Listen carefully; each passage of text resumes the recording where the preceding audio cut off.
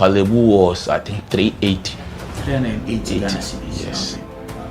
But private, some are 500, 450, some are 800, 860.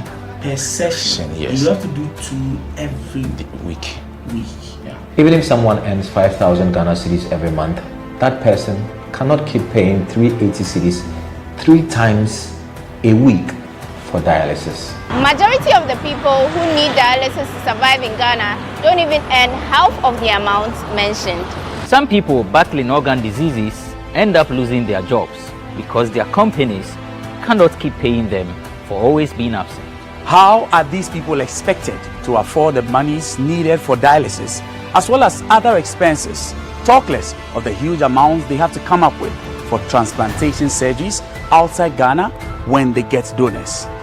It is because of these people that GhanaWeb in August 2023 launched the organ donation legislation campaign to push for the country to pass a law that will guide organ harvesting and transplanting. As Kwalebu plans to increase dialysis fees, the situation requires quicker attention and action. And so, we must get Parliament to start discussing the organ donation bill and pass it into law. Now, when this bill is passed, more lives will be saved and the financial burden on patients would be reduced. And that is why we need you to join us on this campaign. Join the campaign by sending a 1-minute video of yourself sharing why Ghana needs a legislation on organ donation now to editor@ghanaweb.com or via WhatsApp 0552 699 625. Alternatively, you can share the video directly on your social media handles with the hashtags #PassOrganDonationLaw and #LegalizeOrganDonationNow. Organ failure should not be a death sentence.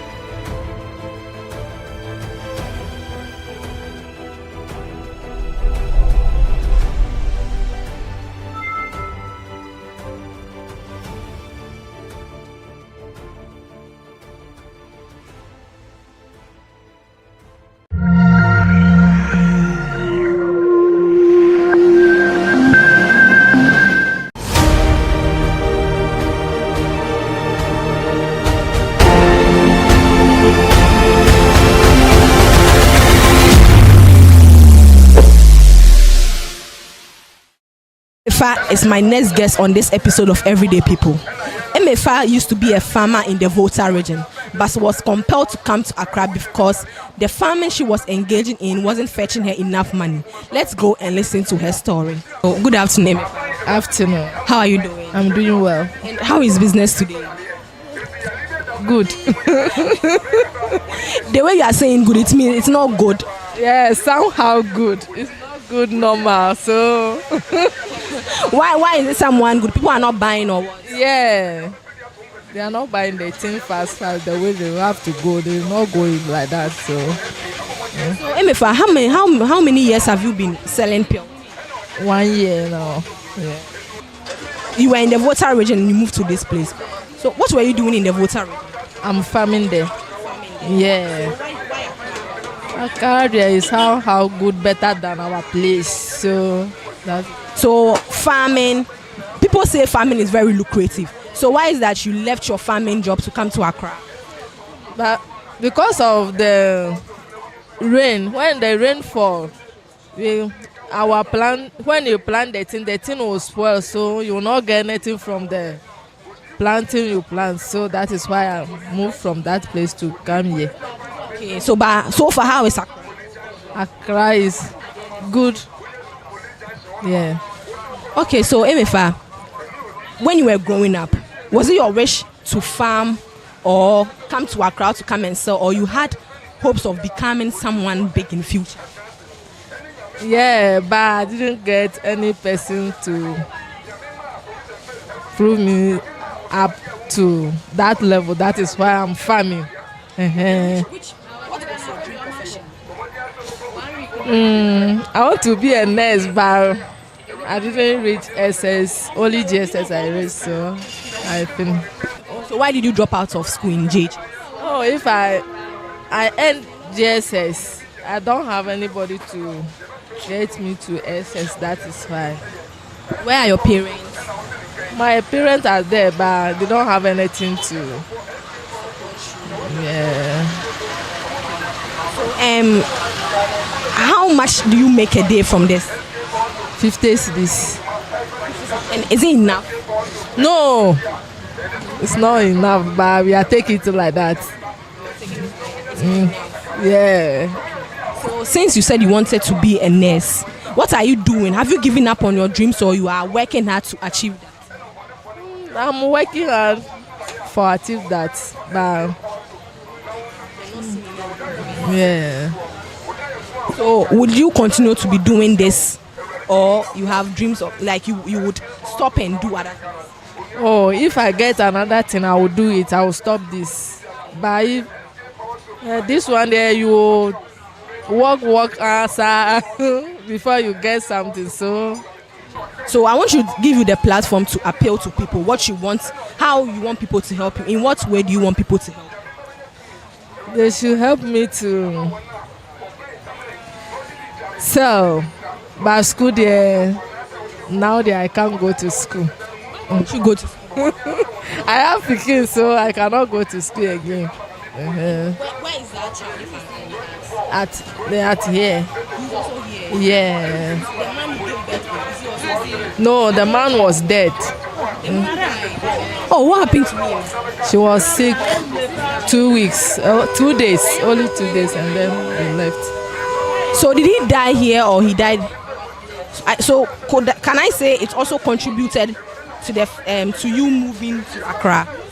No, you just wanted to come to Accra. Yeah, that is so. In what way do you want people to help you? I want you to say it. They can help me to, if I see any store or anything, I can do it. So you don't wish to further the school again? Why you give? I thought you told me you will not give up. MFI, you told me you will not give up. You told me that you are working to pursue your nursing dream. So why are you telling me that you want to stop? Okay. You are not being truthful here. What do you want to do? I want to sell my title. So by now I want to sell. Yeah. School is. Yes. You think that will help you? Yeah.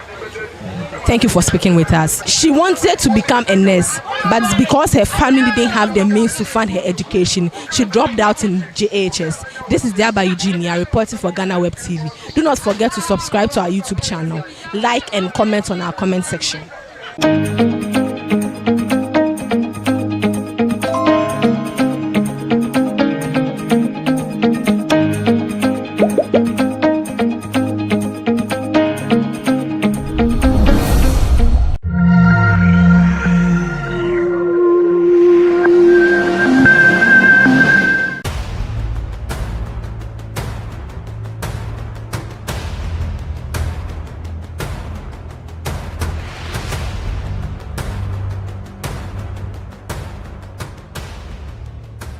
Kwalebu was, I think, 380.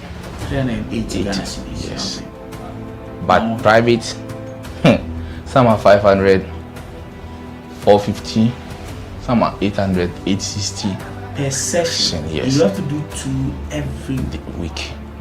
Yeah. Even if someone earns 5,000 Ghana cedis every month, that person cannot keep paying 380 cedis 3 times a week for dialysis. Majority of the people who need dialysis to survive in Ghana don't even earn half of the amount mentioned.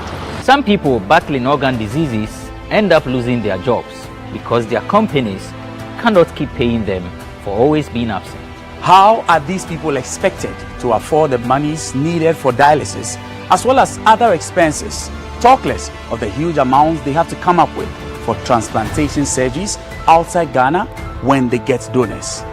It is because of these people that GhanaWeb in August 2023 launched the organ donation legislation campaign to push for the country to pass a law that will guide organ harvesting and transplanting.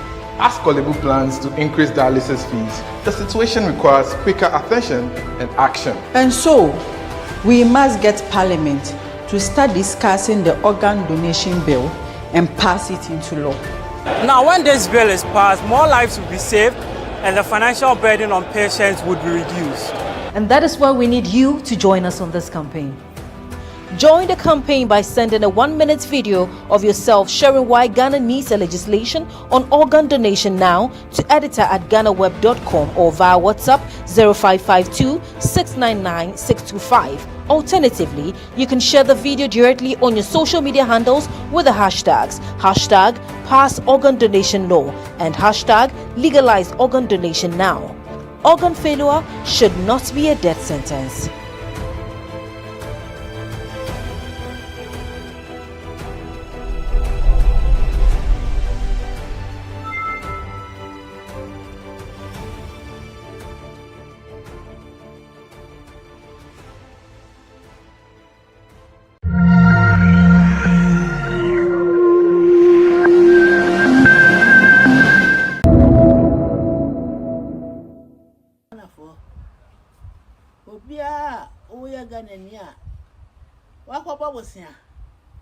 Say bang you, say Bontino. Now the canty, Yadu wako to prison. Me buy wa the car, one go we are the Nabosiano about Yadu wako to Modi. One be as may you are more Babgin. So about so remember what the count one Yadu wako to prison. Maybe you are more Babgin. As someone may catch them. Tigana for more about was saying with the prison when you are young was it. Maybe I am a baby in our mother, I have a mama. The Sicano will be uncle Bobosia.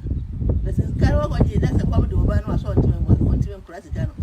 The common over, and to you control the animal, I say, get you up to prison. And to me, baby, you want the prison and what the cardiac, the you in our mother one thing. Some more. Yeah, no. Now, for me, I also buy a friend for November Day, my president of Ghana. Arrange. Oh, Mary. I could have formed a kunku, I want to go to anywhere. Okay. What I will say was so what I will from say, Pet. I want no cook anymore. What you shout at me? None of one of it. Okay. Let me out of work for us. Will be out on time. So, by President, I will be nah, and I, Joe Barrett from so many. So, there may have been a magic card, so I was saying to the card, the master to be. Debbie, yes, I'm fan to have. And I won't be now to go with them. Now, this year to Abana, I was saying I'm in the pan to be empty, and I was saying I'm in the pan to be empty, and I'm an answer. When we have visited a whole of one year with them, I want you with them, and then it is a kite. Let's say, I will say, payments are. You will say, I got trouble and then pay not the Marpimo. The whole of one idea.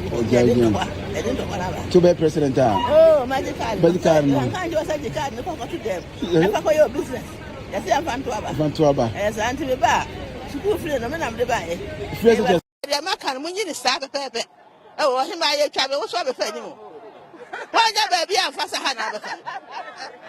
I am a man chair and I don't know some travel. Or not over anymore. There's one try that chair will be a.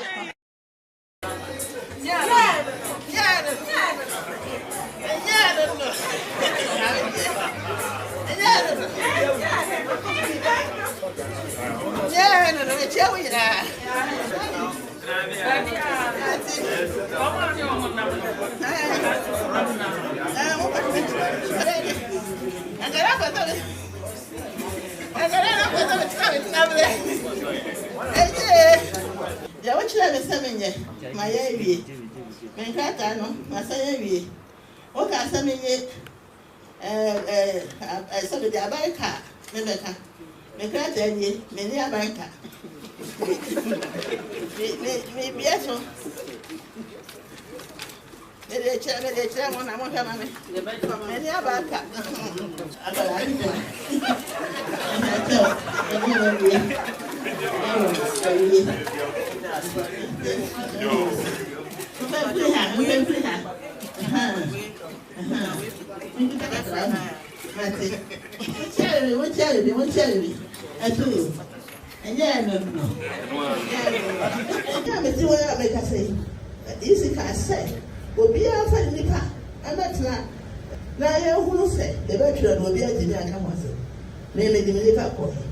Baby, I was with the Nina actually, I tried to come up.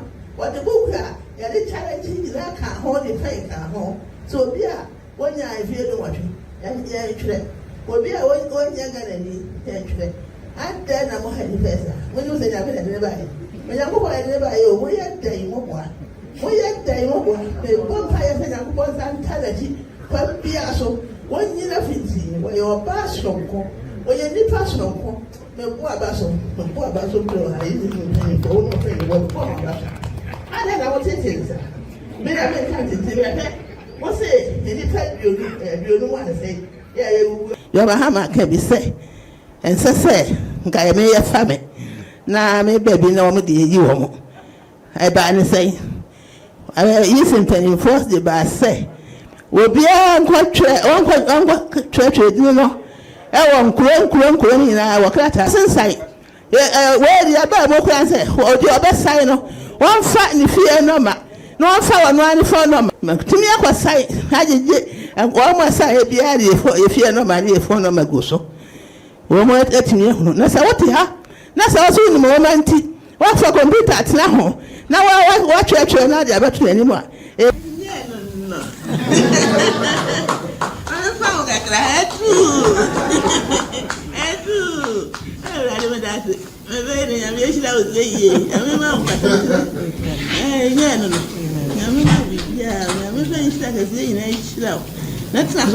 what I'm on my money. I'm not so much with you, and yet,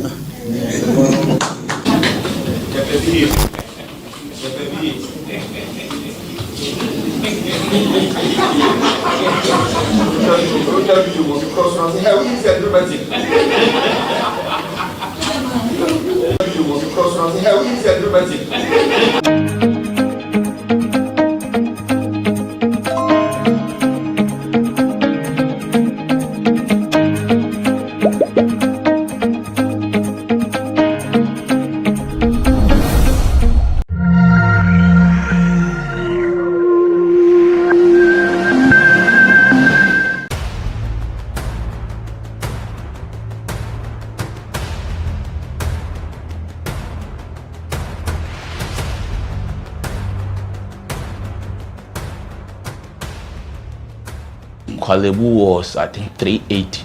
380 Ghana cedis. Yes. But private, some are 500, 450, some are 800, 860. Per session, yes. You have to do 2 every week. Yeah. Even if someone earns 5,000 Ghana cedis every month, that person cannot keep paying 380 cedis 3 times a week for dialysis. Majority of the people who need dialysis to survive in Ghana don't even earn half of the amount mentioned. Some people battling organ diseases end up losing their jobs because their companies cannot keep paying them for always being absent. How are these people expected to afford the monies needed for dialysis as well as other expenses, talk less of the huge amounts they have to come up with for transplantation surgeries outside Ghana when they get donors? It is because of these people that GhanaWeb in August 2023 launched the organ donation legislation campaign to push for the country to pass a law that will guide organ harvesting and transplanting. As Kwalebu plans to increase dialysis fees, the situation requires quicker attention and action. And so, we must get Parliament to start discussing the organ donation bill and pass it into law. Now, when this bill is passed, more lives will be saved and the financial burden on patients would be reduced. And that is why we need you to join us on this campaign. Join the campaign by sending a 1-minute video of yourself sharing why Ghana needs a legislation on organ donation now to editor@GhanaWeb.com or via WhatsApp 0552 699 625. Alternatively, you can share the video directly on your social media handles with the hashtags #PassOrganDonationLaw and #LegalizeOrganDonationNow. Organ failure should not be a death sentence.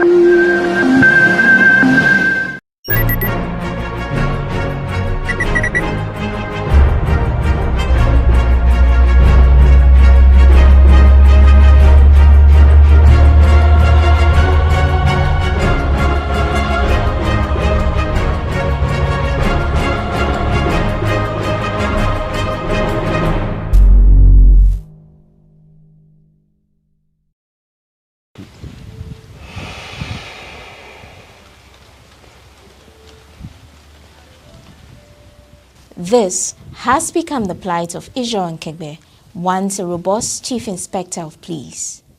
The 63-year-old now struggles just to draw breath. He's one of a growing number of Ghanaians who struggle with chronic obstructive pulmonary disease, a lung disease that kills 3 million people around the world each year. Nkegbe recalls the moment he first heard that diagnosis. They asked me, "Do I come there alone?" That's why I was with my wife. They said I should call him here. So I invited my wife. And he instructed the nurse to take me to the emergency. In fact, I was scared. Nkegbe can no longer leave the house. When I walk for a little distance, my breath, I'll be finding it difficult to breathe. I don't usually travel. And if I'm traveling in my own vehicle, for that one, I'll close the glass. But if I'm not traveling in passenger vehicle, you know the glass is always open. So when it happens like that, sometimes I use a hanky or tissue to cover my nose. But when I reach where there is no smoke again, then I remove it. Nkegbe is among a growing number of Ghanaians being sickened by a silent killer. The very air we breathe is becoming more and more toxic, according to lead pulmonologist Dr. Samuel Asumeni. Apart from asthma, there's something we call chronic obstructive pulmonary disease. It's also a form of airway disease. It's noted to also be other exacerbated and potentially also brought on by pollution. Because the pollution can be what is outside or what is even in the immediate environment of the person. It could be home or what is outdoors. And all these have been found to have effect on conditions like that, something like bronchitis, and then also certain pollutants, certain things in the air can also in the long run cause something like, cancer. And it's not just respiratory problems. Air pollution can cause a range of conditions, including heart disease. People who also have underlying heart diseases, and then they are also in that same environment, may get worsening of the underlying condition. And as I said, if they are exposed to this pollutant for a long time, may develop new onset cardiovascular conditions. So these conditions are not just trivial. They could worsen their condition. They can even result in death. It is particularly bad here in Accra, where pollution from vehicles accounts for about 40% of pollutants, according to the Clean Air Fund. Minibuses, known as trotros, like these, ferry about 70% of commuters across the city each day. Now, even though laws like the Road Traffic Act 2004, Act 683, make the provision for regulation of quality vehicles, these laws are barely enforced. Here at the Carnation Market in Accra, dirty emissions from aging vehicles are obvious. Drivers and hawkers who work all day in traffic are at the greatest risk. Sadly, they are often the most vulnerable. Richard Akwesiajeman sells belts here. He says he constantly struggles with poor health.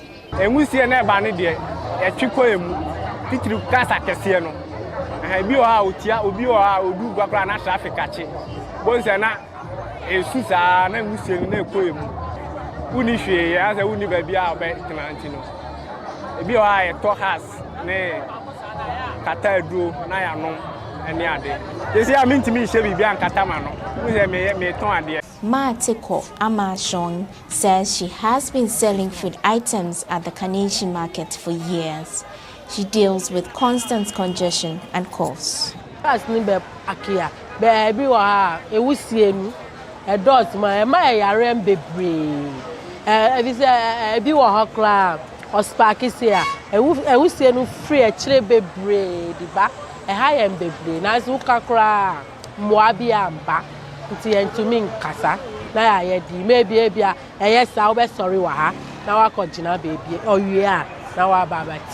The pollution's also obvious here at Tema Station, one of Accra's most busy transport hubs where cars park and marketeers sell all sorts of goods. It's no surprise then that the local clinic here sees high rates of respiratory-related cases. Linda Yeboabochi has been a nurse here for 6 years. Within a week, let me give you average, within the week, let's say we had a patient, maybe 50 patients, or then respiratory tries to take about 25 cases. So it's really affecting people here. And most of the market women and the drivers, they don't have any knowledge about it. Even if you talk to them, they don't know that it's the smoke that is causing all those health issues. Tema Station hairdresser Naomi Amprofi says it is frustrating to have no control over the air they breathe.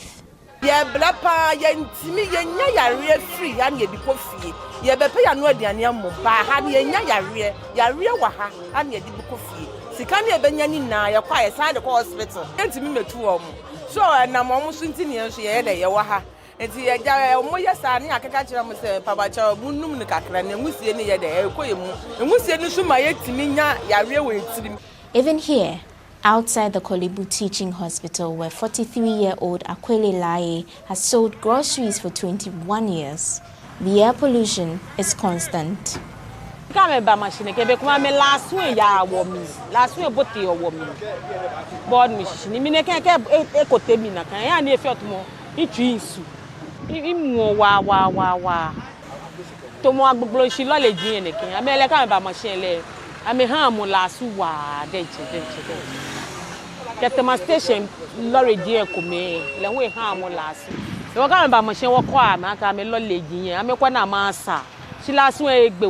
Inside the hospital, medical staff deal with the consequences. We do see people in the automobile industry, transport industry, drivers. We see mechanics. There is a vast range, and all of them will come with a different types of respiratory condition. Some of them will come with asthma. Some of them will come with COPD. Some of them will come with lung fibrosis, that's scarring the lungs as well. Air pollution in Ghana has had little attention before now. It causes at least 28,000 deaths a year, according to the Clean Air Fund, and costs the country $2.5 billion a year, equivalent to 4% of the economy. A recent study found just treating the growing number of sick patients is a burden on Ghana's healthcare budget, says Head of Transport at the Accra Metropolitan Assembly, Alex Johnson. We estimated about $14 million annually is spent on treatment costs of patients or respondents that have been hospitalized more than once in a treatment facility. Accra is Africa's fastest growing city. With all those extra people, experts say air pollution is going to become a crisis. The good news is there are solutions. The government, led by the EPA, is working with a range of stakeholders on a plan to improve the quality of the air we breathe. They've developed standards that would force owners to fix vehicles to reduce emissions. The next step is getting buy-in. We have identified a number of interventions that we can implement if we really want to bring the levels down, and there are various stakeholders that need to come on board, because when it comes to regulating the emissions of air emissions, not only EPA, other stakeholders also come on board. If you talk about vehicular emissions, DVLA comes in. Transport issues, Ministry of Transport. So we have developed the air quality management plan. The initial one was developed in 2018, and then it was implemented to an extent. And now we are reviewing it to extend coverage to the entire Greater Accra region. So it is almost done, and then this month we are bringing other stakeholders on board. We have shared the draft with them. So we are bringing them together so that we look at their contributions, their inputs into the plan, so that we can finalize it, and then we start with the implementation. AMA Head of Transport Alex Johnson has a range of ambitious plans that would provide bike lanes and sidewalks to encourage Accra citizens to walk and cycle more. but he has one much more simple solution that could start immediately. Car-free days, I think they are the most or the lowest hanging fruits we can get, especially in trying to adjust our culture to making sure the environment is clean. And the way car-free days are implemented, they take cognizance of a lot of factors to make sure that it does not affect economic activity. Normally what you have is in other African cities that we know are implementing car-free days. They implement on a regular basis on Sundays between 6 a.m. and 12 p.m. So it's just half of the day. But analyzing the kind of benefits they get even for just about 6 hours of opening up the environment for people instead of cars is quite enormous. It's a pollution reduction strategy. If you keep at it for a very long time, it means that you've taken a significant portion of the day, and consistently you have a multiplier effect as the years go by. Director Amwa says the real wins will come when the government passes a set of regulations that will force transport operators, vehicle owners, and industrial polluters to clean up their act. The EPA expects to face resistance from polluters, some of whom have strong influence with lawmakers. If you really want to regulate the quality of air and the quality of air that is being emitted from different sources, we should have a standard that we can compare with. So we have developed a standard, which I mentioned is available. We have two of them, one for the vehicular emissions, and then the other one for ambient air quality, and then point source or stack emissions. So those are for industrial undertakings. So when they monitor, we check whether they are meeting or they are not meeting. But for us to be able to implement the standard, we need the regulations. So we are working on the regulations, and I'm sure very soon we'll complete with that, and then we'll go into full enforcement of the standards. In the short term, the EPA has been monitoring air quality at 17 locations around the city and has developed a color coding system to alert residents to the dangers they face day to day. EPA Ghana uses a social media platform X, formerly known as Twitter, to alert people to the quality of the air in their community based on a series of color codes. It starts at green and goes through orange and red when sick people are encouraged to stay at home. When it goes purple, when the index is between 201 and 300, then there is a health alert. So the risk is increased for everybody. Then the last one is when it is maroon. We say when it gets to that level, it's hazardous. That is when the index is above 300. Okay? And that is a health warning for everybody because everybody is at risk.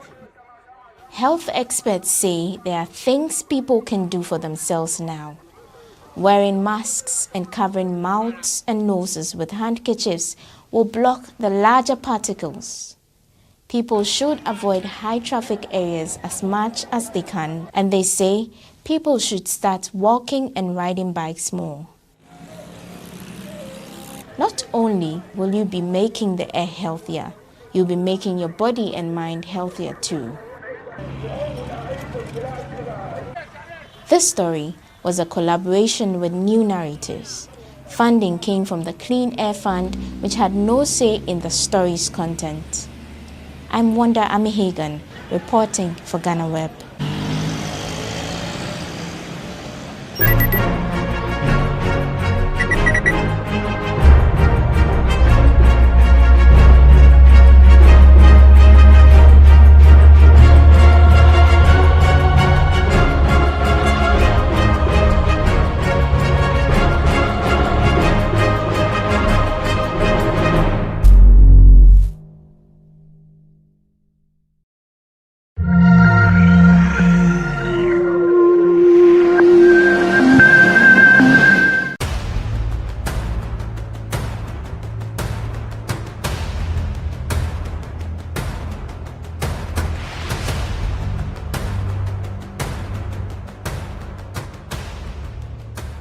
Kwalebu was, I think, 380. 380 Ghana cedis. Yes. But private, some are 500, 450, some are 800, 860. Per session, yes. You have to do 2 every week.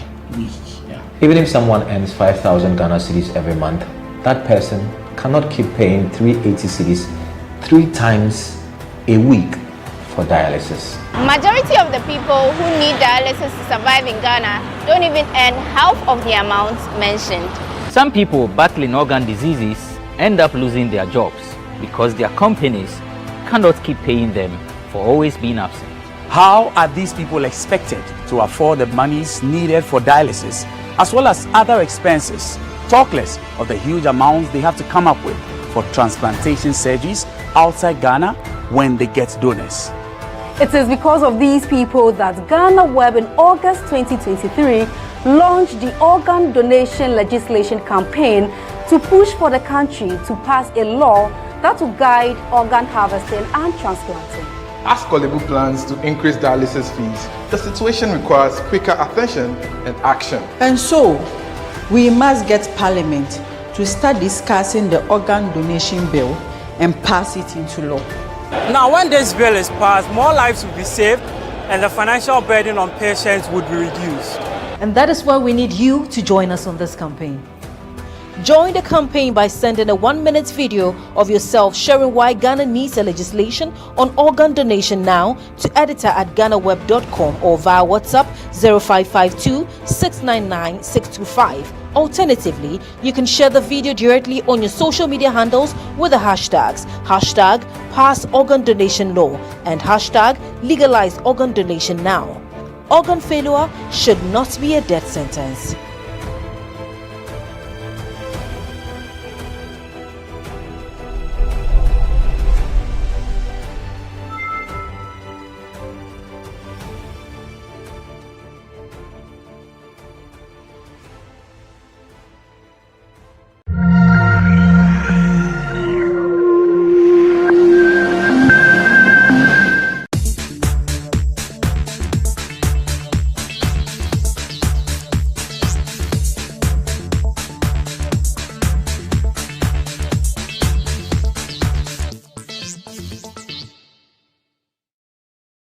It's 40 days to the elections and Ghanaians are eagerly awaiting for December 7th.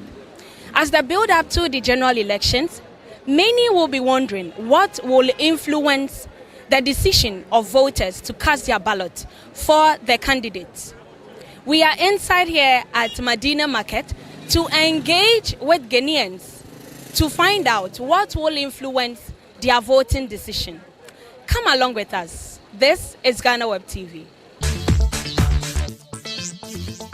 So abani say me maye because Bible cry me ati ase say kura ohini ni mu no kro ni butu ana oman akwankyere ni mu no so no eye oman hunu entini so wo oman mu na esi wo hena ana ase esi president ya se na be ye benya mpuntuo ama ya man no na ye daache ye ma enchiri maso beba benya fa ahudie amaye enti no me de madwen kire ne say de enti ameto abai se ne oman no ebe ye nkoso on say first na bibi ti say tankase ya sama oba na oni wokra na ya sama oba wo be kwa kotua enne no eni ho sa enti ye sere ye mpanifo say omo ba de enti aye to aba no omo me ye adwuma ne ye maye eno ma na ye afiri mu ne nyina PWD fo na no mo dokwa ho nyina omo mra omo me ye adwuma no na enye tete amamra ne yesi sankofa ho ye nti se obi nim a obi kire omomra na aba na ye ombeto ne etom omo so enyina ye maye na aba na ye to ya da je ye sey no eno so abanfaso amaye ama oman ni nyina medamase. So our mother here says she is looking to vote based on development. She is calling for the next government to bring back and reinforce the town council initiatives and then the people that were made to weed and all that to clear the uncleanliness in the country. So she is looking to vote for somebody who will ensure development of the country.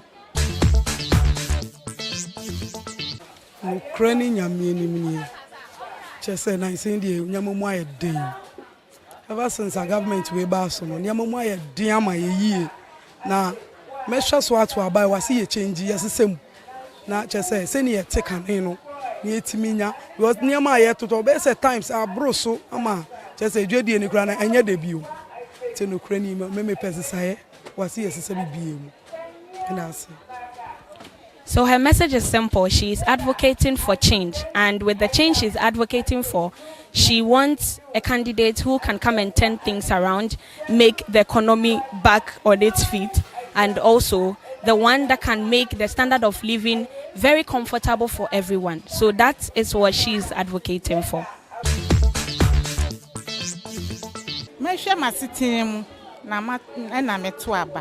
Na bansu me to a me hwe de oba siesie o mani yie na mato aman no ti na me to aban because I see an ye bre me ton fruit first pawpaw crate ufa crate back wa na endu 90 series say fa no 2.5 enti say me to aban de me to me to bi da ba afi we de me to pa ti enu ani say me to ama obi o ba hwe o mani si yie aman no ti na me to aban.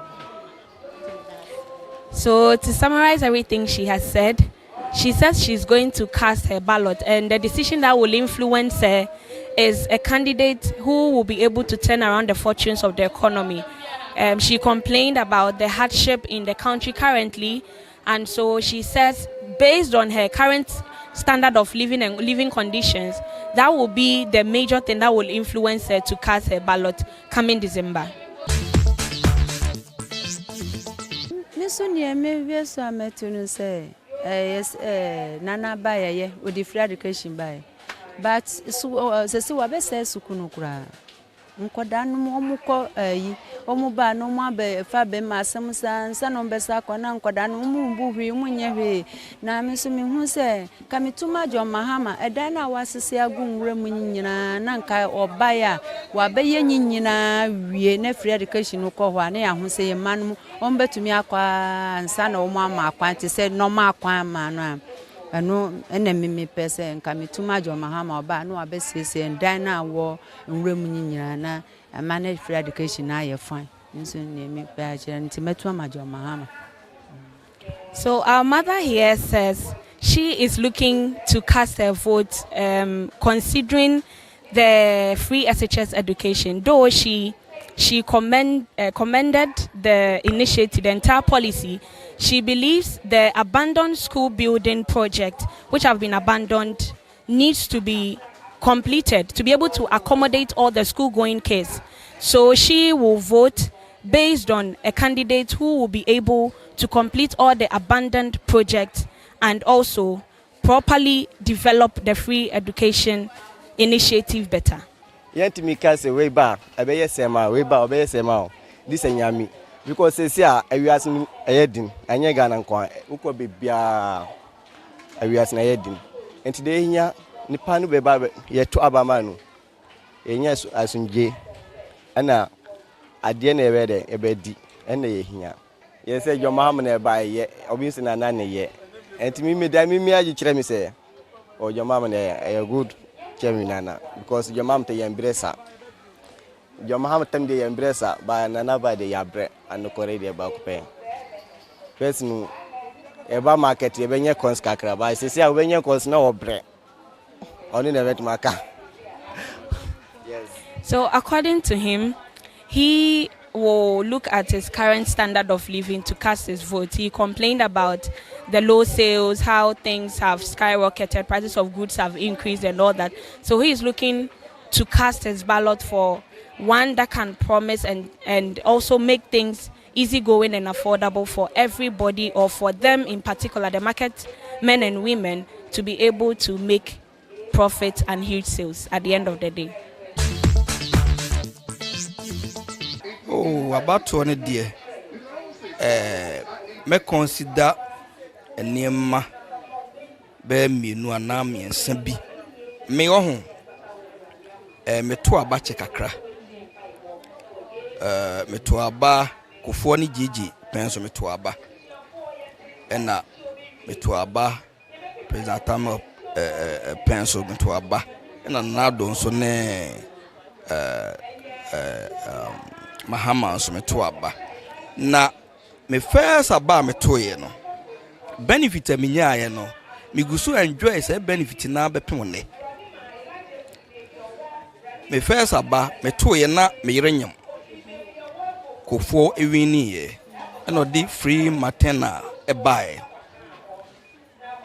me ba ene owo SS ekwo ni free mentua hwe mikoyi me yire no mi na omo se be gisan oso free ye no aduan kra ma yen ya ma ye pampers ne ade nyina aka ho na me de nya me yase in fact akola na nyi enne o san enjoy free SHS me ba pani ono so awie free SHS o wie university se me no kasa yi or the free omni dey free SHS e share omase enu nti me hwe benefits we no mo a and Ghana ha anasa nkra ha matra che enema bebre na akoso ehwe nkania na ye problem ayen ubeko fie na yasem me frigi say me dem ne me nyina say because of presso enti me hwe no me compare ene no eso ati fa kra enti me mom de eno ene be inform ama metimi ati gina say aha no metuma bako yeah because me dey compare benefits amenya say me eno be inform me baby say metuma bako. Our daddy here says one thing or two things that will influence his voting decision is the free SHS policy and also the fact that Ghanaians have been enjoying constant power supply as compared to the previous government. So many of them here inside Medina Market have explained to us what will influence their voting decisions, from development to peace and stability to free SHS to constant power supply. Many of them are eagerly awaiting for the upcoming December 7th elections to cast their vote. This has been GhanaWeb TV, and my name is Mandy Ajiman.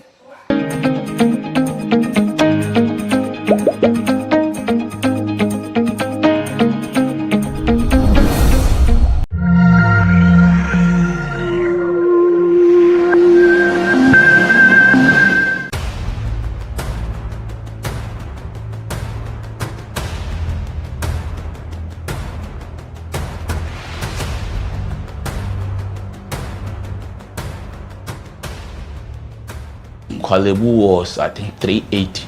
380 Ghana cedis. Yes. But private, some are 500, 450, some are 800, 860.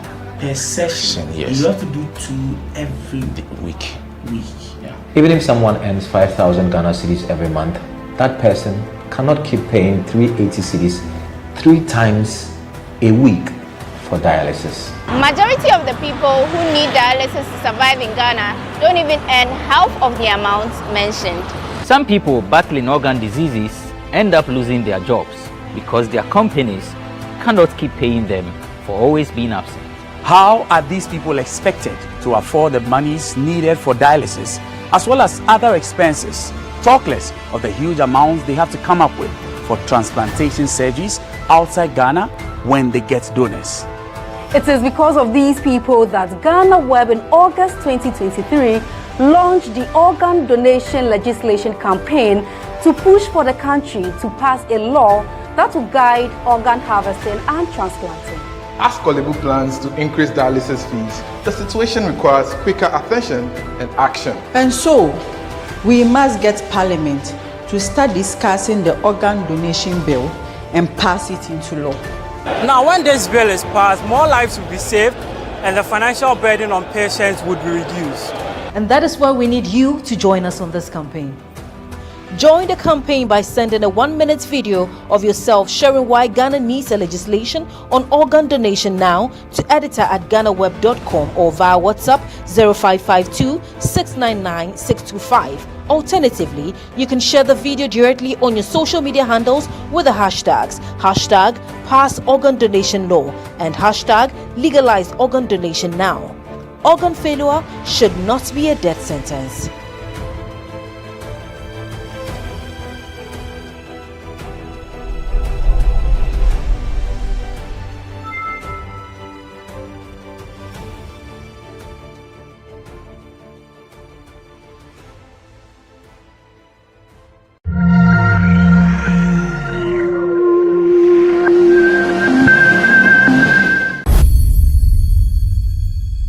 Mama kwaba eba asemsebe kasebo so wo GhanaWeb TV na kasebo esemufo asem eno na nope mede ebe dan mo na nsem bia e wo kasebo mu ene se maami a ye friend madam ekua asiedu a wenya mfinhye oha enwotwe e de adesede akoto mampani abede etire Dr. Mahamadu Baumia anim ena afen so Brian ne Champon so anim ye Minister of Agriculture se wamommo ano na ne sika bi a akwakoka eye sika krabia nkrabata bi wamombo no na nensa enka na madam ekua sedua e kiremu a ni sika no eye mfie nsiani akoka bank wa ahye ne waye bia no ensiso wa pacho wakọ bank ho ne ade enso ni sika no nensa ntimi nkan e wo kira 12,000 Ghana cedi wo de kotiti sika ni mu 120 million na eno en wode dwato ede ema Dr. Mahamadu Baumia so wonhwe na nisika no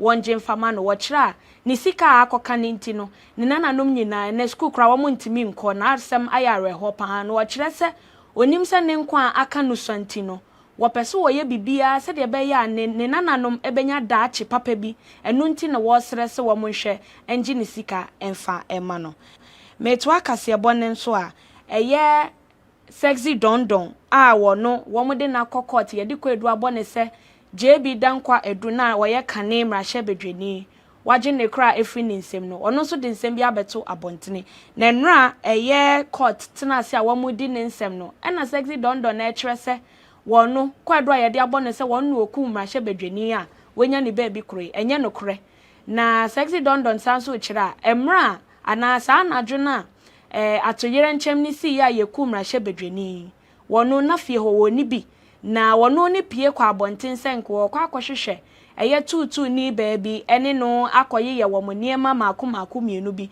na eno na okọ police senka wo kwa akọ kan asema esie wodru ho na police fo ede sobo ebo no na emra wo kasa no wo bobo mpanifo bi a wo mo police dwumekuo ni mu din bebre na edin epie mu ebi ne dampare na afen so ASP Sapon wo ba GhanaWeb.com a wo benya de aka ne bi akan ye to asonso nana akomia e de adesede kese ato asofo enim se ye ba beto abeya a wo mo hyehyehye nkom we ne be wini we na nyankopon se abato ne ne dia no wo mo enhwe no mo nya sa de no wo kira se wo mo anhwe wo mo kase mu yi a edensem bebre ena beba oman ni mu na nana komia kasa no eno wo kire se die nti ena asofo binum kane ne ka se Mahamad yenka akonwa no wo nya kra sisi a wo masan abedane wo mano abeka se Mahama na nyankopon de akonwa no ahye ne nsa wo kira sanse mo nyine ha adwene esansa sofo de wontimi nka asem we ne na ekine bi wonsan besesa wano enya sa na kyese wankasa no wo sofo de na wodie no ensisi so na kyese enkoyie kura wo twa ntoro enti eno no de adesede akoma asofo bebre num se ewom sa abato no obi apese ohu de wobedi nkunim nanso be ya wo mo ntwen Ghana fo kwakoto aba no na wo mo a eyi de obedi nkunim no a wobi eni age no wo mo njai se wo mo hyehyehye nkom a emfa bibia emfa mba embeboa oman no na de etwato eye prophet Nigel Gesi wode nsem bi abetodwa wono eye kofabai na afa so pani edema Prophetic Hill Chapel International na no na prophet Nigel Gesi dia betodwa se eye Philip Apiakubi a dodo na friend Roman father sisi a wono na wotu franka amagana Freedom Party anakane ekwadonkotu franka ama wo mo enne yankopon ato nsa afre no na Gesi kyerese enkrofo bi kwahyehyɛ ekire efa akwati kwan so edi sikatwitwidie ekoma Roman father se nkebeya enka eye 2024 abato ayebeto nyame adoma December no and one chin who and fame free or said about Ghana Freedom Party no about one and yadiom who beshim nanso Nigel Chira Roman father one G says he cannot amen ne me no say dear wako filing in nomination ewo about komisa ho eye nra den wo kokoye ya sisi a wono nso wo to franka ediama eye party no na emra na jugesi nsemi ebeto Ghana for ayewo mu hu ye bebre pa efise enrada enkrata bebre ebeto abonten ebi kire se Ghana Freedom Party wo matwe mu hu efri abato ni mu ebi nso kire se enye nokre na nipa bi na ahye afa kwati kwan so a wo mo pese wo mo ye bibia se de be ya party no betwe wo mo ho na sisi ade eye Roman father wo kire a wo no ena wo gina ho etu franka e de ama Ghana Freedom Party na kaseboy aha ene edi besi mi amede bra mo medin e de akosua owuso a acheman.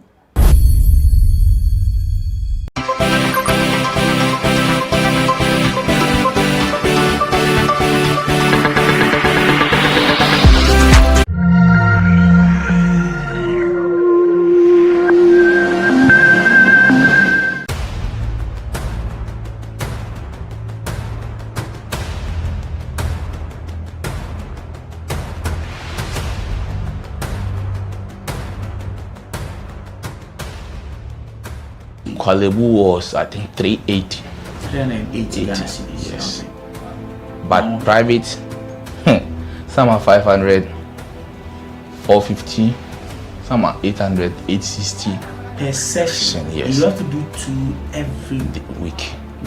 Yeah. Even if someone earns 5,000 Ghana cedis every month, that person cannot keep paying 380 cedis 3 times a week for dialysis. Majority of the people who need dialysis to survive in Ghana don't even earn half of the amount mentioned. Some people battling organ diseases end up losing their jobs because their companies cannot keep paying them for always being absent. How are these people expected to afford the monies needed for dialysis as well as other expenses, talk less of the huge amounts they have to come up with for transplantation surgeries outside Ghana when they get donors? It is because of these people that GhanaWeb in August 2023 launched the organ donation legislation campaign to push for the country to pass a law that will guide organ harvesting and transplanting. As Kwalebu plans to increase dialysis fees, the situation requires quicker attention and action. And so, we must get Parliament to start discussing the organ donation bill and pass it into law. Now, when this bill is passed, more lives will be saved and the financial burden on patients would be reduced. And that is why we need you to join us on this campaign. Join the campaign by sending a 1-minute video of yourself sharing why Ghana needs a legislation on organ donation now to editor@ghanaweb.com or via WhatsApp 0552 699 625. Alternatively, you can share the video directly on your social media handles with the hashtags #PassOrganDonationLaw and #LegalizeOrganDonationNow. Organ failure should not be a death sentence.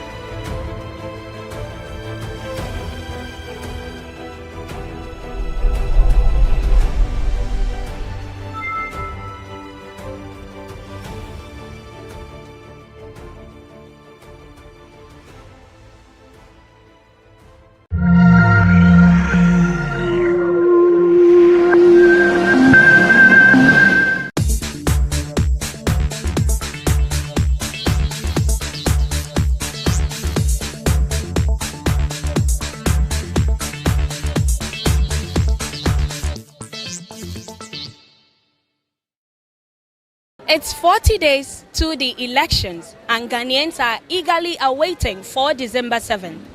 As the build-up to the general elections, many will be wondering what will influence the decision of voters to cast their ballot for the candidates. We are inside here at Medina Market to engage with Ghanaians to find out what will influence their voting decision. Come along with us. This is GhanaWeb TV. So abani say me maye because Bible cry me ati say kro a ohini ni mu no kro no butu ana o man akwankyere ni mu no so no eye oman hunu enti ni so wo oman mu na esi wo hena ana esi president ya se na be ya ye benya mpuntuo ama ya man no na ye daache ye ma enchiri ma so be ba benya fa ahodie ama ye enti no me de madwen kire ni se de enti ameto abai se ne oman no ebe ya nkoso on se first na bibi ti se tankase ya sama oba na oni wokra na ya sama oba wo be kwa kotua enne no eni ho sa nti yesra ye mpanifo se omo ba de nti aye to aba no omo me ye adwuma ne ye maye eno ma na ye ye free mu nyina PWD fo na no mo dokwa ho nyina omo mra omo me ye adwuma no na enye tete amamra ne yesesa ankofa ho ye nti se obi ni ma obi kire omo mra na oba aba na ye omo beto ne to mo omo so enyina ye maye na aba na ye to ya da je ye se ye no eno so aba mfaso amaye ama oman ni nyina medamase. So our mother here says she is looking to vote based on development. She is calling for the next government to bring back and reinforce the town council initiatives and then the people that were made to weed and all that to clear the uncleanliness in the country. So she is looking to vote for somebody who will ensure development of the country.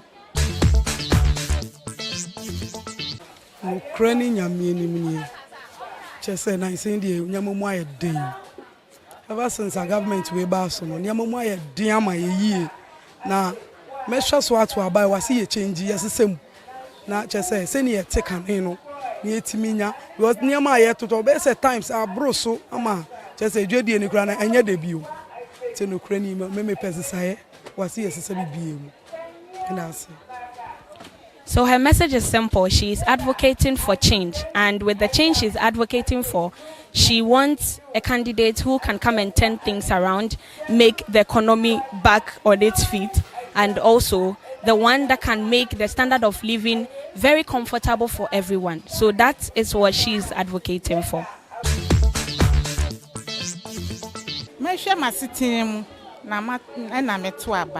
Na bansu me to a me hwe de oba be siesie o mani yie na mato aman onu ti na me to aban because I see an ye bre me ton fruit first pawpaw crate ufa crate back wa na endu 90 series say fa no 2.5 enti say me to aban de me to me to bi da ba fi we de me to pa ti enu ani say me to ama obi o ba be hwe o mani si yie aman onu ti na me to aban.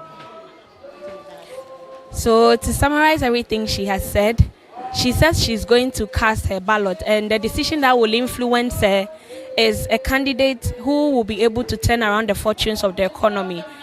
She complained about the hardship in the country currently, and so she says based on her current standard of living and living conditions, that will be the major thing that will influence her to cast her ballot coming December.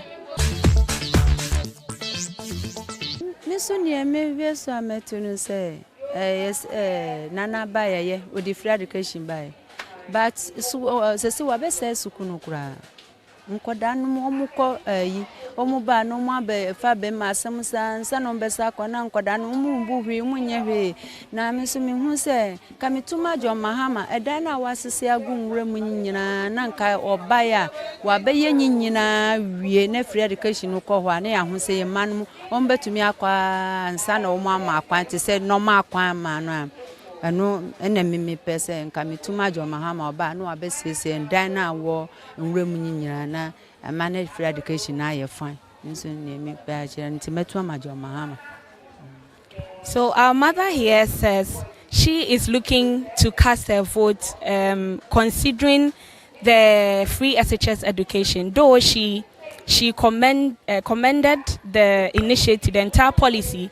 She believes the abandoned school building project, which have been abandoned, needs to be completed to be able to accommodate all the school-going kids. So she will vote based on a candidate who will be able to complete all the abandoned projects and also properly develop the free education initiative better.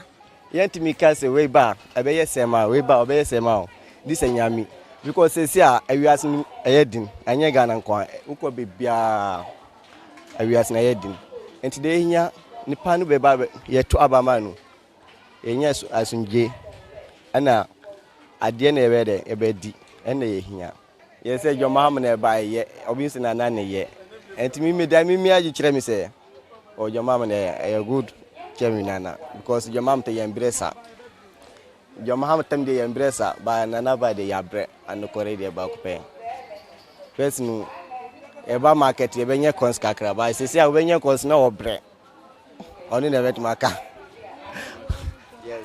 So according to him, he will look at his current standard of living to cast his vote. He complained about the low sales, how things have skyrocketed, prices of goods have increased and all that.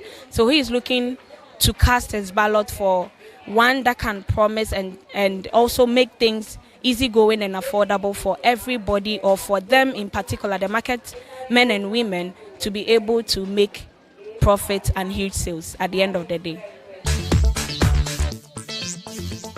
Oh, about one dear. Me consider a name be me no anami and sembi. Me ohun. Me to aba che kakra. Me to aba kofo ni GG penso me to aba. Ena me to aba president penso me to aba. Ena nado nso ne Mahama so me to aba. Na me first aba me to ye no. Benefit me nya ye no. Me gusu enjoy say benefit na be pemone. Me first aba me to ye na me yerenyam. Kofo ewini ye. Eno di free maternal e buy. Me ba ene owo SS. E ko wo ni free mentuahwe. Mi koyi me yire no. Mi na omo se be gisan. Oso free ye no aduan kra ma yen. Ya ma ye pampers ni ade nyina aka ho. Na me de nya me yase. In fact, akola na nyi enne o san enjoy free SHS. Me ba penny ono so awie free SHS. O wie university se me no ka say. O the free o me dey free SHS. E she o mase. Enu nti me hwe benefits we no mo a and Ghana ha anasa nkra ha matra che. Eniema bebre na akoso. Ehwe nkanea na ye problem ayen ubeko fie na yasem me frigi say me dem ne me nyina say because of presso enti me hwe no me de compare ene no eswati fa kra enti me mom de eno ene be informe ama metimi gina say aha no metuma bako. Yeah, because me they compare benefits amenya say me no be informing me baby say me to mabako. Our daddy here says one thing or two things that will influence his voting decision is the free SHS policy and also the fact that Ghanaians have been enjoying constant power supply as compared to the previous government. So many of them here inside Medina Market have explained to us what will influence their voting decisions, from development to peace and stability to free SHS to constant power supply. Many of them are eagerly awaiting for the upcoming December 7th elections to cast their vote. This has been GhanaWeb TV, and my name is Mandy Ajiman.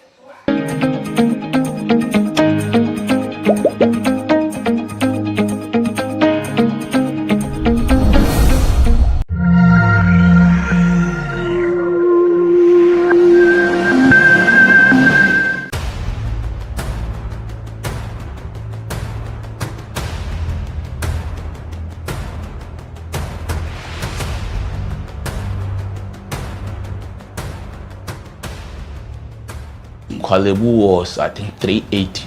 380 Ghana cedis. Yes. But private, some are 500, 450, some are 800, 860. Per session. Yes. You have to do 2 every week. week. Yeah. Even if someone earns 5,000 Ghana cedis every month, that person cannot keep paying 380 cedis 3 times a week for dialysis. Majority of the people who need dialysis to survive in Ghana don't even earn half of the amount mentioned. Some people battling organ diseases end up losing their jobs because their companies cannot keep paying them for always being absent. How are these people expected to afford the monies needed for dialysis as well as other expenses, talk less of the huge amounts they have to come up with for transplantation surgeries outside Ghana when they get donors? It is because of these people that GhanaWeb in August 2023 launched the organ donation legislation campaign to push for the country to pass a law that will guide organ harvesting and transplanting. As Kolebu plans to increase dialysis fees, the situation requires quicker attention and action. And so, we must get Parliament to start discussing the organ donation bill and pass it into law. Now, when this bill is passed, more lives will be saved and the financial burden on patients would be reduced. And that is why we need you to join us on this campaign. Join the campaign by sending a 1-minute video of yourself sharing why Ghana needs a legislation on organ donation now to editor@ghanaweb.com or via WhatsApp 0552 699 625. Alternatively, you can share the video directly on your social media handles with the hashtags #PassOrganDonationLaw and #Legalize Organ Donation Now. Organ failure should not be a death sentence.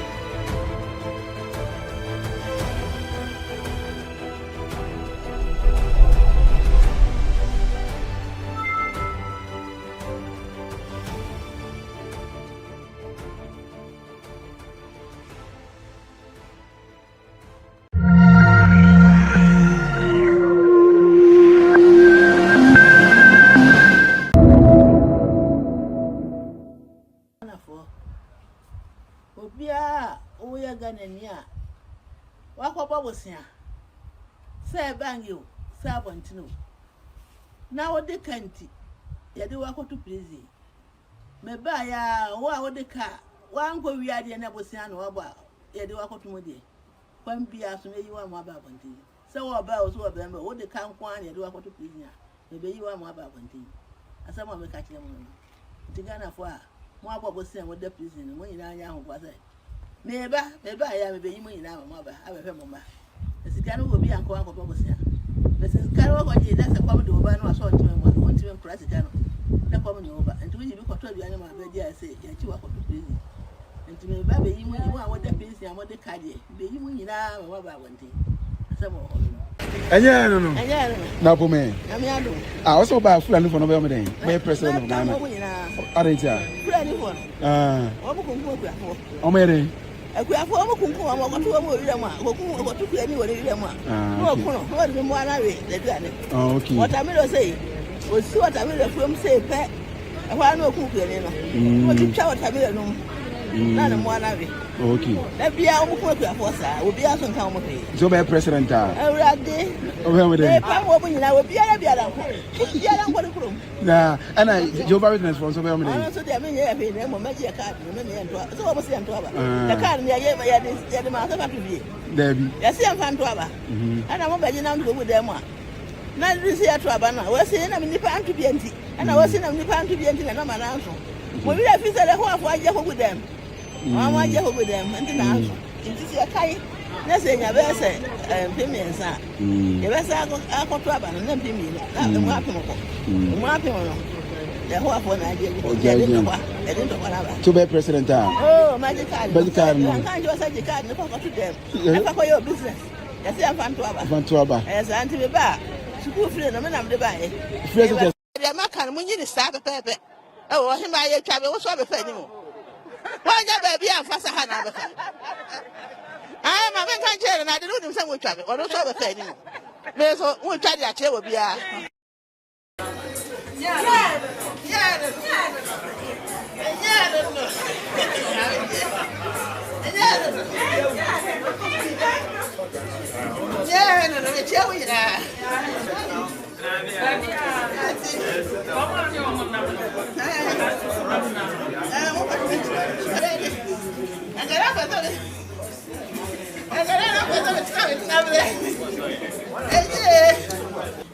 me semenye, my ye, Menkatano, my say, what I say, I saw the Abaika, Rebecca, Menkata, many Abaika.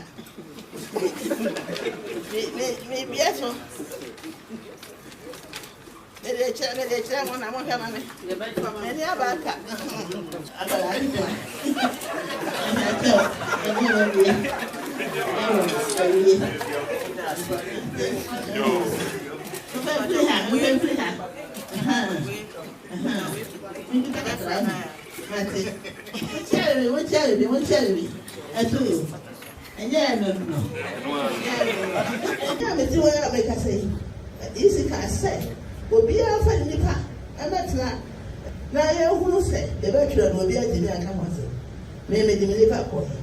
Baby, I was with me. Did I actually come up? What the book are? The charity that can't hold the fake at home. So, yeah, 1 year I feel the watching. And yeah, it's right. Well, be a 1 year and and then I'm going to face when you say I'm everybody. When I go by everybody, we are day more. We are day more. The bonfires and I'm going to mentality. Come be so 1 year of it, where your pass from home. When you need pass from home.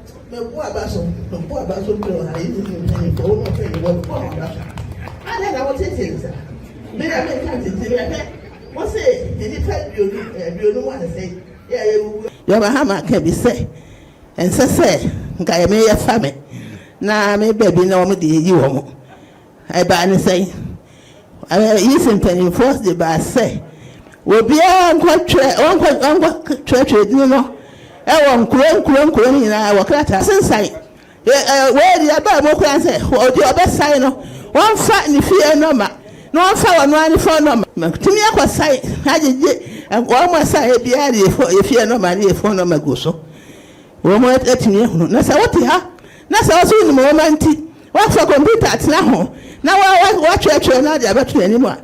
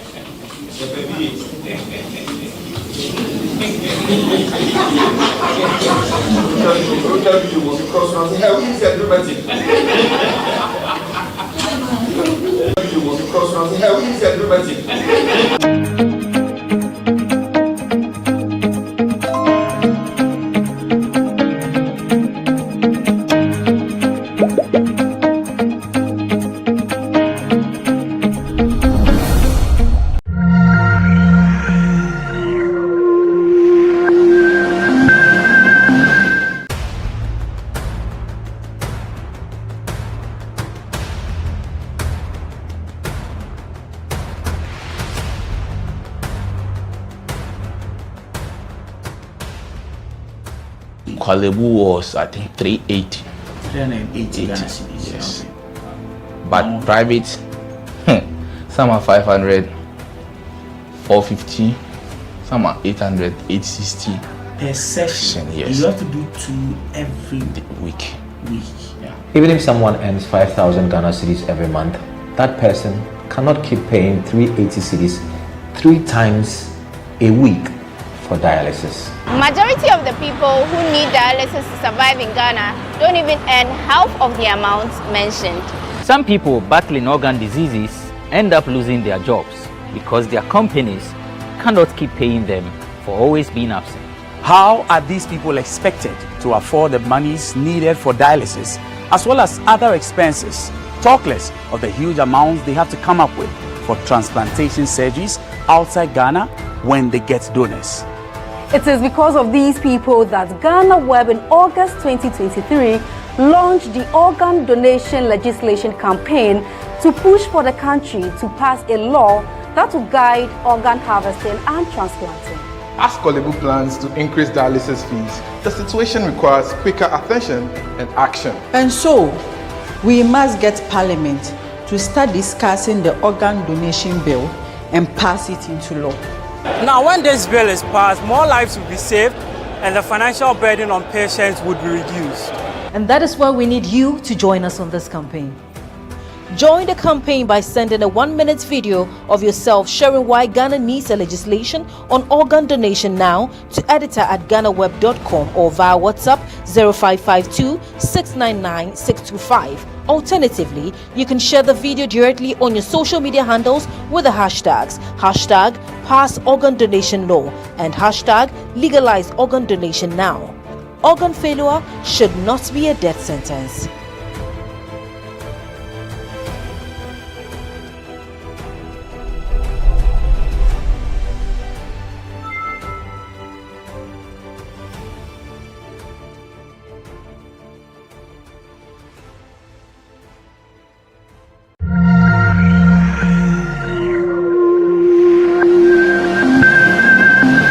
Obia odidwa na wo se ma amfa cylinder emba ho menu aduane dey so no benua. We are saying don't bring gas cookers in the markets to cook. Sometimes when we go to the market and we feel they don't have time for us, we send the gospel according to fire safety, even to the churches where they attend church.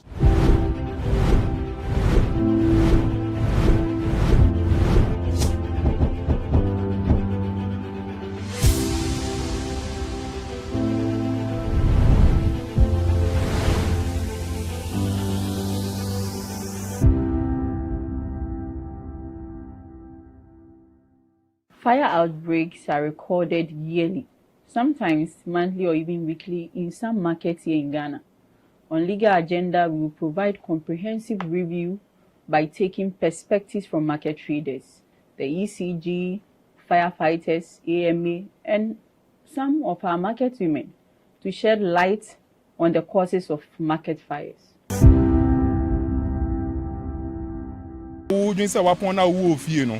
On near oti market ni mu no why illegal connection or use gadgets na cable na nye papa no cable no tumi yeshi yeshi no so a etumi nane nane na so bibi mu bohwe no na market na yeshi nti reasons are market no outbreak fire outbreak in the market in the ebebre, but these are menu a me feel say very vital as electricity for betumi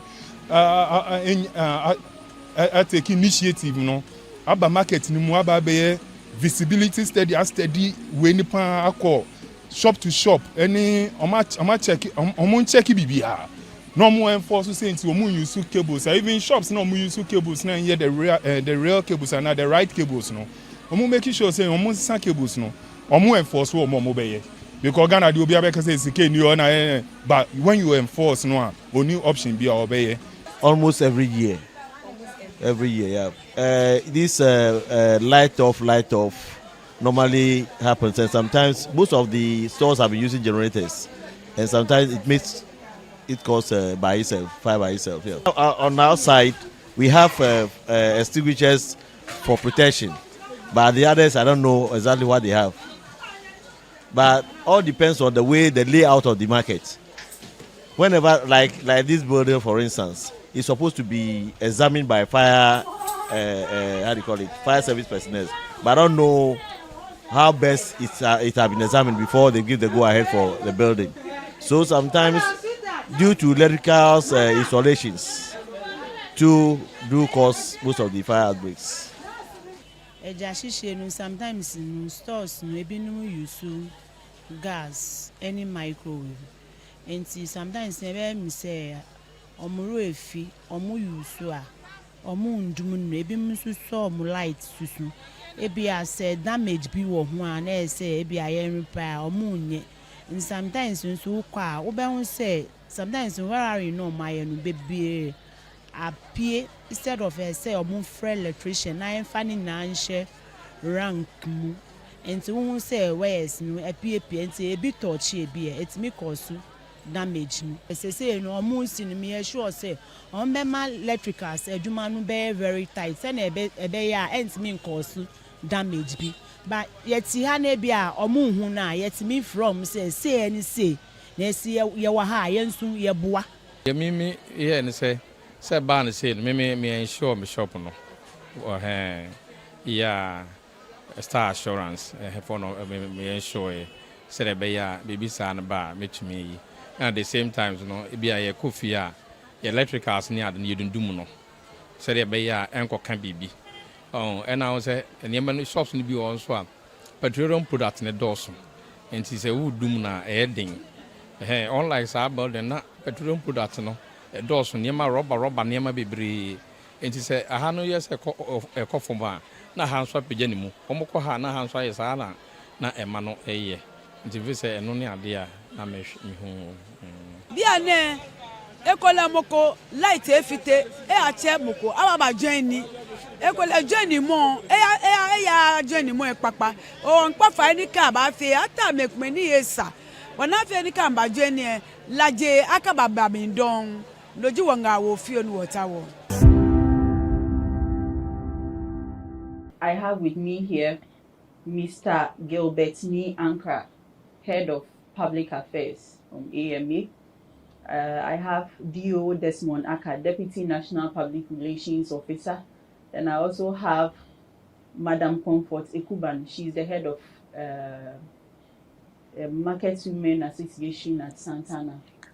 So, my lady and gentlemen, you are welcome to Legal Agenda. Thanks for having us. Okay.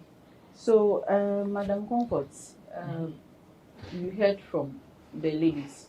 Have you yourself experienced any market fires in the past? Can you shed some light on this? Me pacho be share be pain. Me man kasa me shop e share.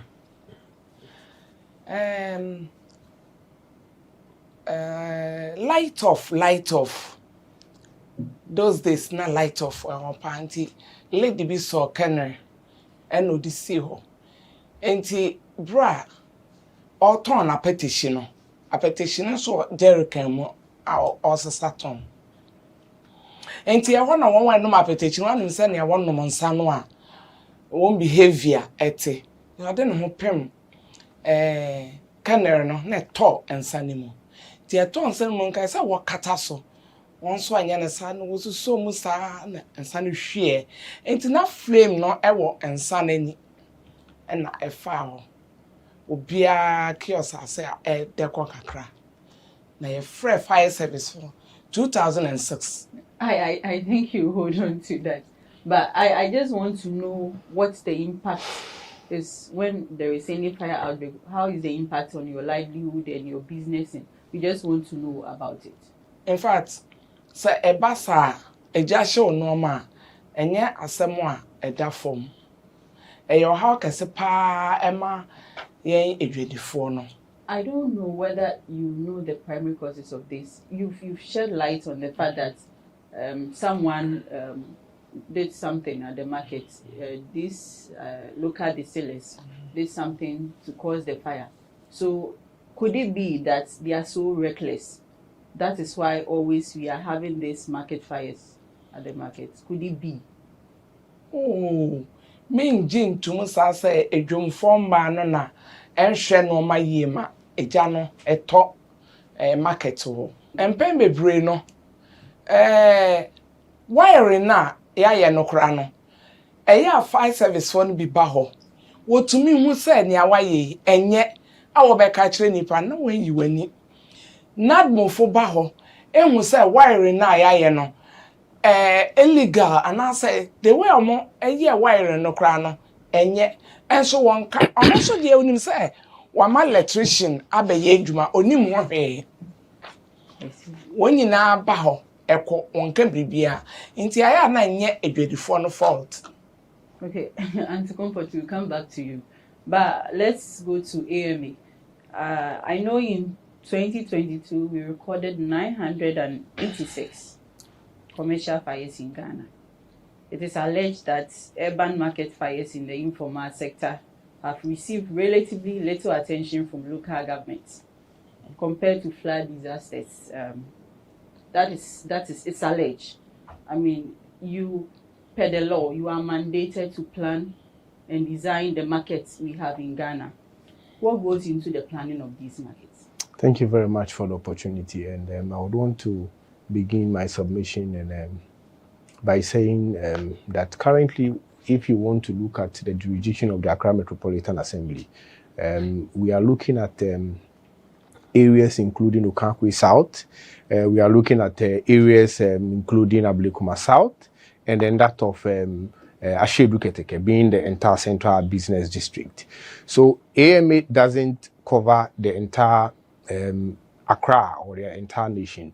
But that notwithstanding, we appreciate the fact that the Assembly is the first of all assemblies and the mother of all assemblies. And as such, if you look at the concentration of markets within the Central Business District, you asked about what goes into the designing of markets. Let me state that if you look at the markets we have within our zone, they are quite ancient markets, and we can mention Mokola, we can mention our own Agublushi market, we can mention Okanshi markets, and these are quite not very recent markets.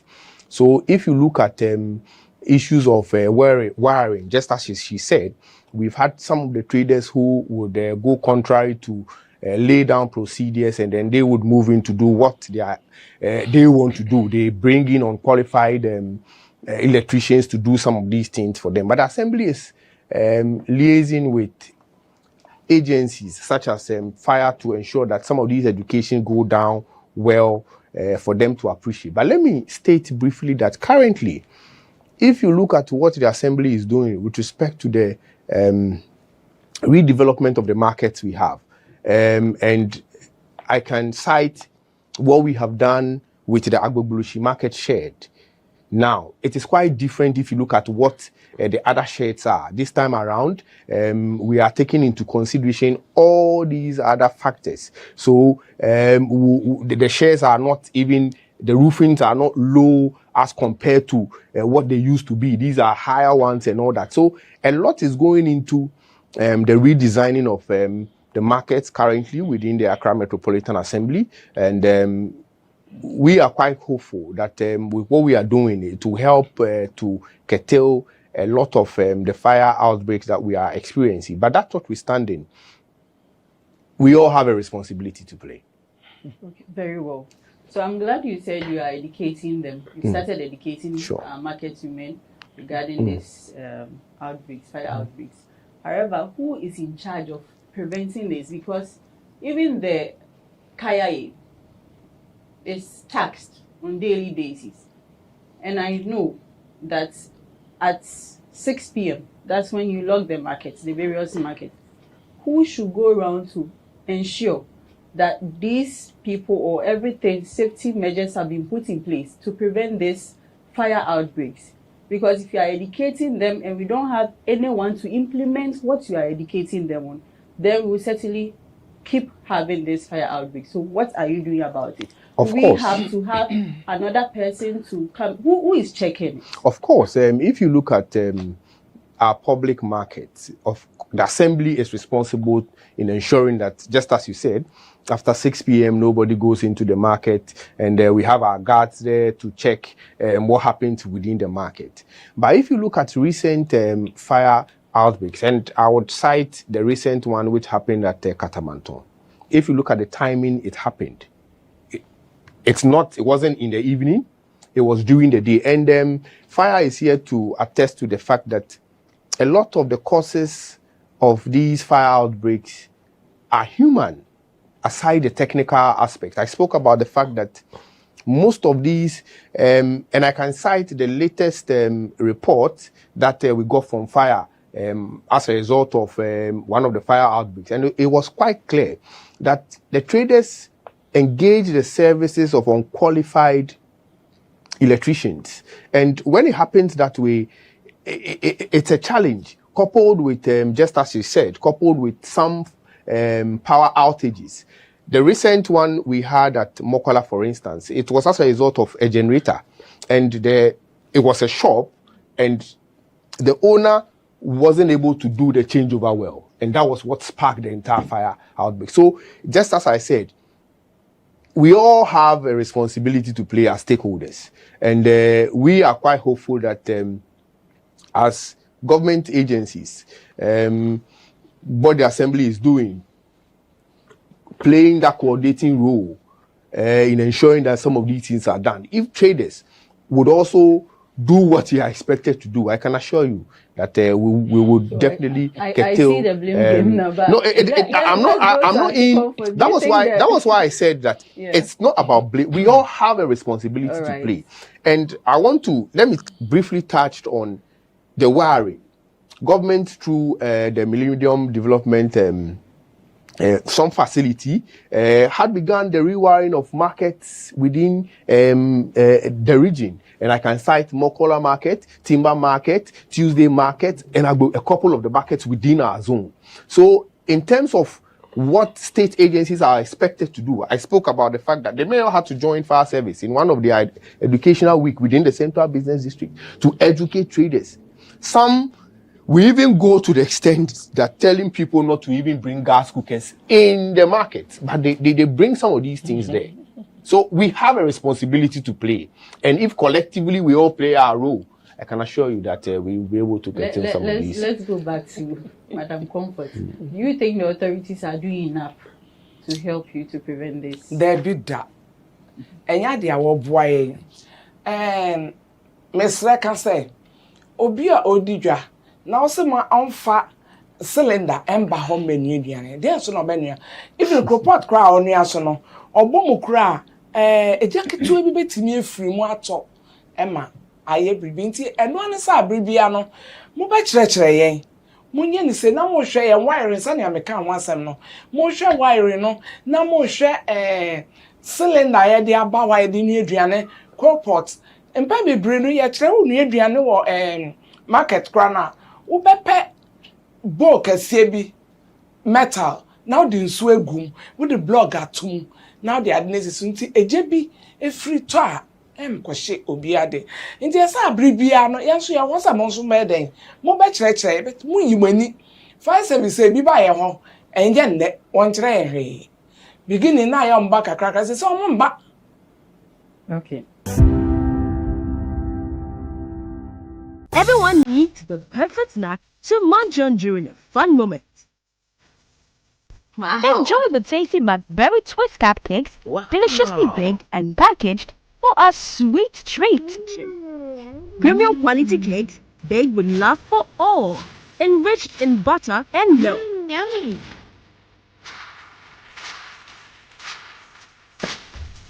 Oh, Blackberry Twist cupcakes. Simply irresistible. Try one today. This advert is FDA approved.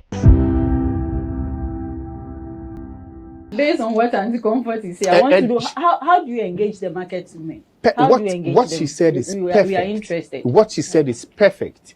If you look at what the assembly is doing with respect to engagement, and it happens on so many, just as we all know, the mayor would, for instance, decide to move into the market. And anytime she moves into the market, irrespective of the activity, you know what the assembly does, it cuts across. So we wouldn't get to a market site where the mayor would not even let the people know that we are saying don't bring gas cookers in the markets to cook. And we are telling you not to do, but they also feel they have that responsibility because they have to eat. But there are so many ways in killing a cat. Mm-hmm. You can decide not to bring those gas cookers, cookers there and cook there, and you will still find food to eat. So we want them to also meet us halfway. Because if we continue educating, we continue engaging, organizing stakeholder engagements on a lot of these things, and they keep on doing what they are doing, we'll come back to ground zero. Let's go back to fire. Mr. Dio Desmondaka. So we started by mentioning the statistics. We have 986 so far as fire outbreaks recorded in the country since from 2022. So we want to be specific. Do you have data regarding fire outbreaks at the markets? Yes, first of all, let me thank your viewers and then my co-panelists for joining us here this afternoon. To be honest with you, we have empirical data to back our claims of every fire that we have attended over the years. If you look at just last year, we recorded a total of about 6,154 fires, out of which commercial fires were 913. So coming into this year, we have ups at May ending. We, even just in May alone, we recorded a little over 428 fires. If you look at these figures, commercial fires are just about 83. The rest is markets. Yes. The rest are, it cuts across. It's not just markets. This year alone, we've recorded not less than 4 fires in the market nationwide. And so if you look at the trend, it is not quite good, because we are not happy when the fires occur in the market. Our challenge has been that, one, once the incidents happen, we expect that the affected persons will call us. We will only respond when we get the alert that the fire has occurred. So if the call delays in coming, it affects our performance, or it affects our output to be able to contain the fire as quickly as possible. And then two, once we get to these markets, we have always had issues with, it shouldn't surprise you that most of these markets have not gotten enough hydrants, enough functional hydrants, which when the need arises, helps us to be able to get access to water. So most often than not, we are able to mobilize maybe 4 or 3 or 5 tenders to appear at a market fire, so as to be able to give us water to be able to contain the fire situation. So for us, we are poised to be able to come to the aid of these market women. One thing that should be made clear is that we don't set the fires. So once the fires happen, we expect that the market women who are there, the traders who are there 24/7, they should rather call us. So if they are not calling us on the right emergency numbers, of which we have engaged them over the period, they have association, they have tomato sellers, they have rice or yam sellers. We've engaged almost all the associations that they have, and have educated them enough since 1963 till date. We have been going to them, we have been reaching them. Sometimes when we go to the market and we feel they don't have time for us, we send the gospel according to fire safety, even to the churches where they attend church. So they cannot give us the excuse that when they call us, we don't come. We will only come to the fire scene when you have called us. And one thing we should also bear in mind is that there are challenges that we face in responding to some of these fires. If you call the nearest fire station and a dispatch is made, in less than 1 minute, an appliance has to be dispatched to the fire scene. But in case the closest fire station to the affected market is fault, I mean, we work with machines. Even as human beings, we break down, we fall sick and we break down as often as possible. So how much more the machines that we work with? Or it could also be that the particular tender which is closer to the affected market has been dispatched to another incident scene at maybe a different location. When it happens like that, it means that we have to look for another nearby fire station with a fire tender to also respond. And you know, proximity is a challenge. We don't have enough fire stations all over the country. And therefore, when it happens like this, the closest station would have to come in. And in coming in, it will take quite a longer time, or it will take some time to be able to reach the fire scene. And these are some of the challenges that we face, that we want the traders to bear with us. But I think we have done creditably well. Our market, we have a market task force that has been specifically mandated to go to the various markets. And we can attest to the fact that they are doing a yeoman's job. The only challenge that we have is that the traders, most often than not, do not have a listening ear for our messages. And therefore, we have educated them on the need not to even send any cooking apparatus to the market. Yes. But as so why Anti-Comfort was speaking, they are doing it. We have barred them not to cook in the market. They are cooking in the market. We have advised them against the use of or contracting the services of quack electricians. They are still doing it. We have advised them on housekeeping, how to even arrange their wares to the point that there will be enough ventilation to take away excess heat. They are still doing it. When they are closing from their shops, because I don't know whether it's because of traffic or they want to get home early enough or whatever, they tend to be forgetful and then leave their electric fans and other electrical gadgets on. And by which time, maybe in the evening, after working for so much time, for so long a time, they get overheated and probably get into contact with combustibles, and then they catch fire. Another thing that we've also realized in the market is that there is no proper segregation of waste. Because you could go to a market, you should be able to find where we sell clothes or cloths alone, or we sell, let's say, hardware materials. But you realize that every shop, you go to a particular shop, he's selling clothes, he's selling electrical equipment, he's selling hardware, substances and what have you. And that is very bad. You know, materials in general react differently in fires. So let's say you have a shop, you sell clothes, you sell books, you sell hardware materials like carbide and what have you. Like what happened in Kumasi KJT quite recently. When somebody had closed the shop, it was daytime. People were around. They saw the person cooking with a gas stove. He locked the shop to go and converse with a friend. Wow. And then lo and behold, the heat from the cooking pot got into contact with a combustible in the shop and the fire started. But the people were not in the known about the carbide, the calcium carbide which was there, which mustn't be extinguished, or when you see a fire of that nature, you don't have to put water on it. They didn't have that knowledge, and they put water on it. The fire escalated, and it caused damage to the number of shops that got destroyed in that particular market. Had it not been our intervention, about 800 shops in that enclave would have gotten burnt, and people would have lost their investment. That is not what we want to see. So we are pleading with our traders. Like already mentioned, most of these fire causes are anthropogenic. They are human-induced causative factors. People are being careless, they are being ignorant, they are causing the fires accidentally and all that. We don't want those things to go on.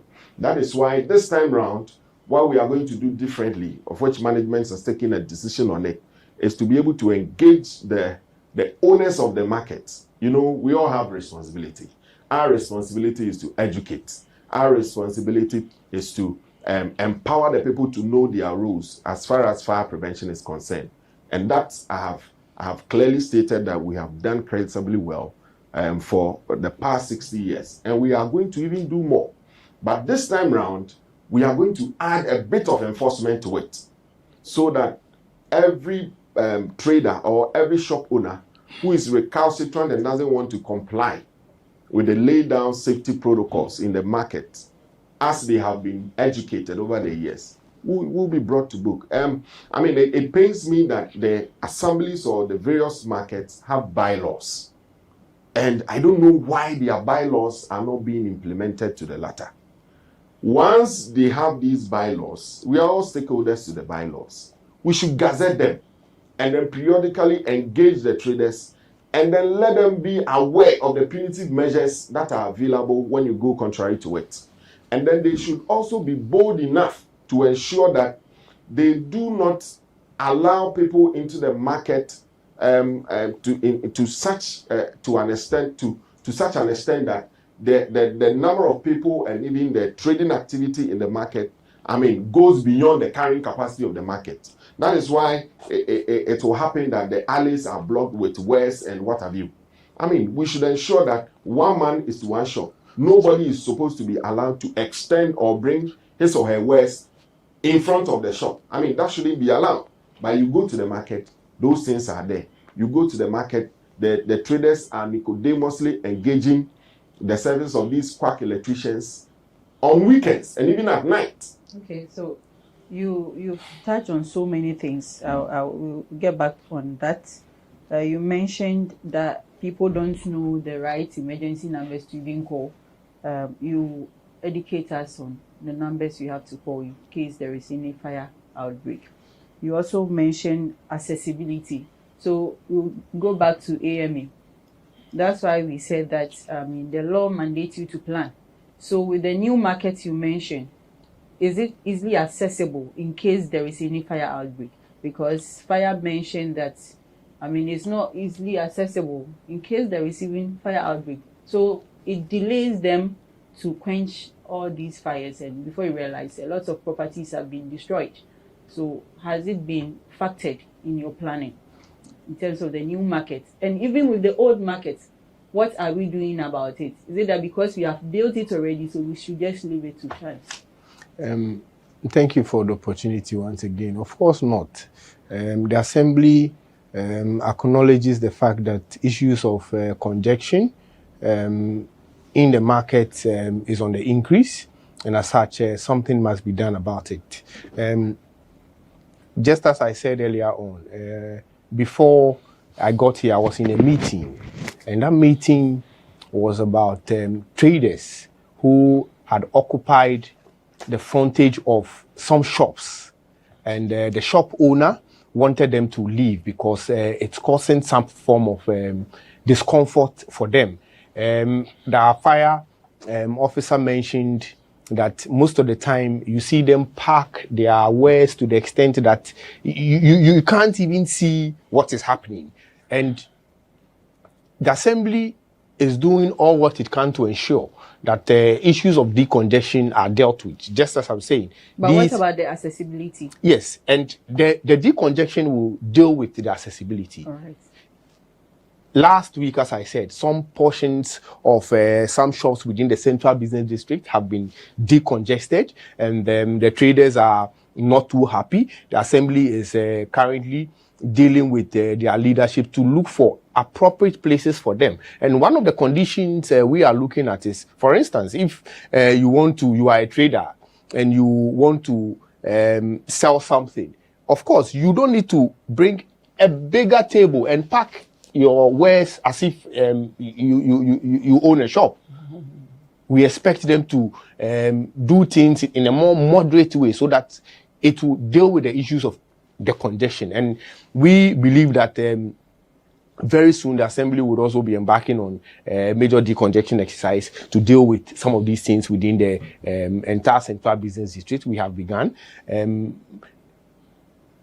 we feel it will deal with issues of accessibility as well. Okay, so a lot of people have the opinion that in Ghana we are able to, a lot of people or state institutions have everything figured out in terms of if we do it this way, this will be solved. But the challenge is who is supposed to implement them. So with the Assembly, who is supposed to implement these bylaws that even fire officer mentioned? Because it seems we know what we have to do, but the challenge is who is supposed to implement these laws that we have spoken about. Let me state that the Assembly is not running away from its responsibility. The bylaws of the Assembly are ours, and we are doing all what we can to ensure that we enforce it, intensify enforcement, and it cuts across. If you look at what the market talks about in the bylaw, it's quite clear that with these public markets, after 6 p.m., nobody goes into the market. We have our guards who normally monitor. But of course, you have people who would, one way or the end, our mother is here. She's a trader. She can attest to the fact that after 6 p.m., even you have some traders who would, one way or the other, tell you, oh, just give me some few time for us to pack one or two things before we leave. And in as much as we acknowledge the fact that it's a challenge, we also want them to support us in whatever we are doing. Just as I said, it's a collective responsibility. And if we all play our part, trust me, if you look at the Central Business District, our fire officer spoke about specific goods market where you have. So if you look at Okanshi, for instance, we know Okanshi to be areas where we go, you can get cloth there. But currently, as we speak, the place has been turned into something else. People coming in to do sell all kinds of wares. And the assembly, just as I said, would ensure that we embark on our decongestion agenda to open up the spaces for people to be able to go and do their wares. We also want to encourage other municipalities to also develop their market. So people would not always want to move into the central business district. Always want to move. You will find people who would want to even buy water, and they feel when they come to the central business district, it will be cheaper. But there are other satellite markets within the other municipalities, and we encourage people to also visit those markets so that we'll be able to decongest the central. The conversation is getting so interesting, but we have to end here for today's discussion. Join us again next week for a continuation of this discussion. And until then, this has been Legal Agenda. My name is Matilda Boatinati.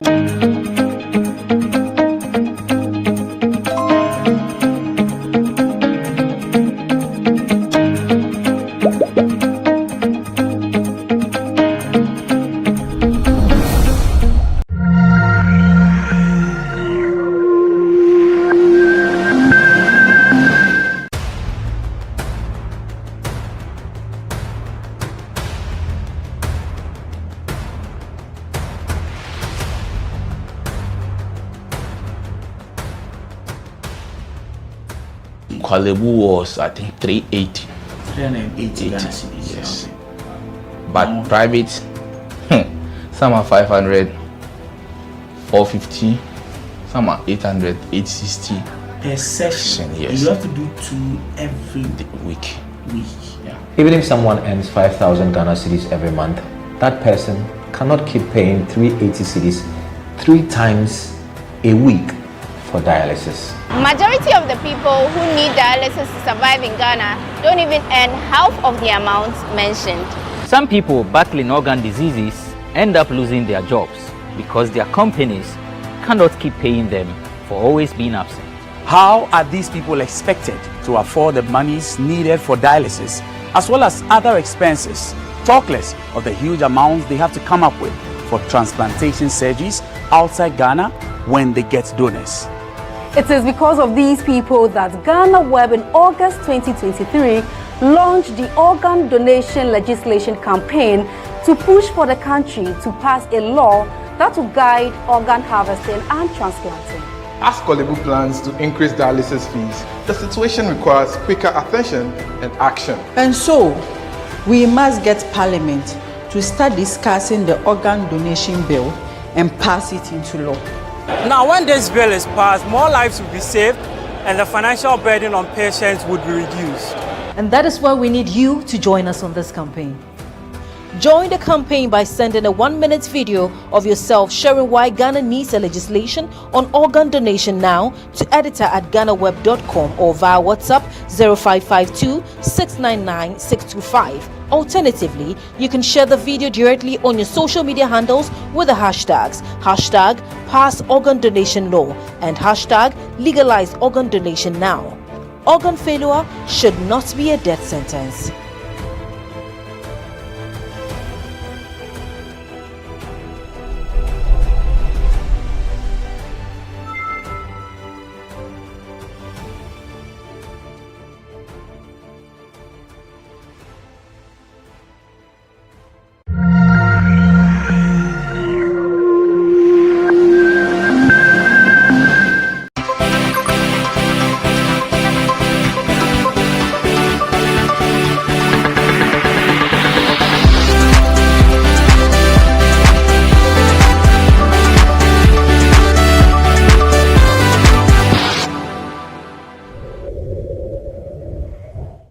Welcome to another episode of Talkatainment on GhanaWeb TV. Now, as you can see, we're not at the usual studios. We are here at the Made by Grace concert with PAC Esther.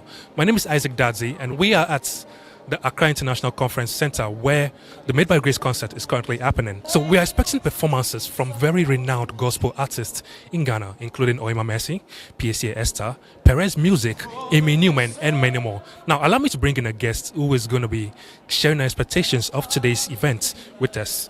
Hi, you're welcome. What's your name? Oforiwa. Okay, and is this the first time at the event? Yes, please. Okay, what are you expecting from today's show? I'm expecting those artists. I'm expecting Oima Mercy. I'm expecting PSA because I've never seen her before. So I want to come and then witness and then to see how she looks like. And then most of the time I like to listen to her music. So when I heard of the program, I decided to come so that I can also be blessed. That's why I came today for the program. Enshire amenya ina menindo edu mebi na kayedi modio mera dinya me mama sere edu mami ye ina meninda enshire amenya ina meninda. Amen, amen, amen. I'm expecting an encounter. Encounter? Yes. That's it. Yes, and to just meet the Lord, have a revival. I planned coming for last year's own, but unfortunately I couldn't. And then a friend who attended actually expressed how blessed he or she was. Yeah, so I believe with the ministering artists who will be ministering tonight, yeah, I know I'll be blessed. I think my favorite is Joe Metal. Yeah. Okay. And I can't wait to see him minister during. Me jifu Yesu, me krado fu. Dan when you share me imagine kwa mi ni obia ubetu mi ajemi. I think that's all I can. Thank you so much. Okay, I'm expecting a great show, good show. I'm here to be blessed with PSA. I love her songs, so I decided to come over. Is this your first time coming to the Made by Grace concert? No, I think this is my second time. So I'm expecting a good show and a great show for God to do something new this time around. We are only expecting that the grace of God will be abundant in the house, so that anyone who came with expectation will go back and be fulfilled. Enter his gates with thanksgiving, and into his courts with praise. Be thankful unto him and bless his name. For the Lord is good, his mercy is everlasting, and his truth endureth to all generations. Amen. Amen.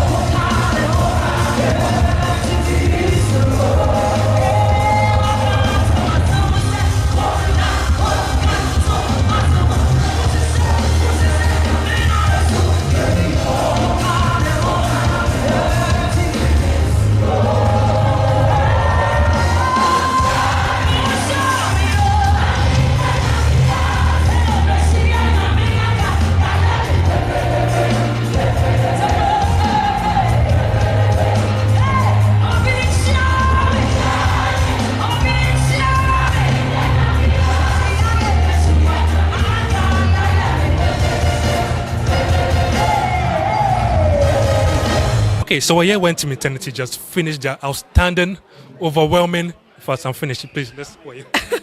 My name is Dr. Noeli from Team Eternity Ghana. You can see I'm sweating so much because we had an exciting time on stage and it was glorious. Yeah. Okay, I just want to ask, did this performance meet your expectations? Oh yes, it's exceeded it. I mean, the energy on stage, the presence of God, that's the most important thing for us.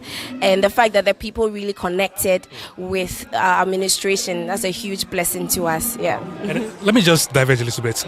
This was a very turbulent year for you guys. I don't know, what kept you going despite everything that happened? It's God's grace. It's God's grace. I mean, like you said, it's been really, really hard for us. We've had a lot of trials. But I think that's the thing about God. He tests his most. The people that he has the biggest assignments for, they are the ones who struggle or who he tests the hardest. So, I mean, these tests and trials make us know that there's truly a call on our lives, and so we stick to the initial call, our initial mission, which is to spread the gospel, and we stick to that, and that gives us the strength to continue. Yeah. Going forward, I mean, our vision remains the same, our mission remains the same. We're going to continue to spread the gospel. You're going to see us release more and more music. We're going to have our yearly outreaches. So keep watching out for us. Follow us on our social media. You see all the updates and every new thing that's coming from Team Eternity.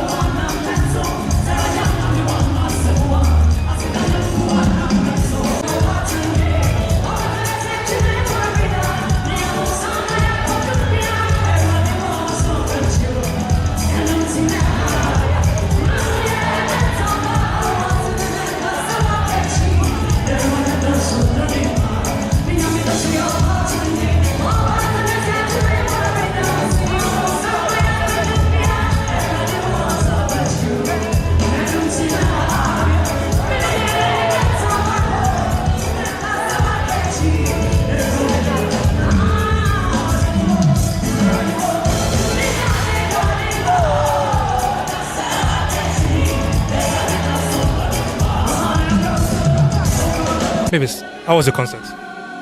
It was great. I did enjoy myself, my dear. It was great. Did it meet your expectations? Exactly. More than what we expected. You know, God always does things exceedingly and abundantly above what we even think and envision. So I think this time too, God really did it more than we even expected. Yes. I just want to ask, what do you say is the one major problem the gospel music industry is facing? I think we should come together as one people under one umbrella, worshiping God, propagating the gospel through music, doing everything together. I think the only thing I keep saying that we lack as gospel musicians is love. Yes, because from Genesis to Revelation, everything is love. So when we are doing the work of God, and that strong love, that agape love that Christ talked about, it doesn't, hover around us, or we don't have it, then definitely there will be potholes here and there. So if we should come together, love, not hypocritical love, but love from within, love that we show, like the way we love ourselves. If we can show that same love to our fellow, we'll be able to push the gospel to even above what we even think. Yes.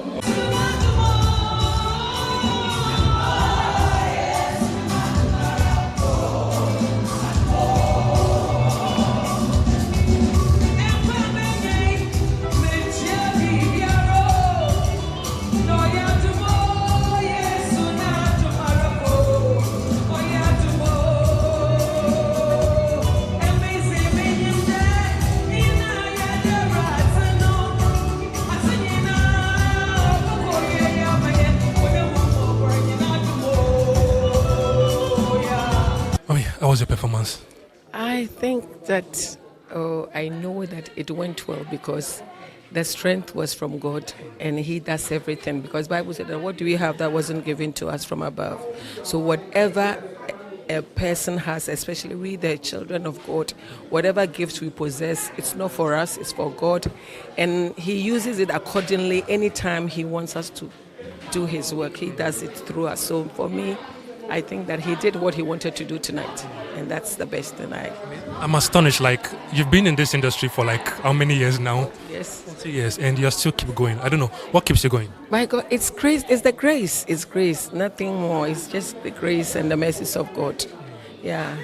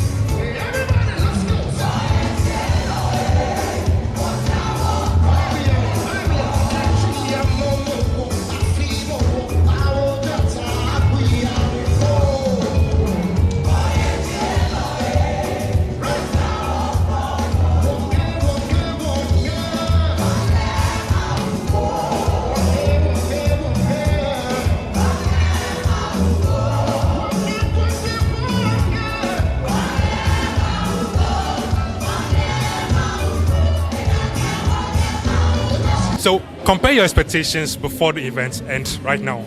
How would you rate it? No, I think my expectations have been exceeded. It's been amazing. I mean, what's the time? It's 10 and people are still in the auditorium. And it's been back-to-back blessings from the ministers that have been here. And wow, PSA session was just amazing. Like I was blessed and I'm inspired. I've picked up 1 or 2 tricks from this event today, so I'll be applying it. As bright as the gospel itself. Yes, Bible says heaven and earth shall pass away, but the word of God will still remain. So whatever is happening can happen. Whatever genre is generating can genre, but the gospel will still be the gospel, and the gospel will rise. The word of God will rise by itself, without even any man. The gospel himself will rise. Yes, it will rise. It's like a seed sown on the ground. It will definitely germinate.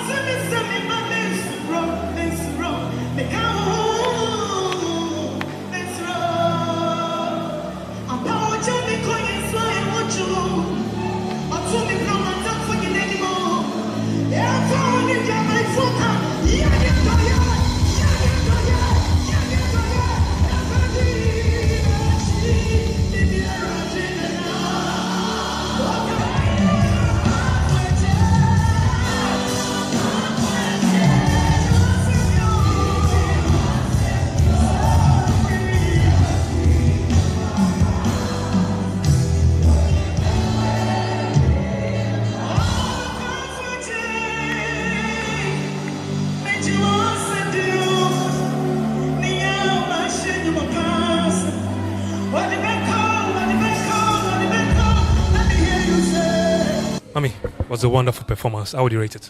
God moved, so that's all I can say. Yeah. I mean, did it beat your expectations or like, I don't know? It didn't. I mean, we've been doing this for years, and then, I mean, this is just one of God's doing. So, in fact, the only thing I would say it marveled me was the time is fast spent, but the people were willing to stay and worship. So I think that was a good one. Yeah. I mean, what do you think that means for the future of gospel in Ghana? In fact, let's hope for the better, because I mean, the gospel is growing and growing bigger every day, and then the future is bright. That's all I can say.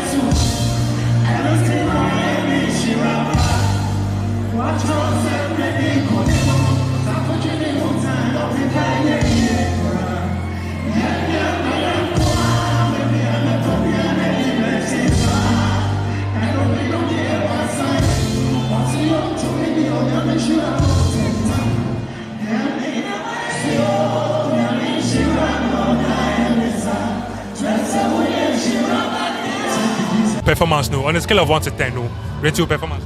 Oh, on a scale of 1 to 10. Oh, yeah, say I don't say. I said, Tama, any buyer, no. Now, I crowd paper, but still, I fine. But that's not me. I say one major problem now of gospel music industry, no. Oh, free titi program, yeah, or free titi. Into me, me only say, oh, yeah, or Babuao. I feel I'm back. Say, we say. That was a problem no everywhere. No? Everywhere. But problem in background now. But I must say the gospel music industry, no. They should not charge for their performances, no. Would they? It depends. As of him, be high and only free. Which me corner sorry, this man, but program be on so they are so charge it. Into the panel also on TSA, they are no answer.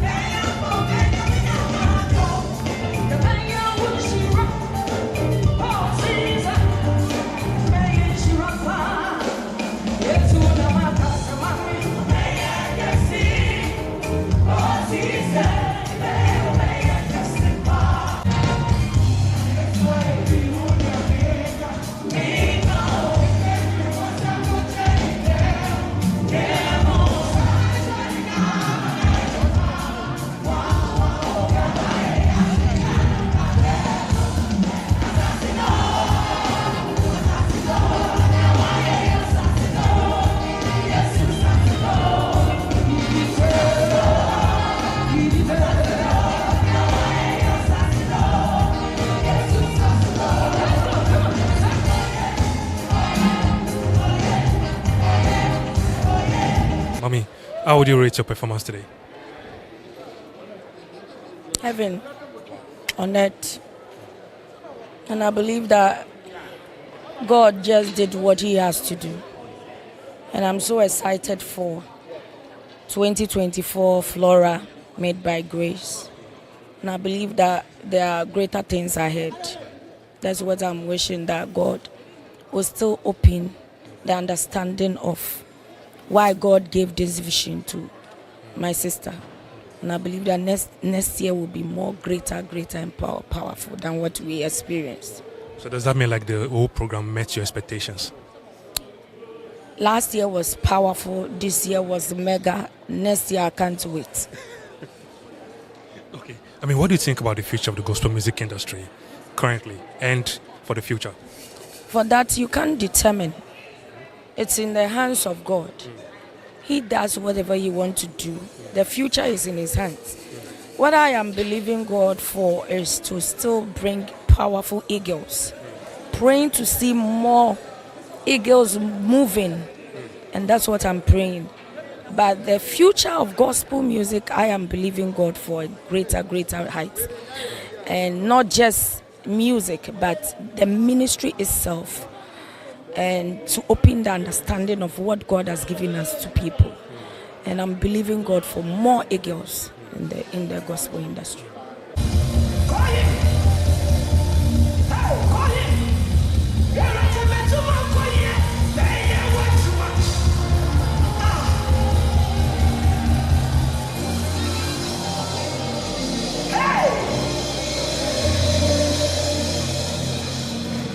So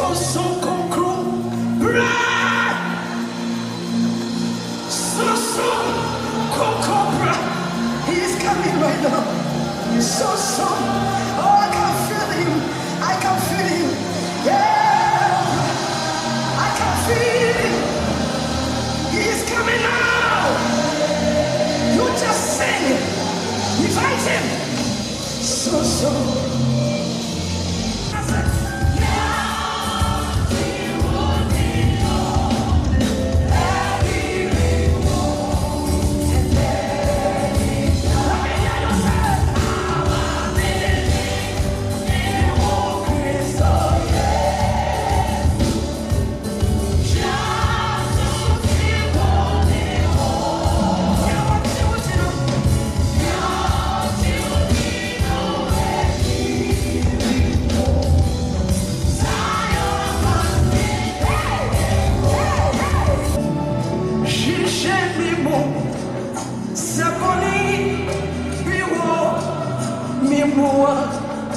It's a part of me, hey. She said me more. Na saboni, body kitty, be a man. It's a part. Ready, me body, exit. Yeah. Na mama papa. Tell me, Bible. Tell me, Bible. Oh, Mary. Oh, Yamakuma Swan.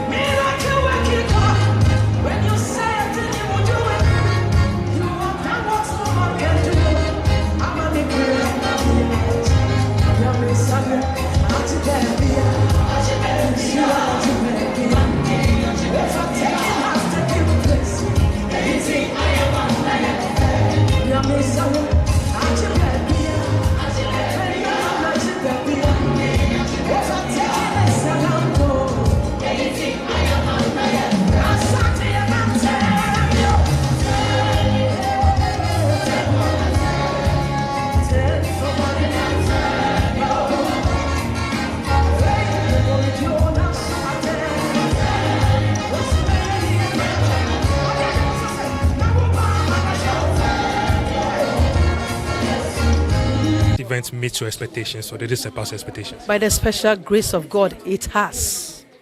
It has. God has perfected His word. I give God the glory. Yes, what I was expecting, no, I think God has done it. We bless God.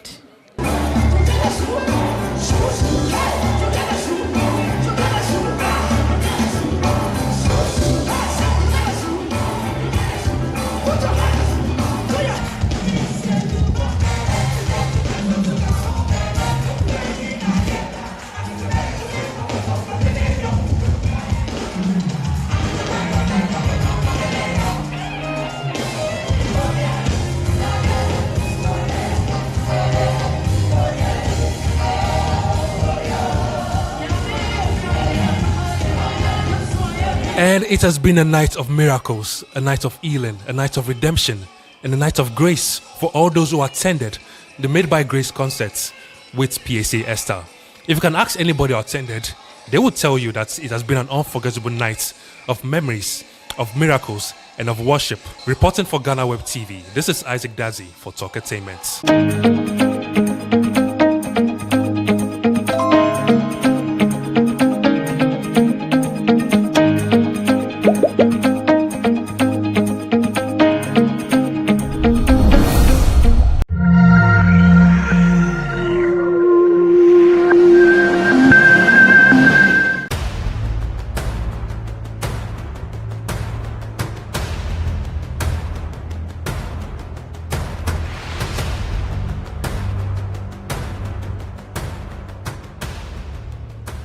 Kwalebu was, I think, 380. 380 Ghana cedis. Yes. But private, some are 500, 450, some are 800, 860. Per session, yes. You have to do 2 every week. Yeah. Even if someone earns 5,000 Ghana cedis every month, that person cannot keep paying 380 cedis 3 times a week for dialysis. Majority of the people who need dialysis to survive in Ghana don't even earn half of the amount mentioned. Some people battling organ diseases end up losing their jobs because their companies cannot keep paying them for always being absent. How are these people expected to afford the monies needed for dialysis as well as other expenses, talk less of the huge amounts they have to come up with for transplantation surgeries outside Ghana when they get donors?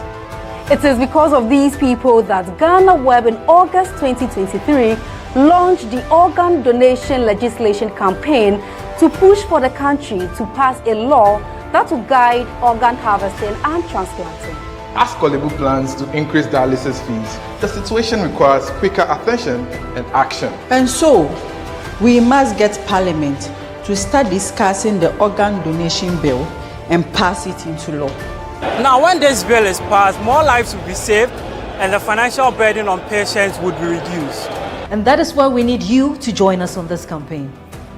Join the campaign by sending a 1-minute video of yourself sharing why Ghana needs a legislation on organ donation now to editor@ghanaweb.com or via WhatsApp 0552 699 625. Alternatively, you can share the video directly on your social media handles with the hashtags #PassOrganDonationLaw and #LegalizeOrganDonationNow. Organ failure should not be a death sentence.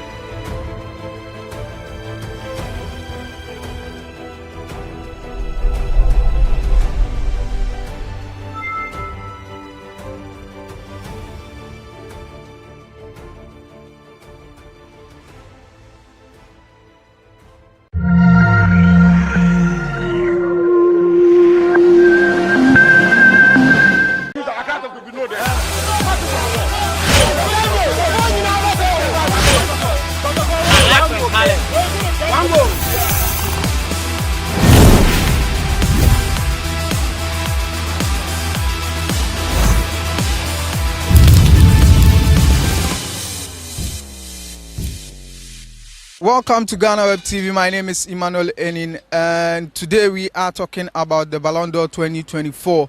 Yesterday, Manchester City's midfielder Rodri was crowned the winner of the award, beating Real Madrid's Vinicius Jr. After the award, the trends has been that Rodri does not deserve the award. He should have gone to Vinicius Jr., which has sparked debates all over social media. So, we are on the streets of Accra to ask some football fans what are their thoughts on the award that happened in Paris last night.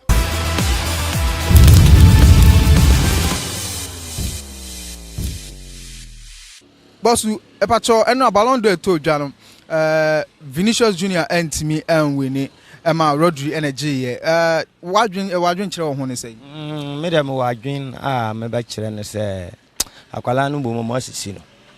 Almost asisi no. Adentina o mo dia man Spain ni na ente so fa sa Ballon d'Or no. Junior na te so ogi sa Ballon d'Or no. Dia man hu no. Dentina fi say Vini Junior na ko so ogi. Akwala woni ball bo. Obetima ahye go nso ama om. Wow. Entime dia ma dwin ni na say ono dia te say fa sa Ballon d'Or no dia man. That's Madrid. So he is a Real Madrid fan and he believes that Vinicius Jr. deserved the award yesterday. Medio waji na ye bet ohwe obi say City team yikura we plan and make impact wo so like affect wo the team ni shede nyina sa entime come adu Vinicius Jr. nkeye be what do so aje ye no so de or the Spain kwaji Euros Vinicius Jr. Champions League entino who is energy Man City so they are doing well without him no class store or muanka and will be adia was Rodri adia is good to go and also yeah. So he doesn't have a problem with Rodri winning and he believes that both Vini and Rodri deserve the award. But so Ballon d'Or to Jano Rodri energy wadwen chire wo hone say. Yeah, he deserves it. Because Ballon d'Or were you know a year before time City AG what do you call it? No, or the Champions League, the EPL, the treble. No, he was the key player in helping City do all these things. That time, once almost Messi, Ajiwe, friends and World Cup, anything on the man. No, do you understand? And he became, I think, second or third that year. And last season, so like he did very well. Only City is not, you know, that strong team. He deserves it. He deserves it. So he believes that Rodri deserved the award yesterday. Boss, we asked also winning in Yadwin. Send Walker no. Also, Mesa for the World Cup. I don't know Martinez for Copa America. Of your friends, Inter only for league. Was that for top scorer? And I'm so cool your friends, Copa America no. Top scorer on the year. Was that the best player? Andrew Wamo Famon. What do you boss it at the end of the year? And your leg pay. And Meboa. Say leg and qua. And I'm so cool Euros or Quadia. Oh, see walk out there. Walk out there and one cash account. There's a matro near my bed. What do you end on way? A leg in what year?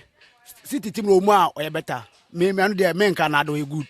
But you can't come say Vinicius and ya can say Martinez and because Copa America waje as the top scorer Messi wo ho tournament also one of your best player what do you what be best player wom aha Advocacy one so aje and the league was aje ko goes on Martinez share was akọ oh na dia ni enka goes na dia Messi ni wiram timeje na nya goes na dia Messi time aha mama chiro hwe mama ka say ma control say Madrid for no always one person to mani see Madrid team ni so because of your first Mbappe o the Mbappe onya na so person ba o and Madrid for that na Mbappe o free fan buy o we no one ka free club so aha and fan am ko e Ballon d'Or no I fan nya France obi a wo me makwa me so be fan no wo se chenjira be fan no you say the more na go be no more na na chese nka be friends Mbappe wo che wo betima mani bi the say one man want say nya Madrid nko play betima age Ballon d'Or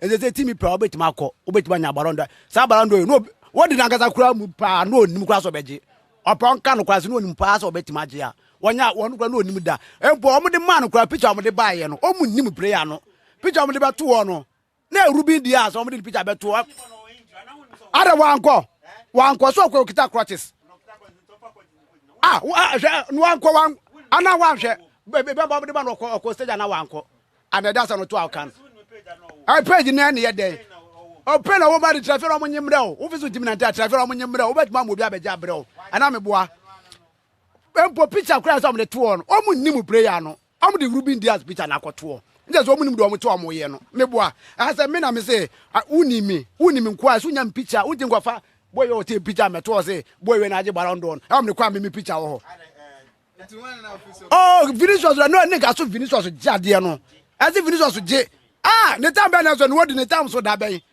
ne onu ne time so da ben Vinicius kwakwa Madrid the time na je time ben why mother ja ade do mu na so nye Messi ni Ronaldo mu mo de jamaje Benzema meje. Right, so it's been a heated argument here, and it seems I have a third person. Omu be wiemu ashasna no omu be wiemu ntino Ballon d'Or no omu bubu odi no esan so be wiemu nti anko se omu bo ye fensen Madrid prayer we dabi no that prayer Rodrigo din anko se pie Ballon d'Or Rodrigo edi anko se pie Ballon d'Or no mo wiemu Ballon d'Or no mo wiemu se den tin e che se Ballon d'Or ye di year na eji years den yes said den tin e de Ballon d'Or den tin e di year na eji Ballon d'Or yen fa year nje Vinicius no deserve Ballon d'Or no omo awiom Ballon d'Or no omo awiom enye se bibi omo awiom he deserves it. Rodri also deserves it. It's not me. Rodri, like I don't have any fuss about it. I'm telling you the fact. I'm being honest. On crying ya wear so beji. Rodri, Ubaka Jam say Rodri, no ya wear say Ballon d'Or no beji.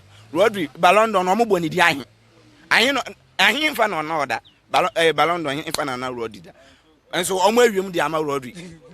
Right, so it's been a heated argument this morning, and yesterday Rodri was announced the winner of Ballon d'Or 2024 after having a stellar season with Manchester City. We are still engaging with some Ghanaians to get their thoughts on their order happened in Paris last night. And Bosu Matisa also oh no credit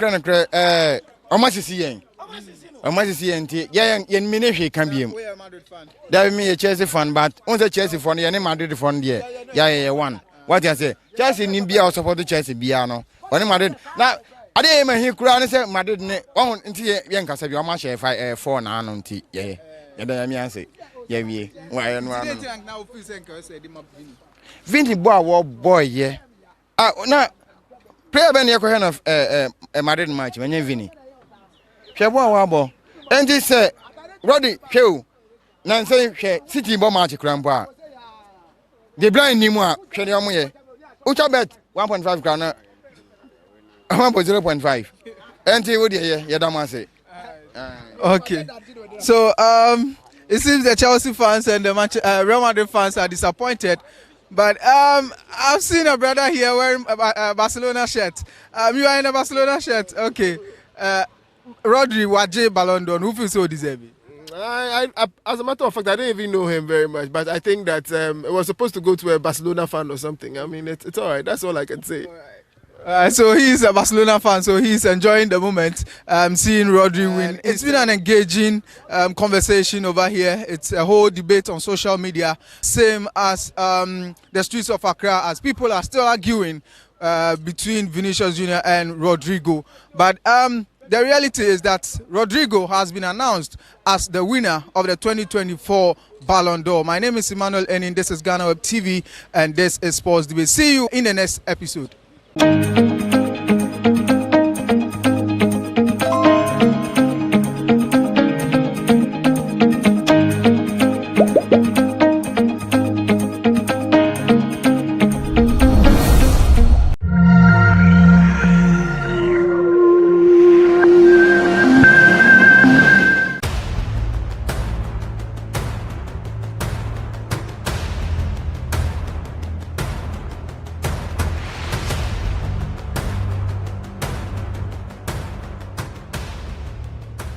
Kwalebu was, I think, 380. 380 Ghana cedis. Yes. But private, some are 500, 450, some are 800, 860. Per session, yes. You have to do 2 every week. Yeah. Even if someone earns 5,000 Ghana cedis every month, that person cannot keep paying 380 cedis 3 times a week for dialysis. Majority of the people who need dialysis to survive in Ghana don't even earn half of the amount mentioned. Some people battling organ diseases end up losing their jobs because their companies cannot keep paying them for always being absent. How are these people expected to afford the monies needed for dialysis as well as other expenses, talk less of the huge amounts they have to come up with for transplantation surgeries outside Ghana when they get donors? It is because of these people that GhanaWeb in August 2023 launched the organ donation legislation campaign to push for the country to pass a law that will guide organ harvesting and transplanting. As Kwalebu plans to increase dialysis fees, the situation requires quicker attention and action. And so, we must get Parliament to start discussing the organ donation bill and pass it into law. Now, when this bill is passed, more lives will be saved and the financial burden on patients would be reduced. And that is why we need you to join us on this campaign. Join the campaign by sending a 1-minute video of yourself sharing why Ghana needs a legislation on organ donation now to editor@ghanaweb.com or via WhatsApp 0552 699 625. Alternatively, you can share the video directly on your social media handles with the hashtags #PassOrganDonationLaw and #LegalizeOrganDonationNow. Organ failure should not be a death sentence.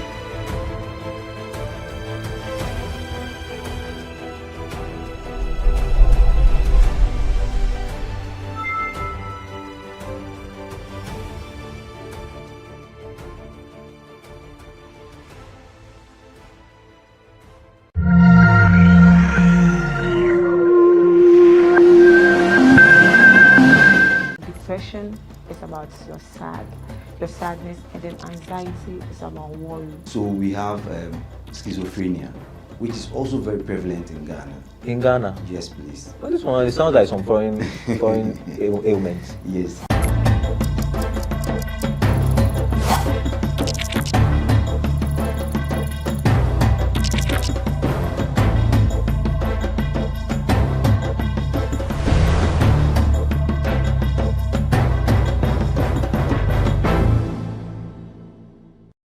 Hi, good day and welcome to another edition of The Lowdown here on GhanaWeb TV. My name is Daniel Odro. Today we're going to have a very exciting conversation about anxiety and depression. Many have said with the hard economic times that is currently ongoing in the country, the chances and likelihood of people experiencing anxiety and depression is very, very high. How do you deal with people at work, co-workers? If you're a manager, how do you deal with an employee who suddenly has changed behaviors? How do you know that a high-performing employee who suddenly become low-performing is suffering from anxiety or depression? And how do you go about it? Do they seek proper medical attention, or what do they resort to? Prayers? This and more on today's edition of The Lowdown here on GhanaWeb TV. My guests are two. They are clinical psychologists, and they will give us expert opinion on how to deal with anxiety and depression. Priscilla Ama is a clinical psychologist, as well as Jude Menapo, who is also a clinical psychologist. Ladies and gentlemen, welcome. Thank you very much. It's a very important conversation we're going to have today. Many have said that we don't deal with these things in our part of the world very well. There's a stigma around it, and so we don't want to talk too much about it. I'll start with you, Priscilla. First of all, is there a difference between anxiety and depression? And if there are, what are the differences? Okay. Thank you very much. But before I answer your question, I would like viewers to know that we are not yet clinical psychologists. Okay. We are still students. Yes, to students. Okay. All right. Yeah. And I want to say a good day to the viewers out there watching us. Thank you. Okay. So to the question, depression and anxiety, we can be sad sometimes. Okay. Yes, we can be sad at a point, but sadness that persists till after 2 weeks to 1 month to 2 months to 3 months, you are still sad over that particular problem or that particular thing. That is when a person can be diagnosed with depression. Okay. Because the sadness should go away after some time, but if it still persists for weeks to months, and then you can bring the person for help. And then with anxiety consists of worry. Okay. Yeah. So when someone is worried or someone is, anxious, about a particular event, the person is not able to concentrate properly. The person is not able to go about the usual day-to-day activities, and then you can tell the person has anxiety depending on the number of weeks that the person. It's not like the person goes through anxiety this morning, the person is okay for 2 days, the person is fine, is the person anxious again? No, it has to be continuous. It has to be persistent for weeks and then for months. And then you can say this person has anxiety. So that's the difference. The difference is, this is about sadness, and depression is about your sadness, and then anxiety is about worry. Okay. Yeah. And you mentioned that, so the sadness must be prolonged for maybe 4 to 8 weeks. Is that accurate? Yes, please. But different people brood over situations differently. So somebody will lose their loved one or relative or whatever, and they are sad for a very prolonged time. Do you, because of that prolonged sadness, say that clinically they are depressed? Okay, so we have assessments that we use to diagnose if the person is depressed or the person has anxiety. We have our own test we use. So it's the results of the test that would tell us if the person is depressed and the level of depression. Okay, so there are levels of it? Yes, there are levels. We have mild, we have moderate, and we have severe. Oh, okay. It's the same with the anxiety too. So if the person wakes up in the morning, goes for training, after that comes back to take a shower and go to work, comes back and do something else. But for some time you realize the person is no more doing the usual things, to the extent that other people can also tell, you can tell that this out of character. Person, no, this is not how you are, and it's been a long time, you've changed, you're not eating well, you're not sleeping well, you're not even going out with your friends as you used to. It's affecting even your hygiene. You're not even tidying up your room. Getting up from your bed is even a problem for you. So when you see such things, then you can tell that this person needs help. Okay. And then we have professionals around. You can seek for professional help. Okay. Let me come to you. So we have according to Priscilla, mild, low, mild, or no, mild, moderate, and then severe. And severe. Do people usually graduate from one level to the other, or how do you know that this person has progressed from the mild to the moderate and to the severe? All right. So before I answer that, let me add up to what Priscilla said with regards to how you know if someone is just brooding over a situation for a longer period, or the person is actually drifting into depressed mood. Okay. So first of all, with mental health or mental disorder, you have to meet some criteria for you to be diagnosed with a mental disorder. Okay. So we have a 3D criteria where the person must deviate from normalcy. Okay. So what they usually are known for, or what they do on a daily basis, they deviate from it, or even deviate from societal functioning, what society norms are. Okay. And also the person must be dysfunctional. That means they might not be able to perform their day-to-day activities, as she mentioned earlier on. And then the third one must cause a significant distress to the individual.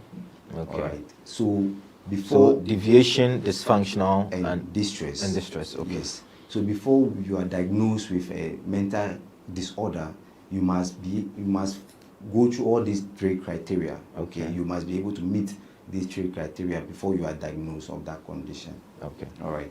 So to your question, there is likelihood that people progress over the severity of their condition. So from the mild state to the moderate state to the severe state. And this is because people at the mild state usually don't pay critical attention to the things they are going through. Okay. And they don't seek help. So they take it as though it's an everyday thing. It's something that is just happening at the moment. But after some time of not seeking help and not getting the right attention that you need, you would graduate into the moderate stage and then eventually get to the severe stage where things could get out of hand. In cases of depression, people get to the severe stage and then start having suicidal ideations. Okay. Yes, and that's where it gets to a place where you need critical medical or psychological attention. Okay. And you have to be admitted at a point. How do I tell if I'm in the office and I have a colleague who's, maybe the person's lost a father, lost a mother, so you understand that they are mourning and so they are unhappy. How do I know that, okay, this is gone beyond normal, human behavior, so that I can recommend that as a manager, this person needs to seek, I can speak to HR and say, look, this person needs to seek professional help. How do I tell? Okay, so with that, like, there are some things that you need to know about depression. So depression, before someone is diagnosed with depression, it comes with low mood. Okay. So persistent sadness over a period of 2 weeks, as she mentioned. So it must be persistent. That means every day of the 2 weeks, the person must be in that. When somebody's lost their loved one, it's normal that for 2 weeks, if the person's not been buried, I'm going to be thinking about it. They'll be stealing themselves to go and cry and come back and all of that. So that is the grief moment. Yes. Moment, okay. Yes. So we deal with grief differently. Okay. You deal with grief differently. But when this one is persistent, because as for grief, we understand that it's normal to grieve over a lost relative or loved one. But here is the case, even with the grief, you have stages. But if you are not able to come out of it, and it persists, it will lead to depression. There are some people who, like, they've lost their loved one, but they are not grieving. Like, they are putting up a front, like they are okay. But you can tell that it's a front. Like, once we speak to them intimately, you can tell that, the tear glands just opens and they are crying. But, in front of people, they're acting all strong. Can that also lead to depression when you suppress your feelings?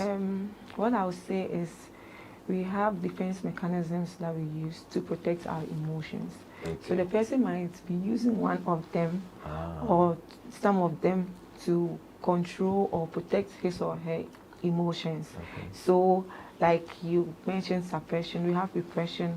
So it's there. Yes, I've lost this person, but because I don't want other people to notice it, or I don't want to feel sad or bad myself, to be able to go about my daily activities, I try to hide it subconsciously so that I don't think about it. So they rather want to get themselves busy doing a whole lot of things that are not even necessary. You find them doing all those things just so that they don't feel sad about what is going on. It doesn't mean that they are not sad. So the moment that they are not doing anything, they are idle, and then it comes back.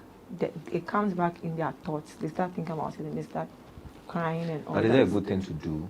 Like, don't you allow yourself to just cry it out, So, yeah, it's not so much of a good thing, but like she mentioned, it's a defense mechanism. And it's the way your psyche tries to protect yourself from some significant distress. So in that, you could suppress your emotions for some time, but at a point in time, you mentioned in talking to the person, maybe intimately, the person gets to express their emotion, cry out. So when that happens, you kind of put yourself through certain sort of stress, and this stress might not be good for you, and can lead to you having a condition, either physical or psychological conditions. Okay. Do we have data on anxiety, depression, or generally mental health challenges in Ghana? Do we have any data to say it's graduating, and we can say, okay, because of the economic situation, people have lost their jobs, it's graduating? Is it because of financial reasons? Is it because of heartbreaks, love gone bad situations? Is there data like that available? Yes, so there is every day there is research, and the research seeks to identify the prevalence of these conditions in the country.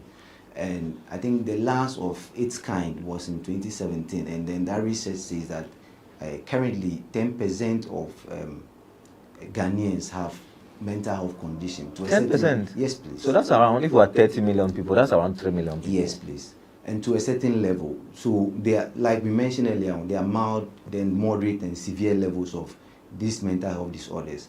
So 10% have it. But with depression and anxiety, they are more of the leading causes of the mental health disorders that we have, because these have to do with the mood. Okay. And these moods are altered by your everyday activities, everyday events. So there is a 3% statistics that people in Ghana have depression out of the 10%. And then there's the 2.4. So out of the 10%, 3% have depression. Are diagnosed with depression. Okay. And then there's 2.9% that are diagnosed with anxiety disorder. Oh, yes, okay. So beyond anxiety and depression, which other elements fall in the mental disorder basket? So we have schizophrenia, which is also very prevalent in Ghana. In Ghana? Yes, please. Well, this one, it sounds like some foreign ailment. Yes, that's true. Wow. But schizophrenia is what is known out there as madness.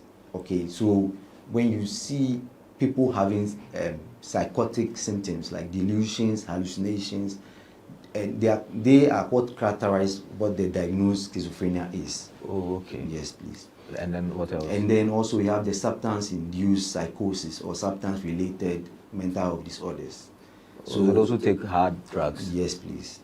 And then what else? So bipolar and co, do they fall under? Bipolar, we have learning disability, we have... dyslexia? Yes. It's part of a learning disability. We have conduct disorder. Yes. You might think that... Conduct disorder? Yes. What's that? When we say conduct disorder, so when a child is growing up, you see the child very aggressive, the child is not able to sit at one place for just a short time, going here and there. Some parents would say, but might not realize that no, this is not just any thing, but it's a problem. Because even when the child is doing the homework, he writes T, mommy, and we want to go and do something. Mommy, I want to go and urinate. Even during lessons, they can get up like so many times to go and do something. And then they at the end of the day, they also inflict pain on other people. So when they are being aggressive, they want to hurt someone or they want to destroy something, they can just take your phone and then damage it. And then you say, oh, no. If you see all these signs, it's different from accidentally dropping a phone, but this one is continuous. This child at school is always fighting, not being at attention in class, doing all sort of things. That's a mental disorder? Yes, it is. For a child? Yes. It's kind of, it's similar to ADHD, but with ADHD, they don't harm people, they don't destroy things, or they don't fight or something. Attention deficit. ADHD. ADHD. Yes. Okay. So that's the difference between the conduct and then the ADHD. So you can't just say your child is active. Sometimes we prefer our children to be active and all of that, so that when they are sick, you know that, oh, this one is calm now because he's sick. But if they are destroying things, it's a problem. It's a problem. They are always fighting. They always go back and they go to school and come back with a torn uniform because they were fighting. and being aggressive, and they are not able to sit at one place for a long time. When they are doing something, they stop to do another thing, and then when you are trying to correct them, they don't want to listen to corrections and all that. It's an alarm, and it's something you have to work on. It's a red flag. It's a red flag. So what I see mostly is some parents who are not really sensitive to these things look on, and then when they grow into their teen ages, and then before they realize that no, this is a problem, then before they bring them to us. Okay, all right. We'll go for our first break. When we return, it's been very eye-opening already in the first 10 or 15 minutes of the show. I am sure you are learning something significant from this conversation. We'll go for our first break. When we return, we'll try and situate it to adults, and especially the difficult economic situation we are in, with uncertainties, with job security, etc., etc. How does that affect an adult, and how they relate to other human beings? Stick and stay with us. We're back after this break.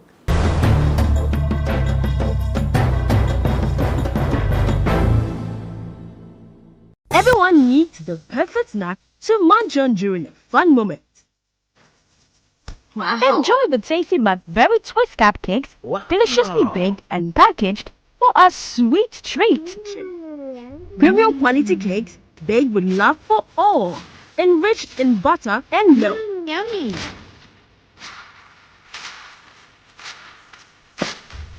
Oh. Babgin Twist cupcakes, simply irresistible. Try one today. This advert is FDA approved.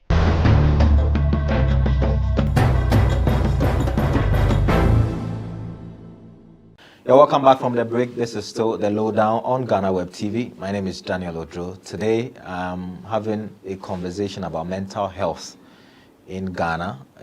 We're focusing on depression and anxiety, but we're also touching on all the other aspects of mental disorder in Ghana. I'm sure you've heard a lot of women who give birth say they suffer from postpartum depression.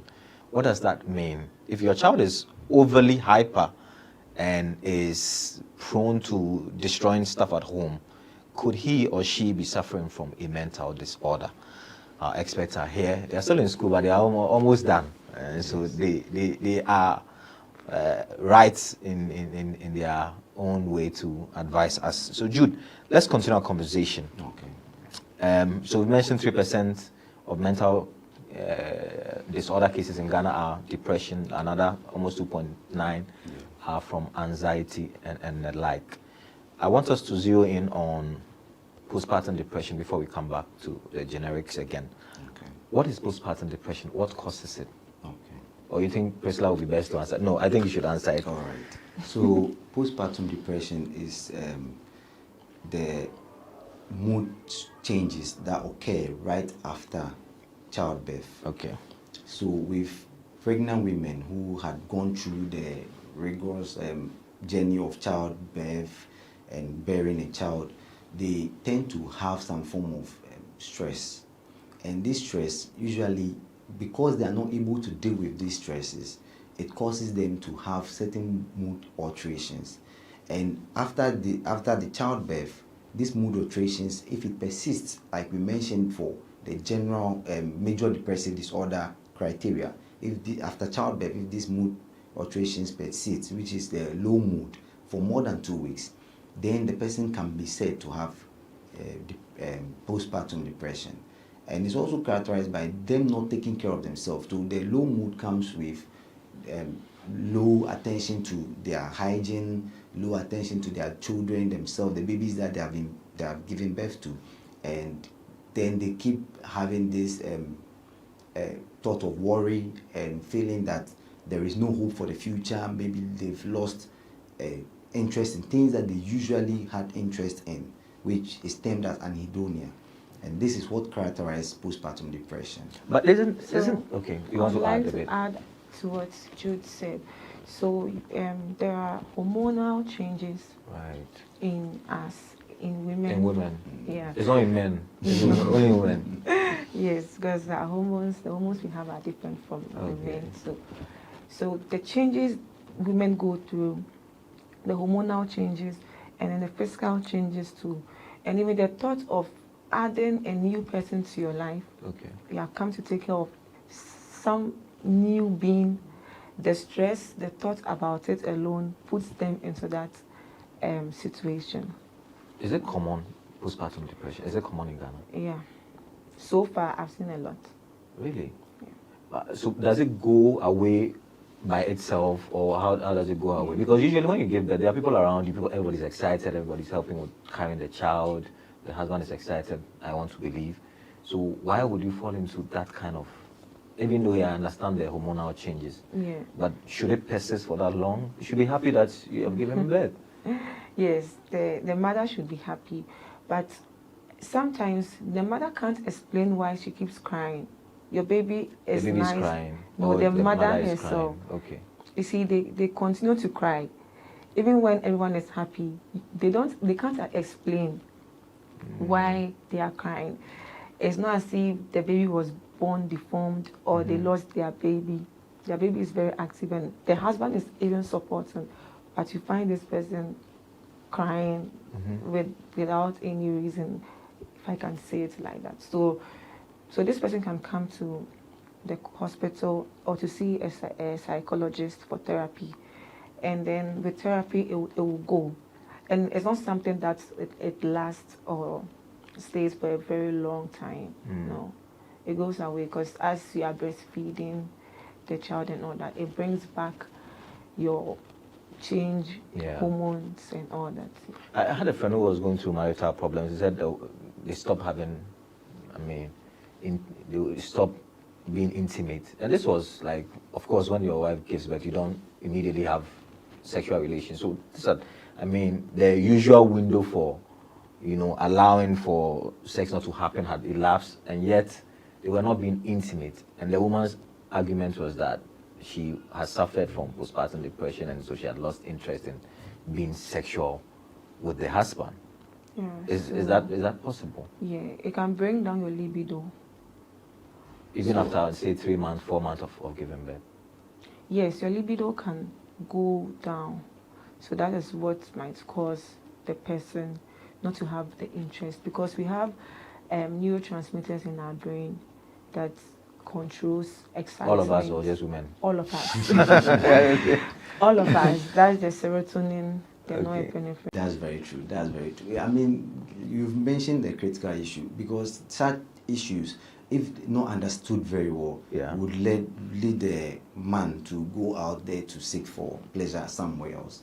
But then it's important that if they come to a psychologist, and the first thing the psychologist does is to explain the condition to them, especially both partners, the man and then the woman who is in the situation. So understanding the condition, understanding what is happening, would then give an insight to the two partners, and then they will know how to deal with such issue. So yes, with time, with postpartum depression, usually with time it dies out, but then it has the propensity of becoming depression in itself. Yes, so if not treated, if not paid attention to, it could lead to depression. So they have to understand, they have to know. And I mean, it's just about working things out. So if a couple come to a psychologist, couples therapy, you'd have to advise them and probably opt for better ways of initiating such intimacies in the bedroom. Okay. What have you noticed is accounting for a lot of these mental cases? With this difficult economic times, do you realize that finances is playing a part, job security, with a lot of people losing their jobs? Is there a trend that you can see emerging? Yes. So with the mental disorder in itself, mental illnesses in itself, there is a model that explains how it comes about, the occurrence of it, which is the biopsychosocial model. So in the biopsychosocial model, it just explains the biological aspects that causes mental illnesses, the psychological aspects that causes mental illness, and the social aspect also. So in what you just mentioned, the social aspect, which is the lack of finances, the issues relating to your job security, and so on and so forth, which has something in relation to your society or societal environment, can cause you to have these mental health issues. Okay. So yes, with the recent economic hardship that we are all facing in the country, it's actually causing people to go into things, cope, in different coping mechanisms. So for someone who had lost his job would want to find a way to relieve themselves of the stress of thinking about the issue of losing their job, and so would maybe depend on taking alcohol or drugs to escape the reality of his situation that he's facing, and that could then lead to the person having a mental health issue or mental health illnesses. And also with the financial constraint, poverty is a key factor, key determinant factor in mental health issues, especially with depression.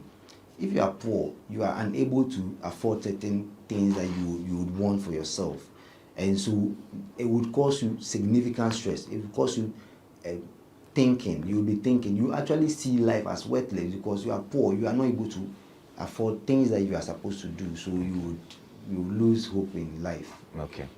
Okay, Priscilla, before we wrap up the first part of our conversation, we have seen rich people, famous people fall into depression. Yes. How do rich people and famous people also deal with? Because if we say financial constraints and stresses are the trigger, how is a rich man also depressed? Yeah, so humans as we are all different. Our strengths are different. The same way we have our own mental strength.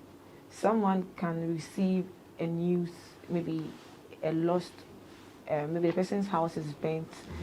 The person can just be like, oh, okay, where? Which house? Okay, I'm coming. The other person will just start shouting and crying and all of that. So it doesn't mean that the first person is not affected. But yes, as we said earlier on, trying to use a defense mechanism to protect his or emotions.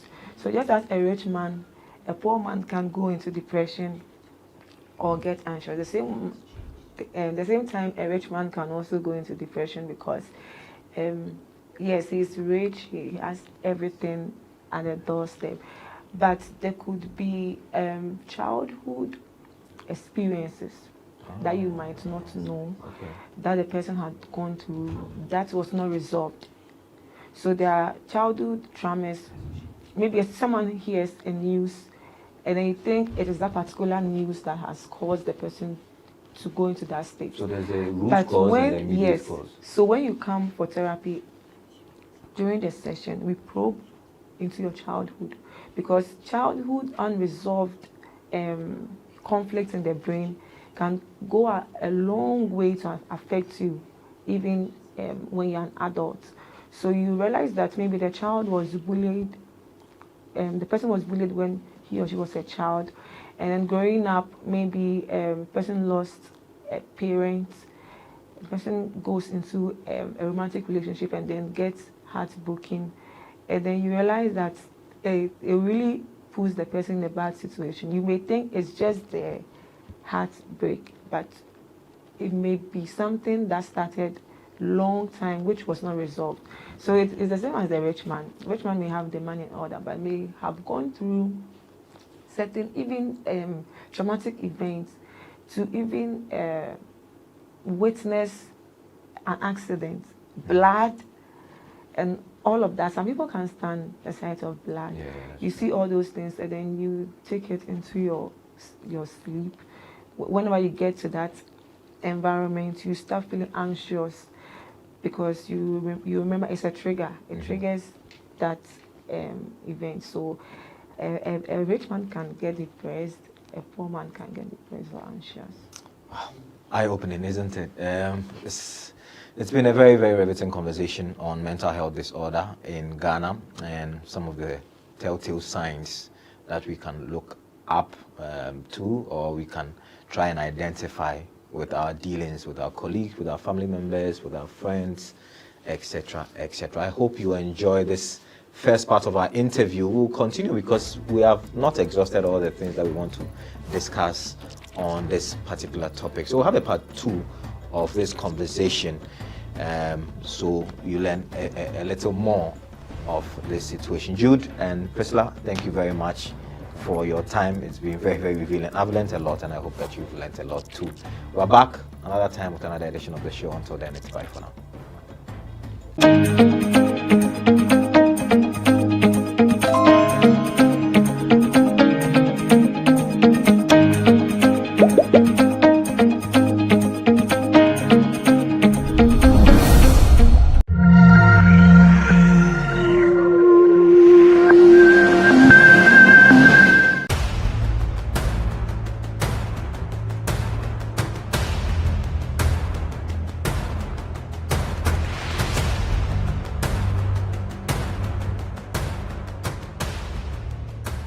Kwalebu was, I think, 380. 380 Ghana cedis. Yes. But private, some are 500, 450, some are 800, 860. Per session, yes. You have to do 2 every week. Yeah. Even if someone earns 5,000 Ghana cedis every month, that person cannot keep paying 380 cedis 3 times a week for dialysis. Majority of the people who need dialysis to survive in Ghana don't even earn half of the amount mentioned. Some people battling organ diseases end up losing their jobs because their companies cannot keep paying them for always being absent. How are these people expected to afford the monies needed for dialysis as well as other expenses, talk less of the huge amounts they have to come up with for transplantation surgeries outside Ghana when they get donors? It is because of these people that GhanaWeb in August 2023 launched the organ donation legislation campaign to push for the country to pass a law that will guide organ harvesting and transplanting.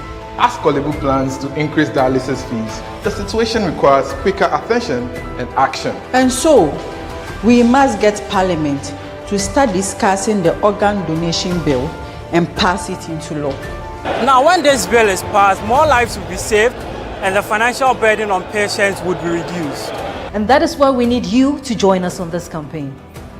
Join the campaign by sending a 1-minute video of yourself sharing why Ghana needs a legislation on organ donation now to editor@ghanaweb.com or via WhatsApp 0552 699 625. Alternatively, you can share the video directly on your social media handles with the hashtags #PassOrganDonationLaw and #LegalizeOrganDonationNow. Organ failure should not be a death sentence.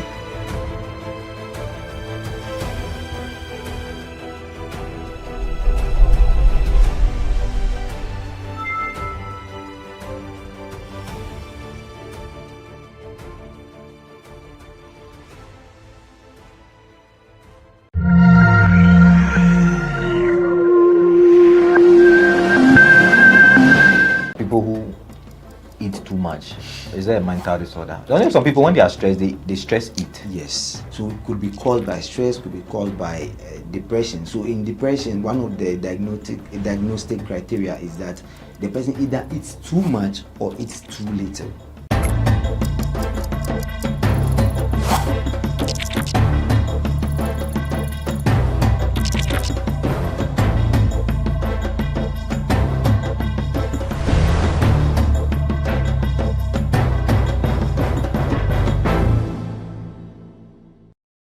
Hi, good day and welcome to another edition of The Lowdown on GhanaWeb TV. My name is Daniel Odro.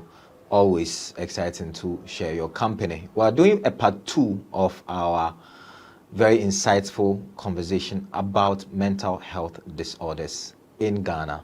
How do you know that you are suffering from a mental health disorder? We had a very insightful part 1, and so we want to continue from there. I still have Priscilla and Jude in studios. They would share some perspectives on mental health disorders in Ghana. Priscilla and Jude, welcome once again. It's been very revealing, our first part of the show, and we want to continue with our conversation. So we've identified some of the levels of depression, anxiety, some of the triggers, the financial difficulties, and how they can cause all of that. But I want us to focus on some of the causes I mean, beyond the financial and, I mean, job insecurity and all of that, what are other causes or triggers of mental health disorders or depression, if you want? You want Jude to take that? Okay, Right, Jude, you can start. Okay. So with mental health disorders, the causes are, we have a myriad of causes, a lot of them. And it stems from, like I mentioned earlier in the part 1, which the biopsychosocial model, where the biological causes could either be hereditary.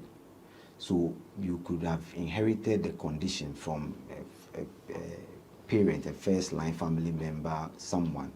And also could be genetic. Your gene makeup could determine your vulnerability to these conditions, okay? And coming to psychological, that could be issues regarding things that can disrupt your psychological well-being or your psychological state. So something in regards to your relationship not working out well, your expectations for something and then it not happening, and maybe having a low self-esteem, not understanding the reasons why certain things are happening, and also importantly, having a pessimistic mindset. So people tend to attribute whatever happens to them to negative things. So for instance, you tend to have gotten into an accident, or maybe just a minor accident, I mean not the major road accident, but the minor accident, and then you assume that you are not lucky enough, you are not someone who is worthy enough to not have been favored by God to avoid such an accident happening to you, could cause some significant issue on you and have a low psyche mindset. Okay. Yes, and so these are some of the things. And also we mentioned earlier on that issues regarding to society, you not being able to conform with societal norms can cause you to have mental health, psychological distress or mental health issues. Also issues with family structure. Maybe you grew up in a large family size where attention wasn't particularly given to you because of the number of people in your family. Okay. Yes, and that could also lead you to have mental health issues. Okay. Yeah. So I want to add up. So menopause can also cause depression, because at that age, yes, the hormonal changes and all that, because you are no more menstruating and the hormone that is causing it has stopped. So it can lead the person into depression because of the changes in the hormones. And then, like he said, the personality. Some people, they just have low self-esteem. So if I have a problem with my shape, I think any dress I wear doesn't fit. I think when I pass by people, and people are even laughing, I think they're laughing at me. I'm not having that confidence and all that. When I'm idle, I think about it, and it makes me feel sad. That one can also cause depression, and then the postpartum depression we talked about, and then also the family history here. So if an uncle was diagnosed with depression or anxiety, and then you ask, and then they tell you your grandfather too was diagnosed with it, the probability of you also getting it too is very high, and those are some of the causes. So. Can spiritual attacks cause depression, anxiety, and mental disorders? This question, I'm glad you brought this question up, because in our Ghanaian society, we know how our spirituality is. Someone may may tell you this person is trying to kill me. Meanwhile, the person is not doing that. Other people can see the person is not doing that, but the person will tell you, obi jinaha or semen fasekaino. And then you say home na ehano. Then they take this person to a prayer camp or to malam or a traditional something, and then they keep that person there for, I don't know what they do there, and then they realize that no, it's not helping, it's getting worse. Then before they bring the person to the psychologist, because the person can hallucinate. We have hallucinations, we have delusions, and they are all disorders. So if with our society, when someone is going through certain mental disorders, some assume they are spiritual. And I have a pastor who brought in a church member for therapy. And I was like, wow, this is a good pastor. He didn't keep the person for prayers alone. I'm not saying prayers do not work, but God has also given wisdom to people, to be doctors, to be engineers, to solve problems in the society. So the earlier, the better. When you see these signs, as we've talked about in the part 1, you bring the person as early as possible. Okay. Jude, what do you take patients to when they come? Do I go on medication? Do I just go off social media? Do I isolate? What are the remedies available to mental health patients? All right. So the remedies available is usually with mental health, we try to approach it in a holistic manner. So where there is other professionals like the psychiatrists, the mental health nurses, and then the psychologists who work together to help a patient who comes to the hospital. So when someone comes to the hospital, in cases where the person goes to a general hospital, the person is likely to just meet a mental health nurse who would either help diagnose, which is not in their responsibility of their professional obligation to do though, but because of lack of personnel in those areas, especially the mental health unit at the general hospitals, the nurses tend to be the one to take up that role of diagnosing and then administering medications to that effect. But in hospitals as big as the Greater Accra Regional Hospital or Accra Psychiatry Hospital or Pantine Psychiatry Hospital, where we have extensive mental health care, you are taken through the system, the OPD system, where you are checked, the nurses check your vitals, they assess you, and then you are sent to the psychiatrist, who then is able to administer a diagnosis to you based on your complaints and the signs and the symptoms that you present with. And then you are also brought to the psychology unit, usually for you to have the psychological interventions with the psychotherapy. So various types of psychotherapy. Okay. So I'll add up to what you said. So the procedure, like when you come to see a psychologist, the first is interview. It's through the interview that you can get more information. If you are still not getting it, you do tests. We have our own psychological tools and assessments we use. Like a medical doctor will tell you, go and do malaria test, go and do typhoid test. We also have our own psychological tests that we use to get our diagnosis and all that. So if psychotherapy didn't work, and medications, we refer you to a psychiatrist for medication, because we don't prescribe medications. So and then the psychiatrist gives you the medications and they are still not working. Our last resort is to do the ECT for you. What's that?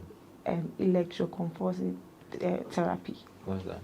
So maybe there's the brain, the parts of the brain, maybe there are certain parts that are not really aligned well, maybe due to an accident or something. So when we do the ECT for you, that's what we say shock. Some people say almost shocking the panel, just to put them in alignment to see if, because some part is not aligned properly, so it's not working properly, so they can be in alignment.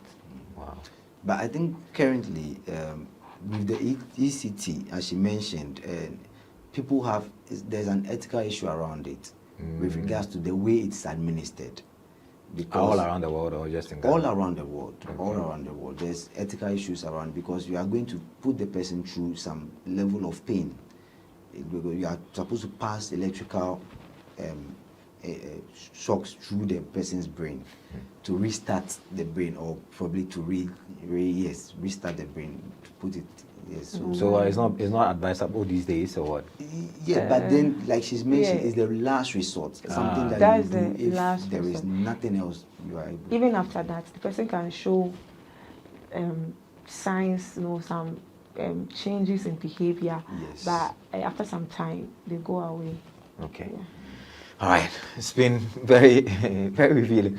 We'll go for a short break. When we return, we'll have a conclusive part or last few minutes of this conversation. There's this thing that I've heard, and when we return from the break, I'll ask. People say they refuse blood transfusion, etc., because sometimes when you do organ transplant or blood transfusion, the person whose blood you are getting, if they have mental problems, you start having mental problems. Is that true or is that false? When we return from the break, we'll ask some of the misconceptions and some of the theories around mental health disorders in Ghana. Stay with us. We're back after this break.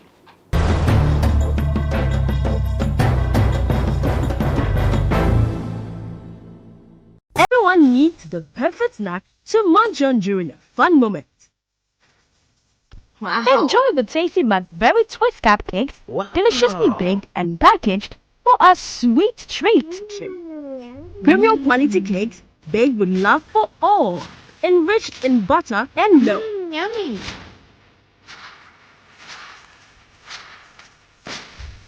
Wow. Blackberry Twist cupcakes, simply irresistible. Try one today. This advert is FDA approved.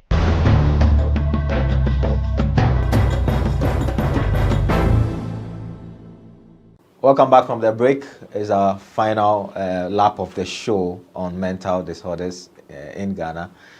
We're learning new things along the way in this conversation.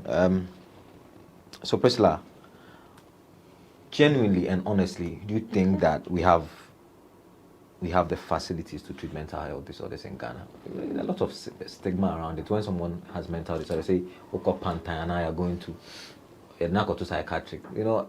Immediately there's this perception that, okay, there's a lost case or it's a lost cause, that the person has gone mad.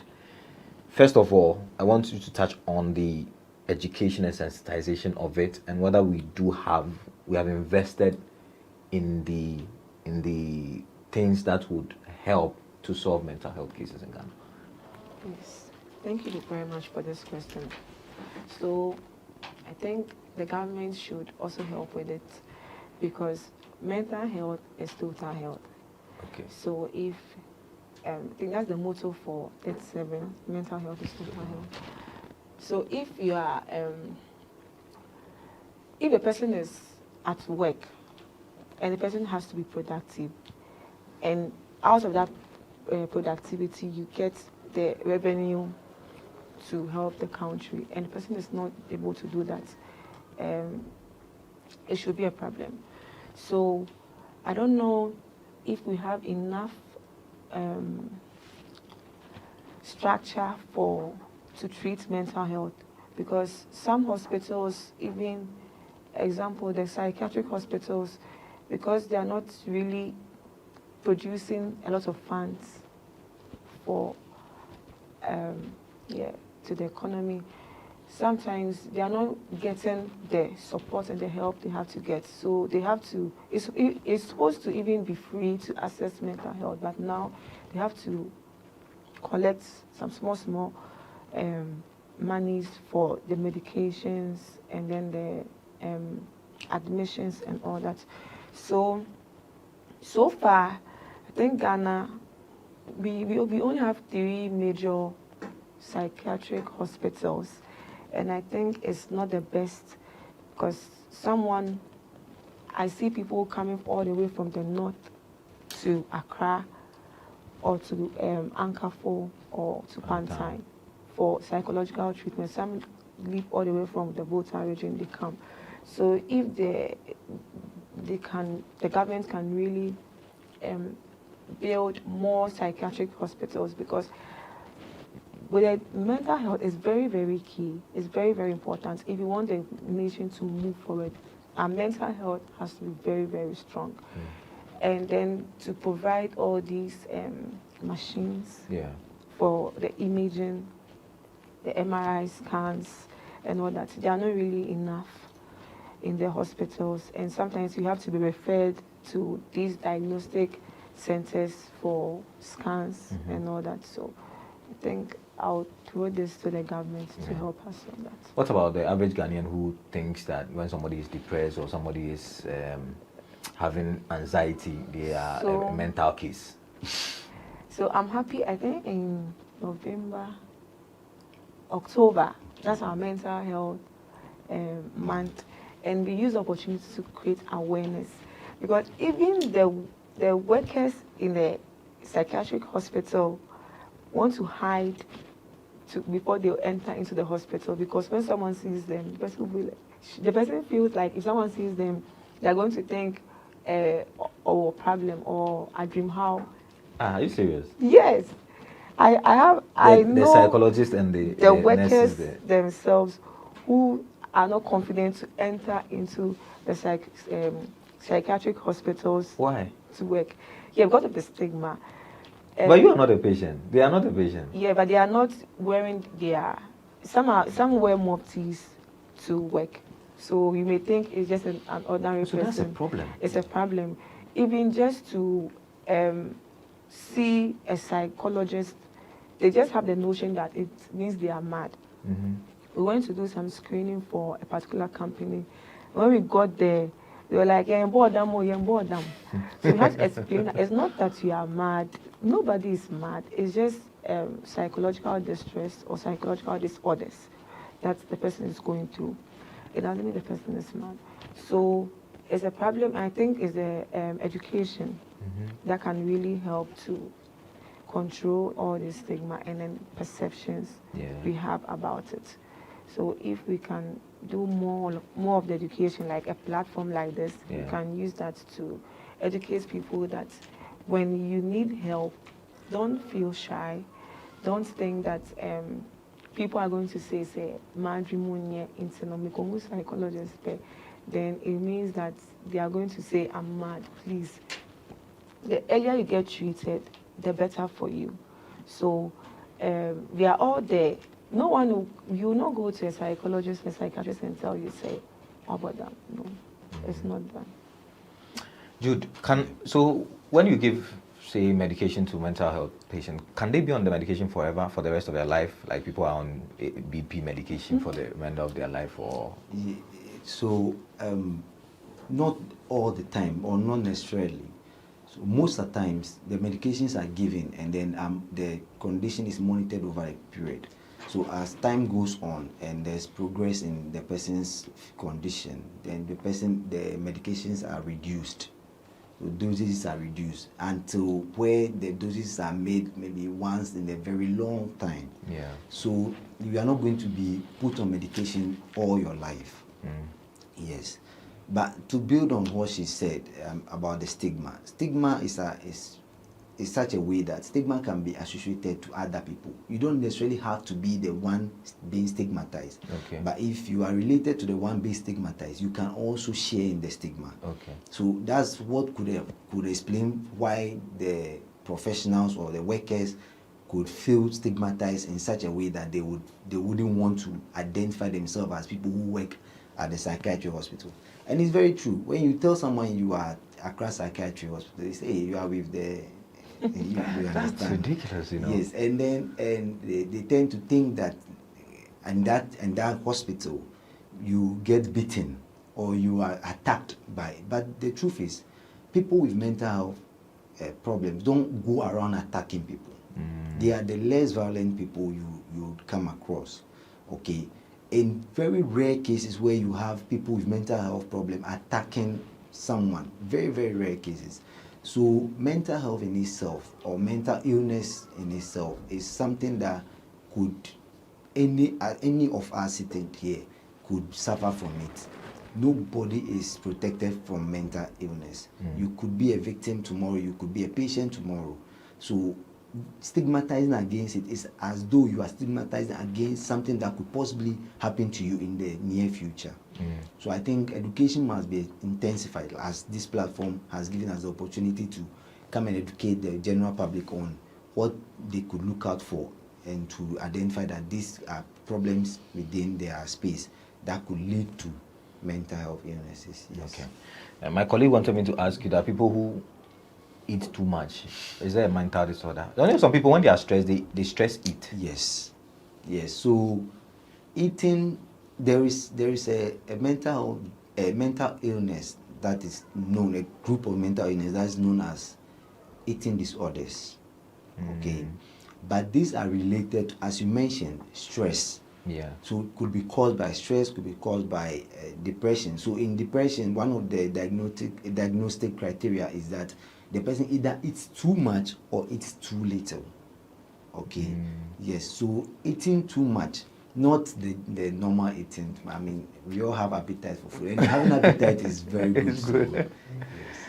What will be your final words to, people who oversee large groups of people? So like you are at work, you are in a company, the HR, the managers, or you are a parent, or you are a head teacher, lots of students. What would you say you should look out for so that you can identify that this person needs help?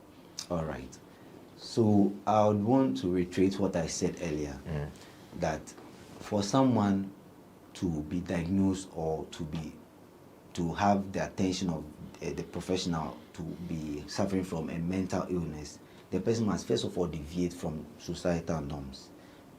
The symptoms or the problems that the person is facing must cause some significant distress to the individual, and it must disrupt the person's daily activities.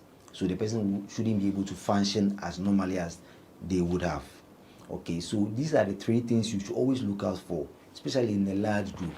And as people who are head of organizations, it's imperative that you always try to do maybe periodic psychological assessments for your employees in order to identify those who are going through some problems, or have a certain platform. I don't know, maybe the HR has a certain platform where employees who are going through some sort of problem would come to them and then talk to them.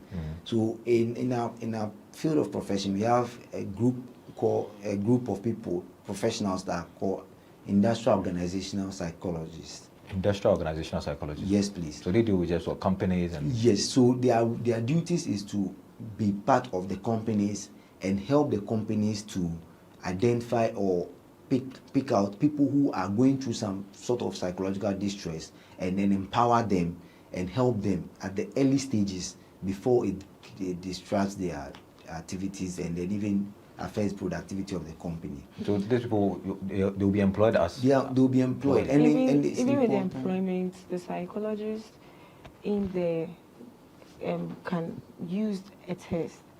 They can use a test. You think you are feeling a normal test, but the psychologist is assessing your cognitive abilities. It's assessing if you are able or you can do the work they are asking you. They want to even know your personality, what type of personality you have. They use that to find all these things out, but the person coming to work would not know. So that's also the reason why organizations should have organizational psychologists or industrial psychologists. Are there companies in Ghana that have that as like resident organizational psychologists? Yes, please. Wow. Yes. Multinationals?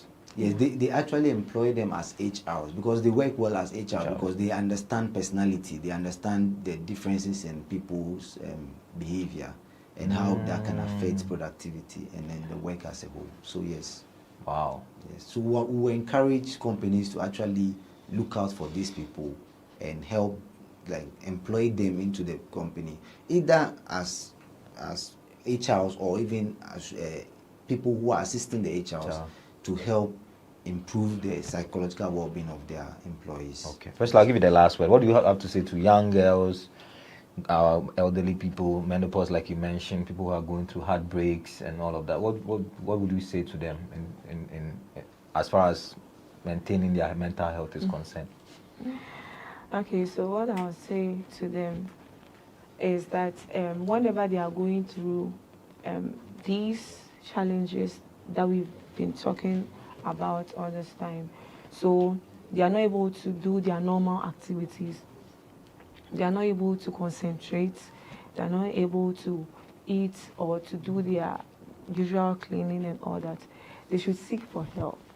They shouldn't go to other places. They should seek for help, professional help. Okay. So to see psychologist or psychiatrist for help, and they shouldn't feel it means that you are mad as we think. They should be open and seek for help. That's all. If it's difficult for them, they can make phone calls to the hospitals. Some hospitals have call centers. Just to call, a phone call can be the beginning of your seeking for help. Right. Thank you very much. Okay, you want to add one thing? Yes, please. So also the Mental Health Authority had taken up an initiative to set up a call center where people who want psychological help can reach out to them. Really? Yes, please.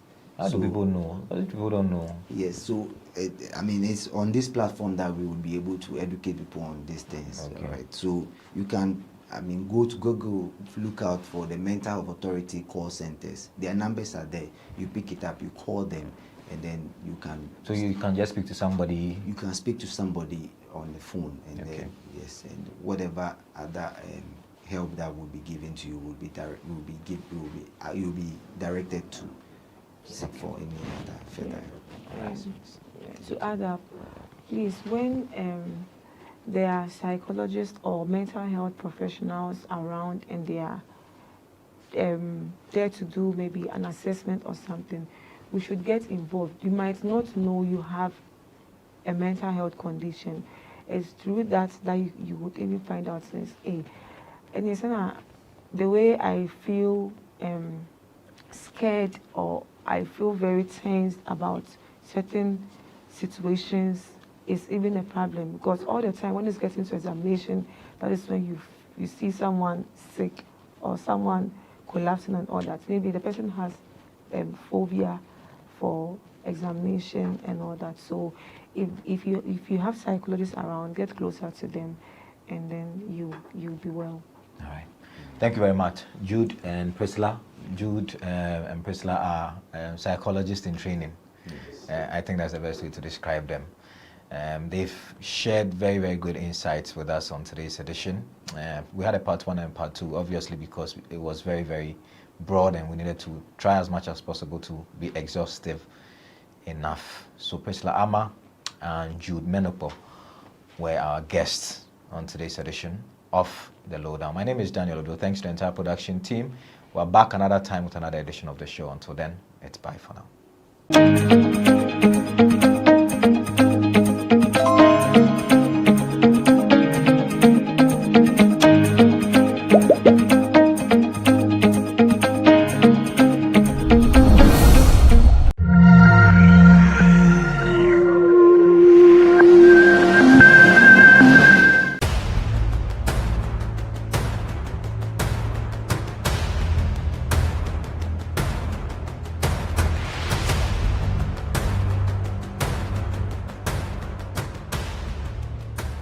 Kwalebu was, I think, 380. 380 Ghana cedis. Yes. But private, some are 500, 450, some are 800, 860. Per session, yes. You have to do 2 every week. Yeah. Even if someone earns 5,000 Ghana cedis every month, that person cannot keep paying 380 cedis 3 times a week for dialysis. Majority of the people who need dialysis to survive in Ghana don't even earn half of the amount mentioned. Some people battling organ diseases end up losing their jobs because their companies cannot keep paying them for always being absent. How are these people expected to afford the monies needed for dialysis as well as other expenses, talk less of the huge amounts they have to come up with for transplantation surgeries outside Ghana when they get donors?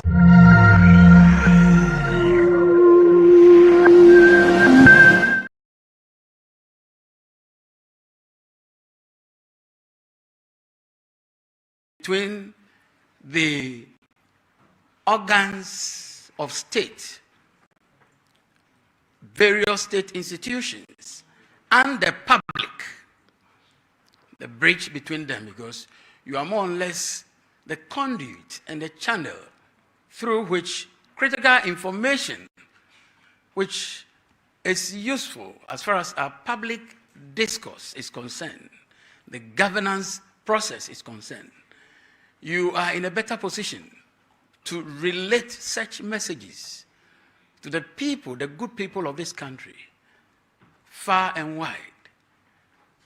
Various villages, hamlets, where Right Honorable Speaker and leadership will not be able to travel to, at least. You have your machinery, as it were, in place to be able to reach out to all of them. And so, Right Honorable Speaker considers it very critical, and that is why this moment is here with us. It is our expectation that this opportunity would afford all of us, the needed space to be able to appreciate in perspective a number of issues which are in the public domain. It will afford us the opportunity to be discerning enough to make intelligible judgments in furtherance of the building of this nation. I don't believe it's an opportunity to apportion blames or to put out there who is right or wrong. It is simply to give out information which is necessary for our national discourse. And in that regard, I thank you all for coming and welcome you all. I believe we will all grant him our ears. I thank you.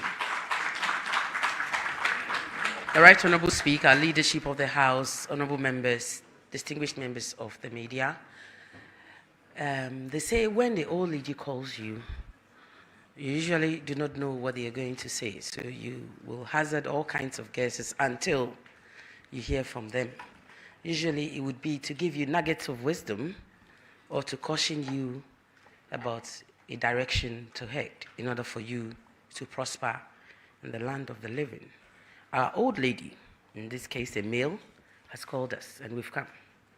And so we are going to listen to him and hear what he has to say. Please, with a round of applause, help me to welcome the Speaker of the 8th Parliament of the 4th Republic, the Right Honourable Albert Sumana Kingsford Babgin.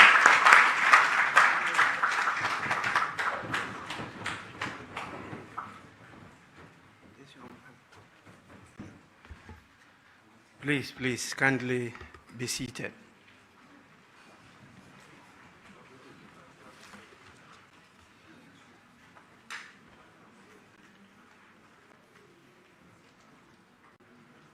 I believe I'm too young to wear the hat of an old lady.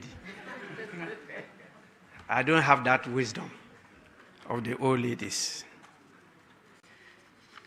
Let me also add my voice in welcoming all of you to this afternoon presser, and I'll do all I can to be as brief as possible.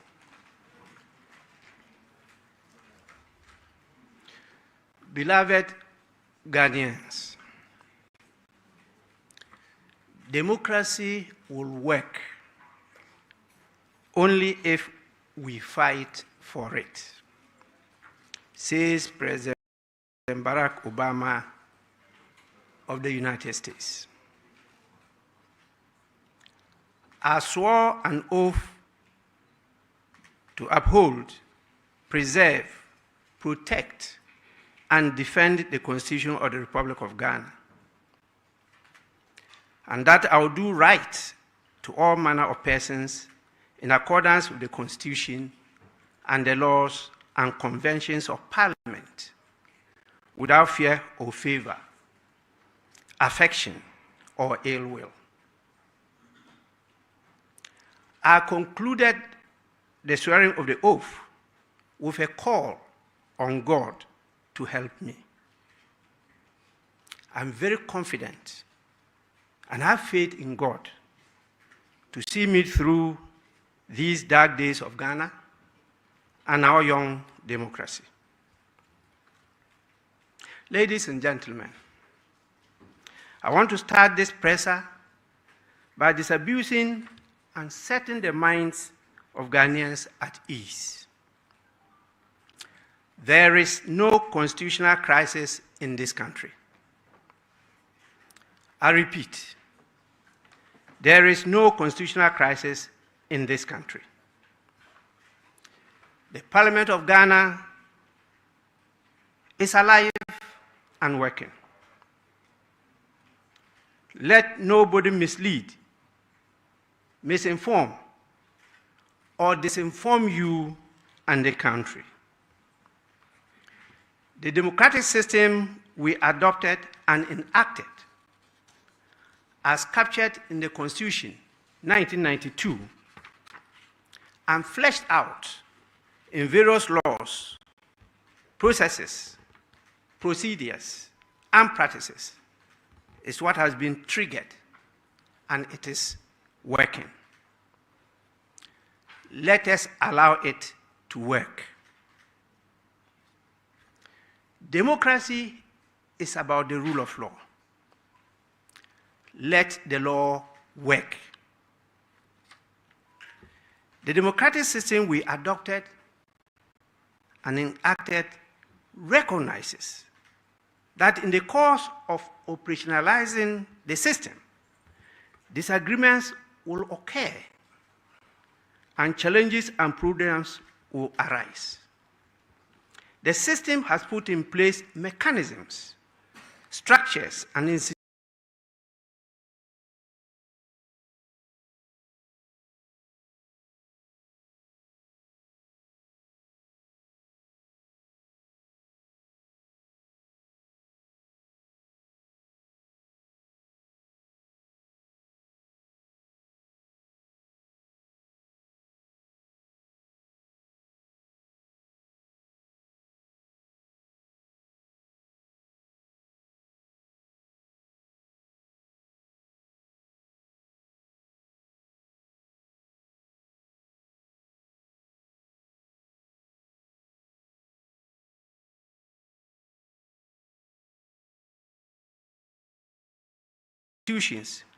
process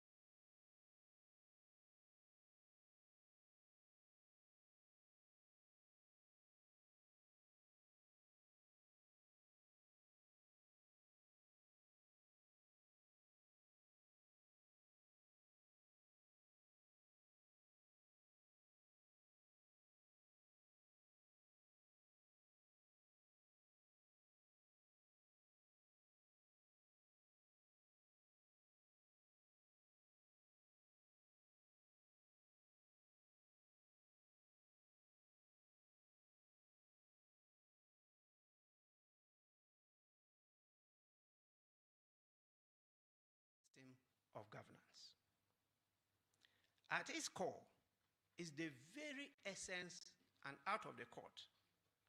I recognize the fact that connected political and governance implications view.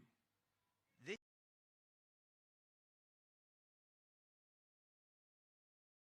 should also be vigorously articulated to give a holistic approach to resolving the issue. As one of the protagonists in this matter, to respectfully draw your attention to some of the facts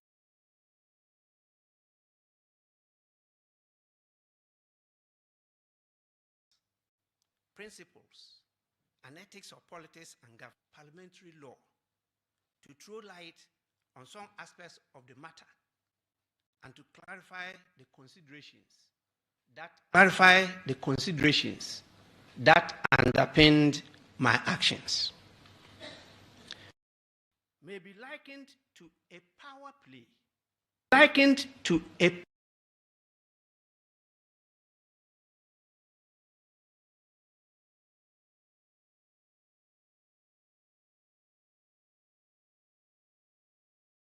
power play between the arms of government, democracy, authority of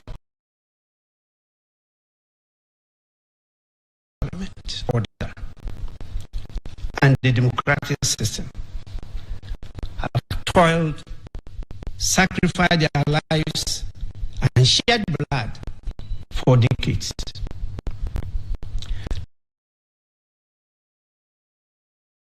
Ladies and gentlemen, acts of the judiciary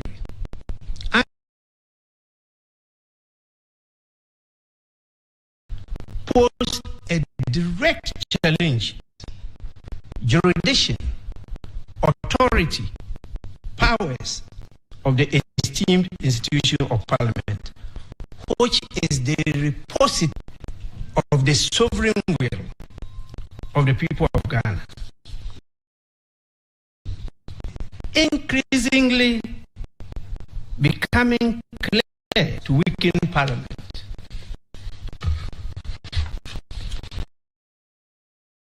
Name voters in the 2020 presidential and parliamentary election is clear and loud. People. The collaborative governance, government. The majoritarian system where the minority have a say, but the was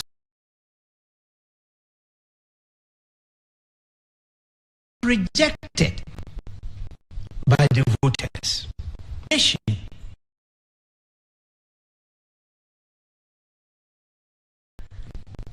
Living Ghana, resulting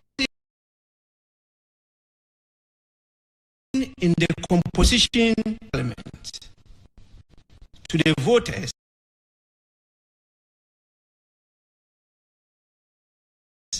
is the constitution of a parliament where the national interest as against partisan or parochial interests.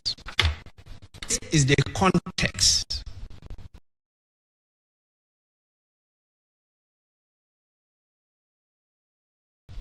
and the peculiar situation.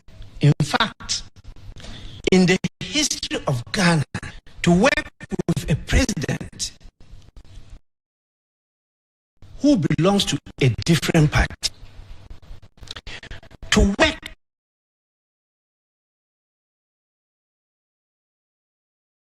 without a majority party, but with an peace. That is, decision making has therefore not been smooth sailing. As a Speaker of Parliament, I hold in favor of the national interest, but sometimes bend backwards to assist government requests, government has been given the mandate to govern. Understanding and let the board of the parliament and members of parliament to provide procedural rules to actualize this goal and to provide for the possible as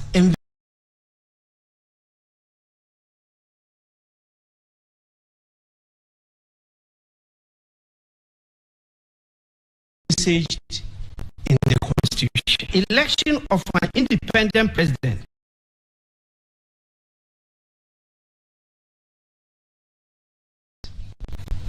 somebody who contests as we have now and presidential candidate can be elected by the vote of Ghana. How is he going? By Parliament.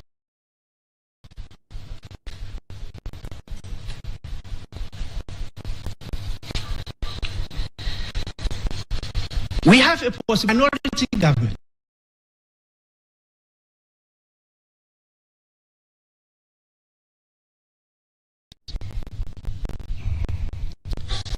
Where the voters, president,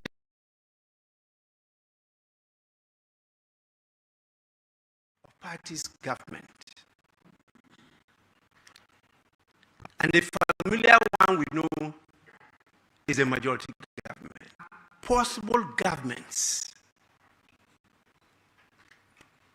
constitutionally guaranteed in Ghana. In the current hung parliament, the new standing orders of parliament had to cater for such a government by a number of provisions in the standing orders. We also provided provisions for all the other options of government that I just explained.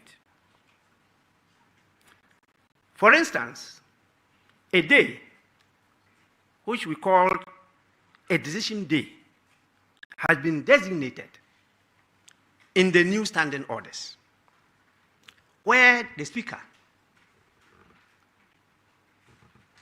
in consultation with the leadership of the House, will set aside to allow members of parliament who are ministers and deputy ministers the opportunity to be present in parliament to be counted in support of government position to ensure government business does not suffer for lack of government members of parliament in parliament.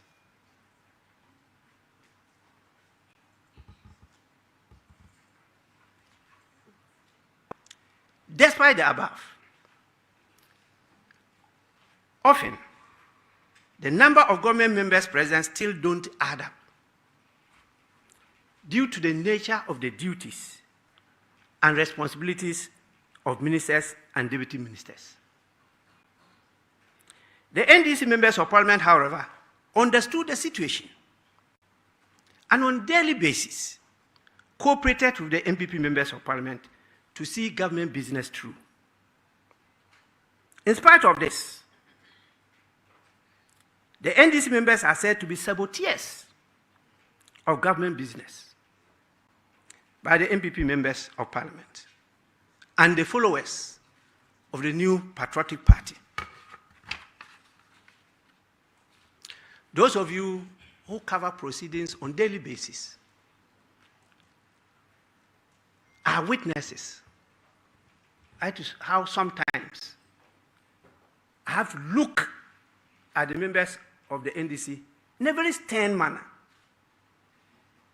which made them give in to their objections, just to get government business going. Ladies and gentlemen, the powers of the judiciary ends where the nose of parliament starts. The Constitution is very clear on freedom of speech and of proceedings of parliament.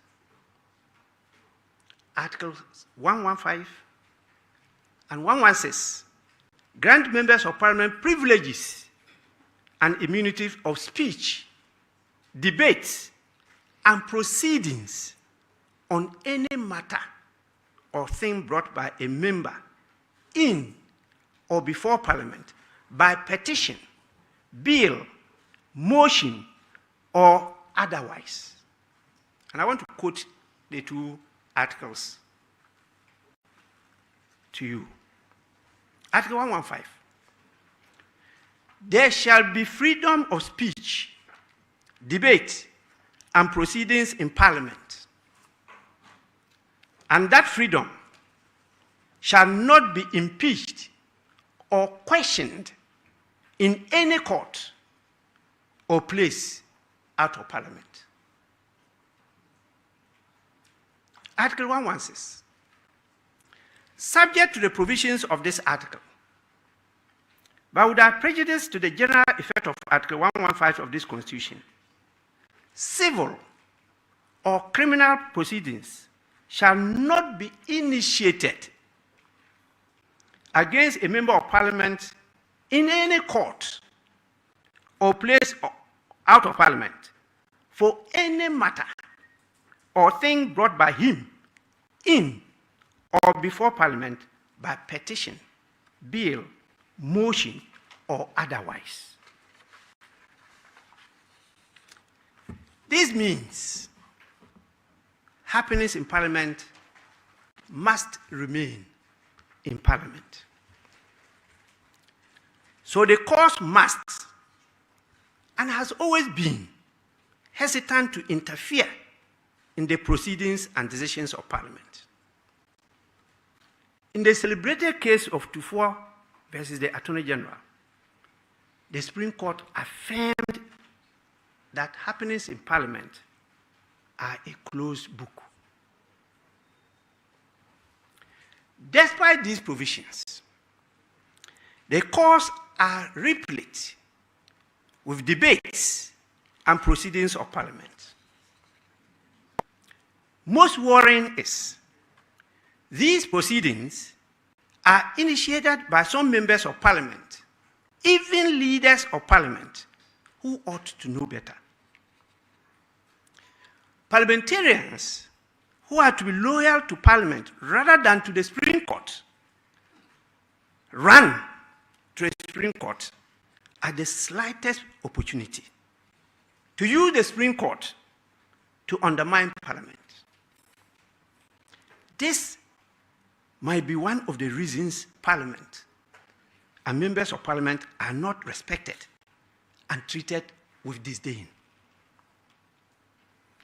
This was exhibited by the President's refusal to even receive the LGBTQ+ bill, duly processed and passed by Parliament, without any legal basis.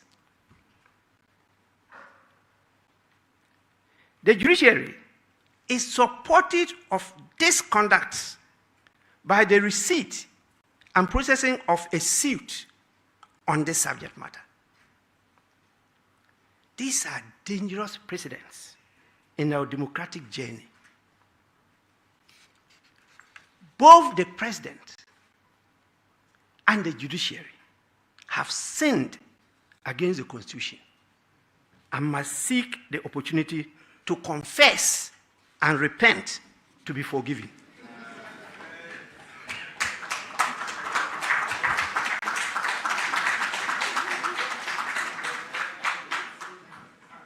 I am confident the battles we are fighting today will make our democracy stronger and more vibrant in the future. I believe in the supremacy of the Constitution.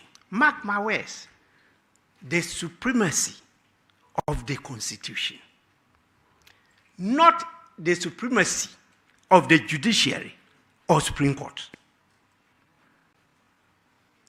I also believe in a vibrant Parliament that is respected and accords its due on political questions as long established by law and decided cases. A parliament that understands, reflects, and embodies the will of the people and defends its constitutional prerogatives only works in the interest of Ghana and Ghanaians. Not a rubber stamp parliament subservient to the whims and caprices of the executive and or the judiciary. Again, I strongly believe that Parliament was one of the institutions President Barack Obama had in mind when he opined, while in Ghana in 2009, that Africa needs strong institutions and not strong men. I'm happy he didn't add women. Parliament must be strong to perform its legislative function and the indispensable function of holding the president to account. That is the oversight function. No other person or body has the gravitas and constitutional mandate to do so in Ghana. The public, media, civil society, and other partners in governance can make constructive inputs and criticize actions and omissions of arms of government. But these bodies are not constitutionally and legally structured and mandated to hold the executive to account. Parliament is elected. It is, at its best, the will of the people, legally and constitutionally structured and mandated to do so. Ladies and gentlemen, my dream, therefore, is a patriotic one. The existence of a firm, effective, efficient, and responsive parliament whose members place national and constituency interests ahead of narrow partisan or personal interests. At last, this is yet to materialize in Ghana. Parliament weakens itself when its members keep running to our courts to settle or seek favorable determinations of not just legal matters, but essentially political and governance questions. It is my strong belief the matter before the Supreme Court can be settled within Parliament through matured deliberations and compromises.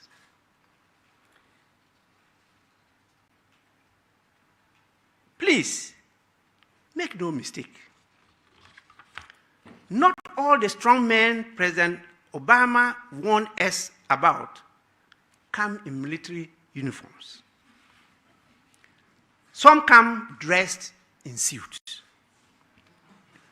I hope in my lifetime, Ghana shall have a parliament and a speaker who are truly independent from Jubilee or Flagstaff House or any headquarters in the conduct of parliamentary business. Let me state unequivocally,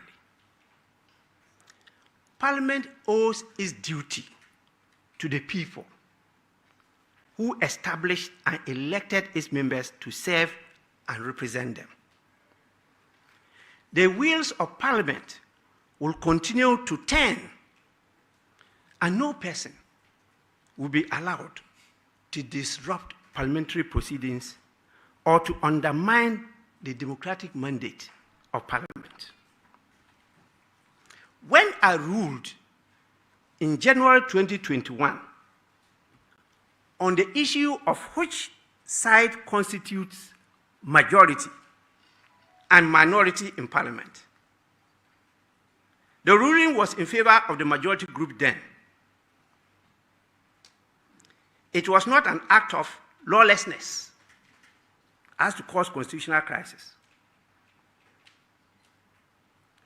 When I ruled in the matter of the vacation of seats by Honorable Kennedy Ajapong, Honorable Henry Korte, and Honorable Sarah Adjoa Safo, the question of the interpretation of the Constitution was not raised.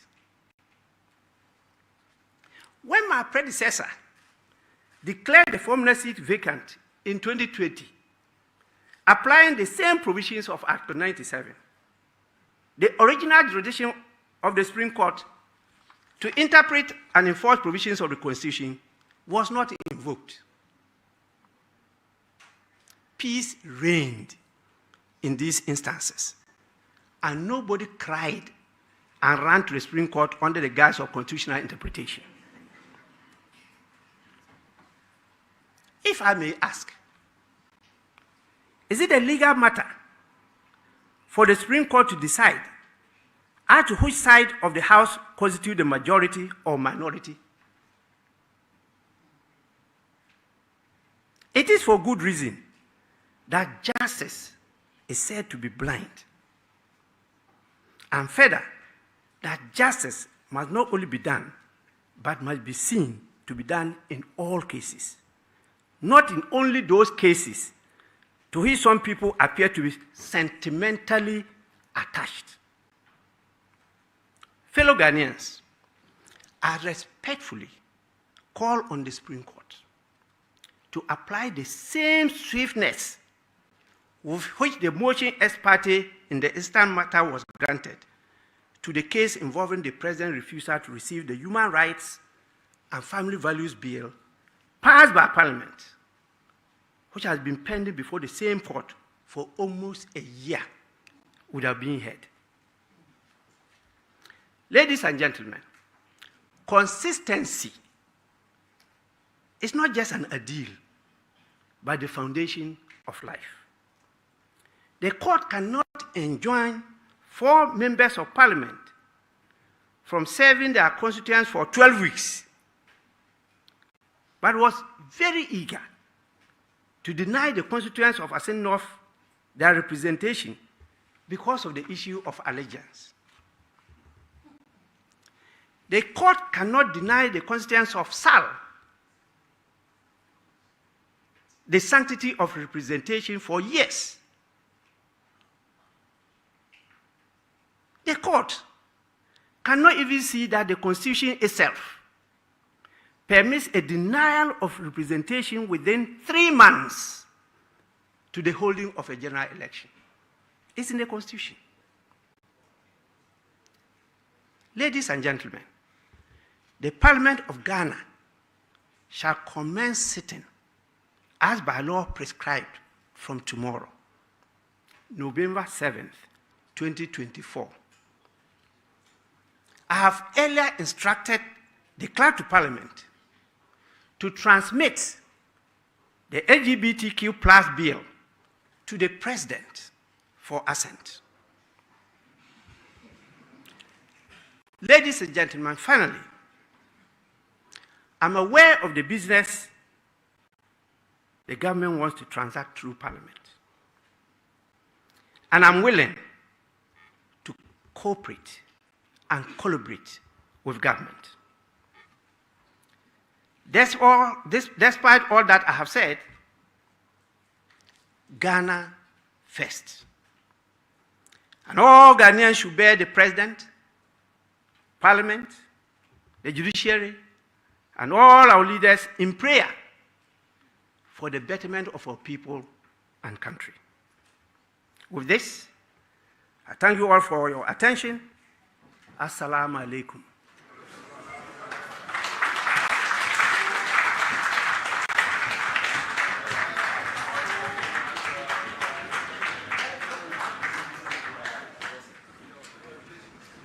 The Right Honourable Speaker of the 8th Parliament with that address. May we please be seated. This is the Speaker's press conference, and he will now take questions from members of the media. We will take them in tranches of 4.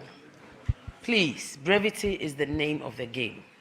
So you get up, you tell us your name, your media house, and then your question. In order for us to get as many questions in as possible, one man, one machete. And please, the preambles, let's just use them. The Director of Media Relations will assist in this particular endeavor.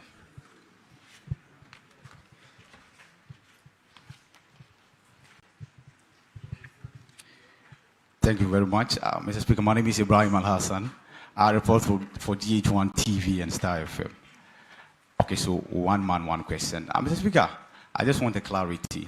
Have you re-instructed the clerk to resubmit the Human Sexual Rights and Ghanaian Family Values Bill to the presidency, or you're relating to the old instruction you gave, which was rejected during the transmission?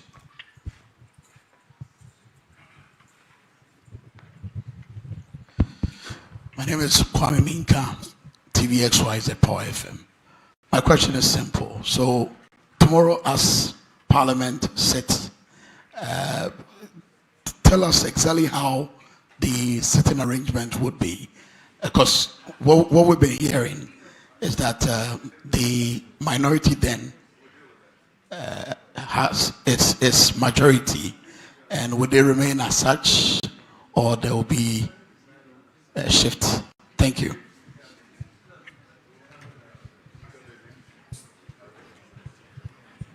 Thank you, Mr. Speaker. My name is Kweku Asante from Joy News and Joy FM. Mr. Speaker, during the proceedings in court, the Attorney General had cause to say that you had committed a crime by illegally procuring the services of Mr. Sori in litigating those matters in the Supreme Court. Specifically, he puts out a letter that has been signed by the PPA CEO rejecting a sole source procurement that you wanted to do as regards to Mr. Sori. Please, can you respond to the specifics and allegations that you had committed a crime in that regard? My name is Havila Kekeli, Class FM. Right Honorable Speaker, there have been several occasions where members of Parliament sometimes, through disagreement with some of your rulings or pronouncements on the floor, use certain words at you. How do you feel about some of these things?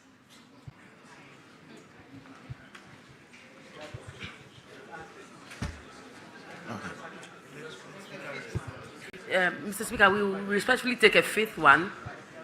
We'll take a fifth one because of the brevity of the question, so that we can get as many questions in. Thank you very much. My name is John Amensa, and I report for GBC Online. Just to reiterate the point earlier made by my colleague.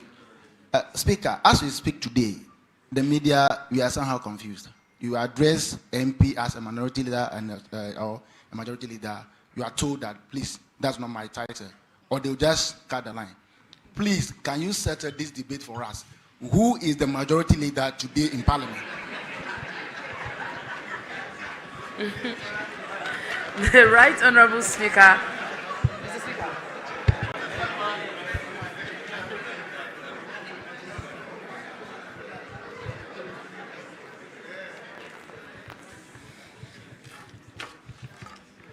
These are very interesting questions.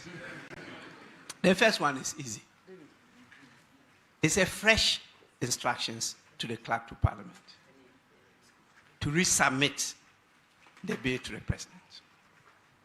I'll leave it at that. The second one, please, it's not part of the duties of a speaker to decide where an MP should sit in Parliament. It's not my duty. That determination in Ghana's situation, in various parliaments, these things we are talking about, majority side, minority side, don't exist any longer. That's why in my ruling I use the term old school. The British model, government, opposition, benches, and a carpet in between them. And so when you are shifting your political lineage, you have to cross that carpet to the other side. And that is why you have the term carpet crossing. Our Parliament is not arranged in the form of government and opposition. And Ghana don't like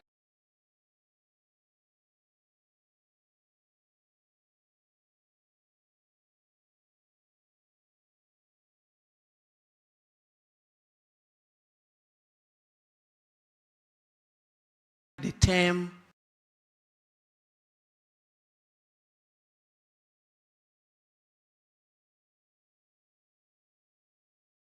opposition. So we decided to adopt the terms from the United States of America, majority and minority. So you can even sit anywhere.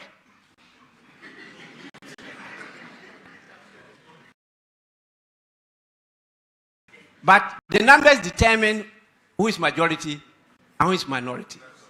But in our parliament, the practice is for those who constitute majority to sit at the right side of the speaker, and those who constitute minority to sit at the left side of the speaker.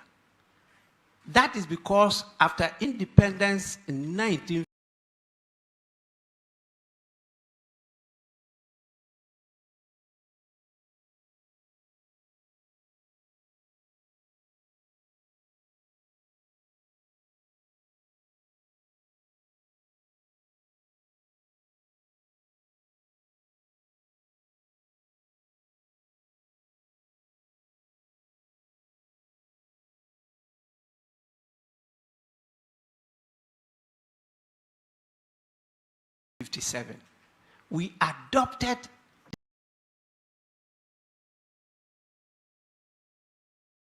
the Westminster system, which is practiced in the United Kingdom. But we changed that, even to the extent that the arrangement on the floor of the House is in a horseshoe. So it's not always it's the determination first of the political parties who influence who should consultations decide that these 5 people should occupy these positions in leadership. And so they are given the chairs in front. Then in consultation with them, the 5 leaders, they determine who should sit behind them. Because as a leader, you need somebody that you have trust, confidence in, who has the capacity, so that when you are in some difficulty or you have a challenge, you can just lean over and listen to his or her whisper. So you have a say as to who sits behind you.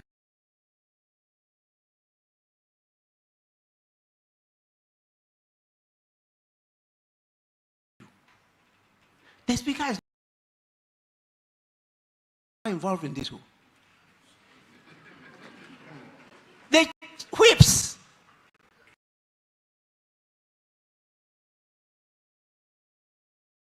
particularly the chief whips, lead in trying to identify who should sit behind. And it also has to do with years of experience in the House, and also the issue of gender and other professional backgrounds, until you get to those who are at the back. Even though we don't sit on benches, we still use the term back benches.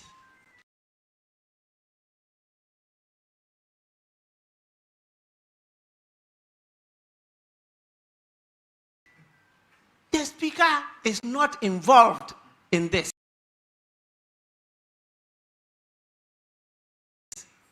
After they have agreed on it, they then get in touch with the parliamentary service through the clerk, who will get his officer at the table, together with the marshal.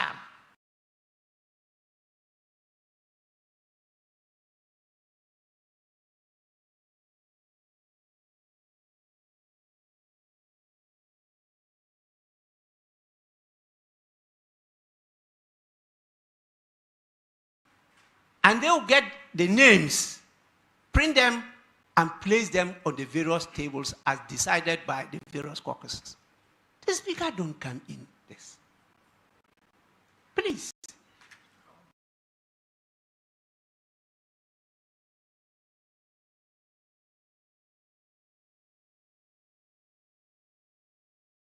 How can you call Speaker to come and decide where people should sit? It's not part of my duties.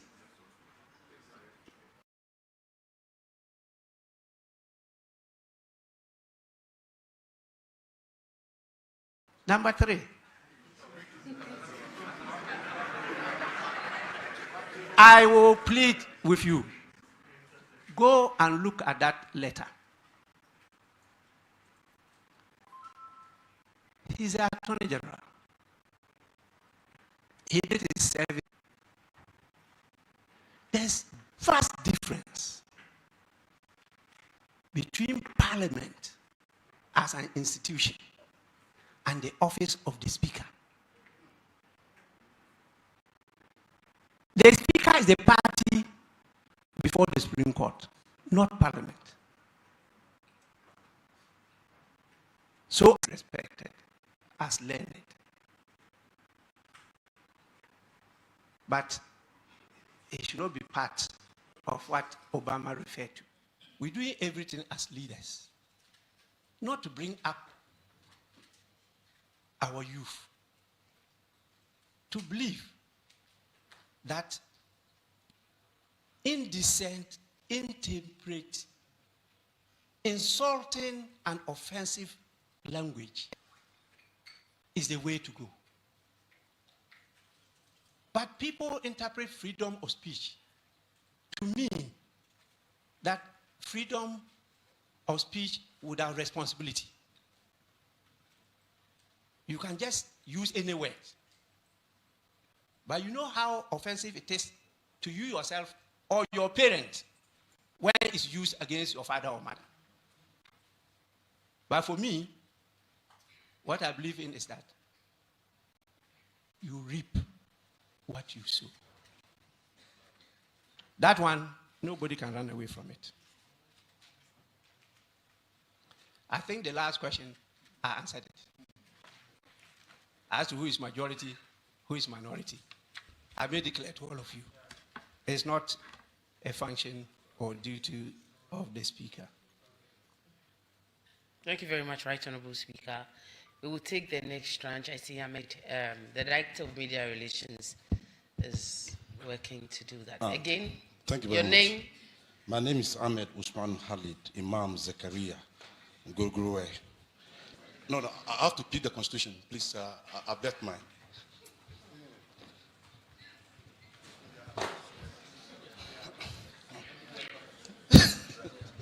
Yes. Can you open Article 1 or 2? I just want to quote what the Chief Justice read in Supreme Court in the absence. My name is Ahmed Usman Khalid, Imam Zakaria Gurguruwe. Oh, a freelance journalist, not from MPP headquarters, please. My school fees was paid by the Speaker, so.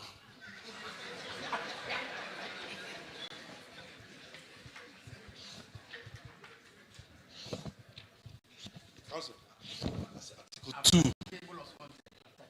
Yeah. I just want to read what the Chief Justice read in the absence of the Speaker. I didn't want to paraphrase. I just want to read. Article 2. She says this way. 1. A person who alleges, I'll leave all and come to surplus 4. Failure to obey or carry out the term of an order or direction made or given under the clause 2 of the article in this Constitution commits a high crime under this Constitution and shall, in the case of the President or the Vice President, constitute a ground for removal from office under this Constitution. Right Honourable Speaker, this was read before an open court, Supreme Court. And the Supreme Court was saying that it has instructed you to adhere to its orders. Failure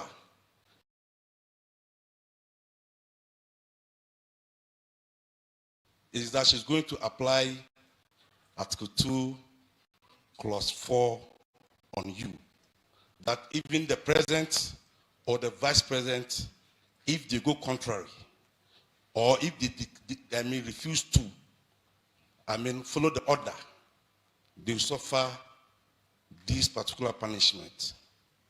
Right Honorable Speaker, have you gone contrary to the Supreme Court orders, ruling, or judgment? Thank you very much.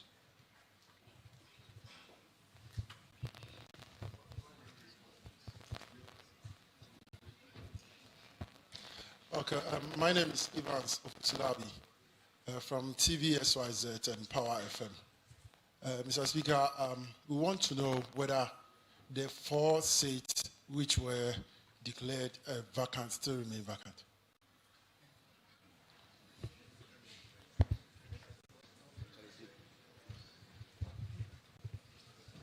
Thank you.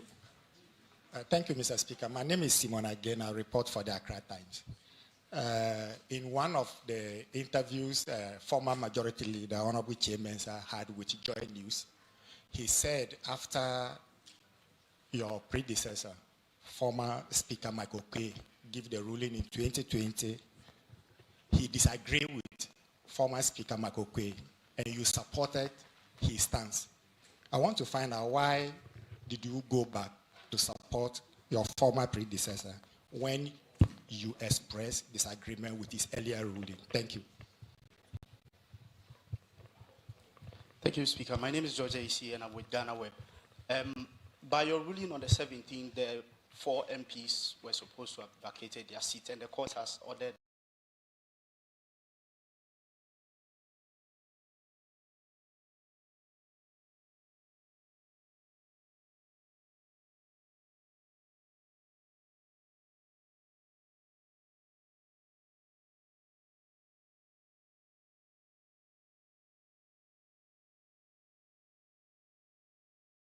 them to come back. What is your instruction to the clerk and those who are responsible? Are they going to be allowed to come into Parliament or not?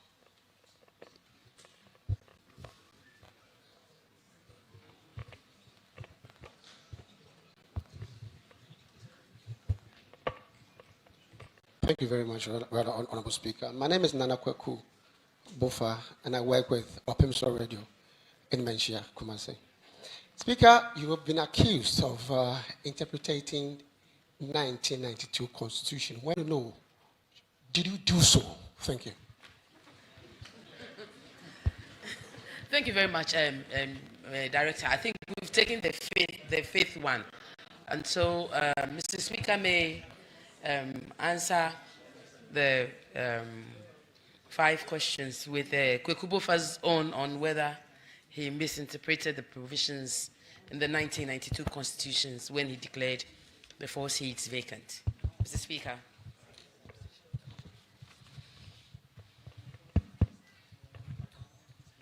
Well, yes, is before the Supreme Court. And I've given instructions to my lawyers to handle that. So that is not a matter for me to comment on. My lawyers are handling that. So all questions we're dealing with those issues before the court will allow the court to handle that.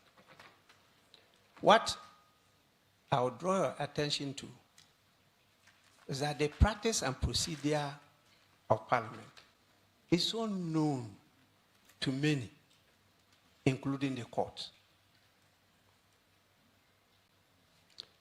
And anything I do on the floor, I refer to the standing orders. The courts can declare the standing orders as unconstitutional or unlawful or whatever. Until that is done, as the presiding officer, I'm bound on issues of procedure, proceedings, and practice apply those rules. And that is what we did. That is why in my statement, I drew your attention to the fact that what I did on the floor was just sharing of information, communicating to the members that this issue that was raised, and by the standing orders, I have options. Could have set up a committee to go through it and submit a report. That report could even lead to legislation. Or I could go and inquire into it myself and then come and inform the House of my findings. That is in the standing order. That is what I said is being construed to mean ruling. In our parliamentary practice, you don't make ruling when statements are made. Statements are commented upon. But the nature of the subject matter was debatable. And because of its importance, I had to give room for many more members to comment. But in trying to comment, they debated it. So that was what happened. But I'm clear as to my rule. Just inquire into it, come and share with the House in the form of information what your findings revealed. And that was all what I did. I did not make any order. Go and read the proceedings. I did not make any order. And for my friend, a veritable Honorable Oseche Mensah Bonsu, I'm sure he showed you the evidence where we had that discussion. He disagreed, and I supported him. And now I have made a U-turn.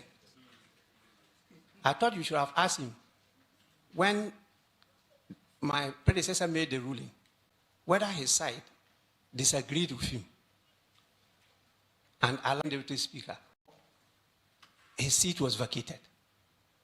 Did they agree with him or disagree with him? You should have asked him. So that one, he will need to produce evidence to show that this is what happened.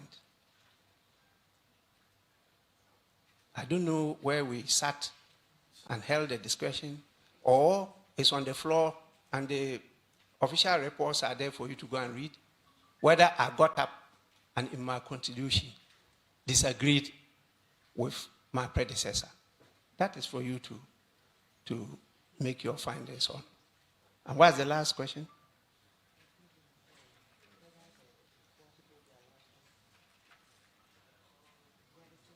I answered all. Yes. And that's it. Thank you very much, Right Honorable Speaker. We'll take 2 more tranches and then we'll be done. We're doing well so far. The Director of Media Relations is still going around with the microphones. Thank you very much, Right Honorable Speaker. You said the President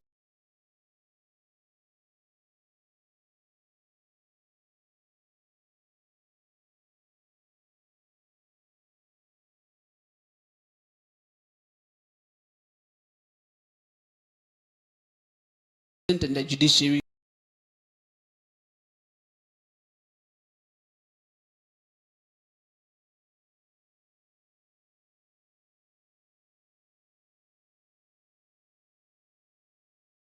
have sinned against the... My name is Oyinian Pons. I work with Adom FM and Adom TV.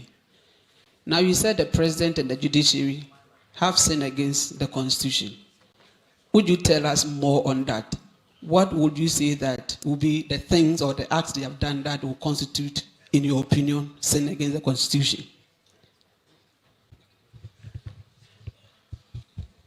Good afternoon, Right Honorable Speaker. My name is Nia 53. Have been invoked by the NPP caucus for the 3rd time this year, whenever you adjourn the House indefinitely. Now, we want to find out, is this an abuse of that provision, and what has been its impact on other legislative processes? Speaker, a number of people have described this if Parliament as very chaotic, based on events that which happened when this Parliament came into being, and what is happening currently. Mr. Speaker, the 8th Parliament. Thank you. Good afternoon, Mr. Speaker. My name is Kwabena Eshrin Martin. I report for Original TV and Original FM. Mr. Speaker, I would like to know what influenced your decision of adjourning Parliament Synodai the last time we had our sittings, and what will be your decision if the same situation which happened the last sittings continue tomorrow?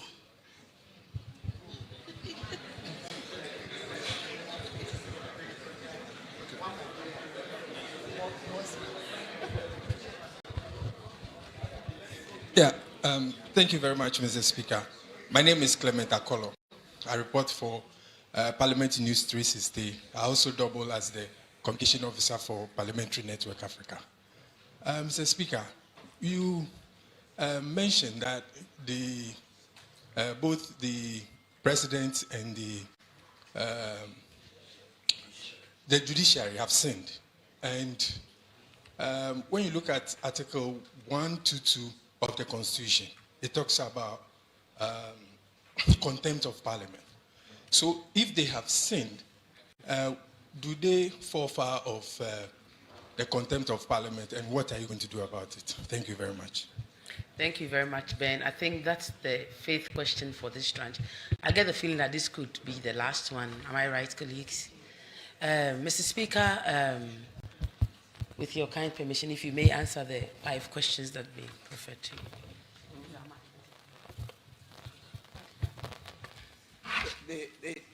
Two of you raised a question about the sinning of the President and the Judiciary.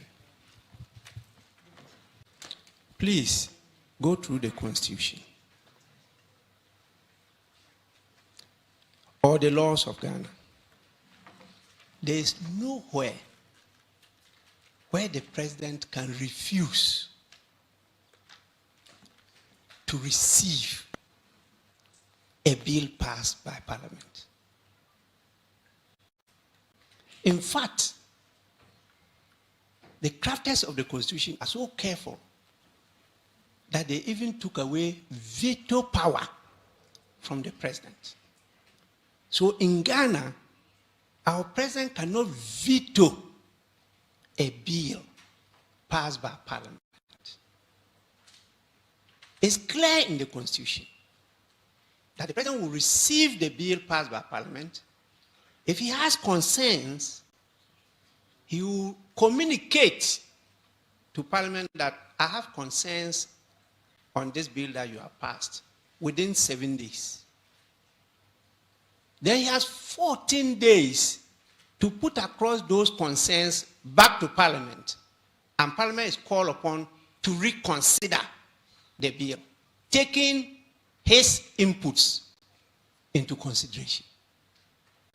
That is what is in the Constitution and the laws of Ghana. So if the President refuses to even receive the bill, what has he done to the Constitution?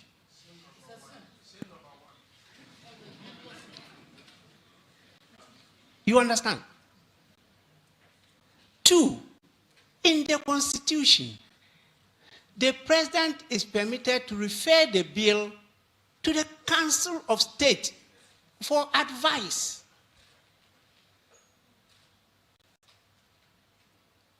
He didn't even do that. So the term I even used is very mild. In the case of the Judiciary, a bill is a bill. It's not law. It's just a bill.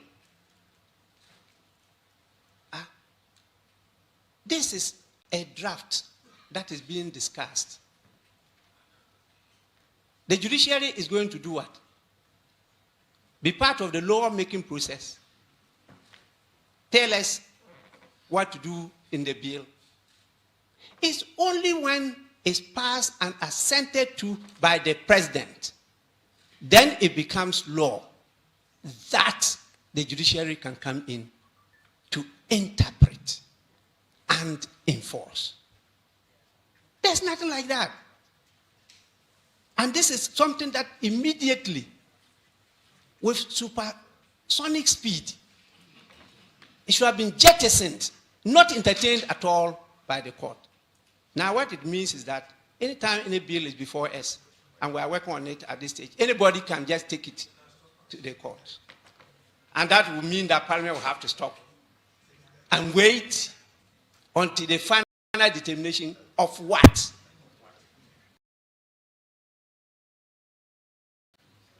What are they to determine? Please. We are doing this for Ghana, and not for only today's generation, for generations yet unborn. We are building a durable, sustainable governance structure that gives certainty to everybody that is the rule of law that prevails, not of man or the rule by law. The two are not the same. When you rule by law, people are not certain of the law.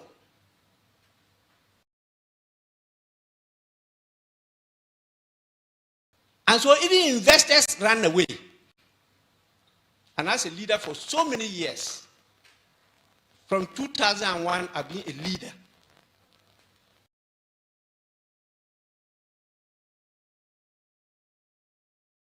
I can mention so many serious investors who say they will not invest in Ghana because of uncertainty of the law.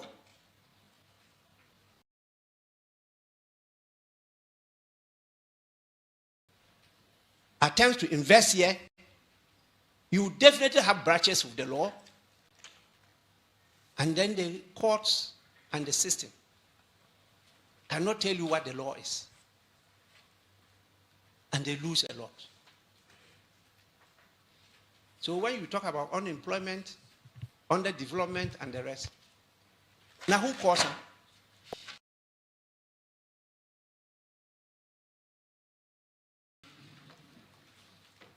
Leadership, I believe strongly,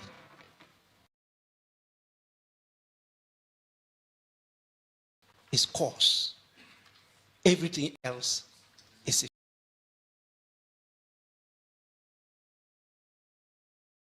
effect. Even though followers matter. Followers matter.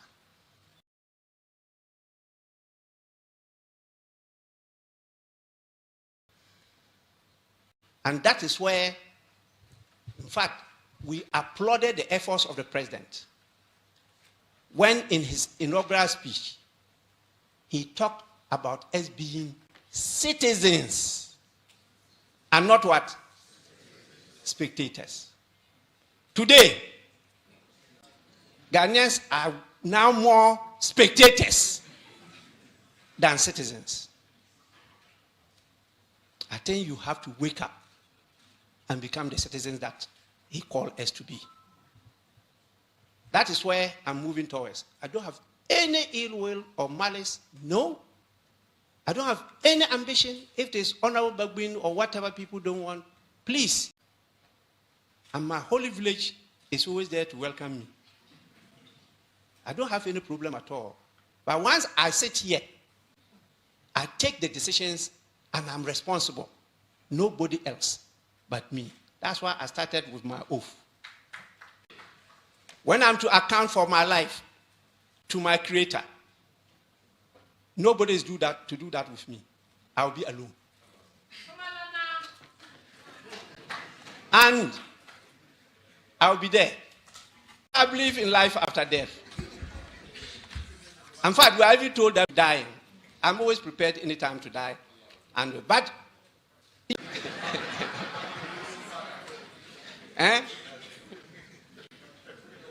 I'll tell you what seniority means. The Right Honourable Speaker shall live to tell of the good works of the Lord. there's one on call. I recall, I can't say it's an abuse. The Constitution permits them to do what they do. It's just that, please, don't only think about today. Also think about tomorrow when you are doing some of these things. And for me, as I sit here, I thought the focus of those in government shall be about government business, not even the position they occupy. Which is more important? The position you occupy, if you work well, you may even get a higher position. It's the good people of Ghana who will decide. So I'm surprised that some people are focused on that one. But tomorrow, you will hear from me. We are bringing proceedings to a close, but I see our that parliament so far is transformatory. In fact, this is a parliament, I've been from the first to the 8th. The first was foundational.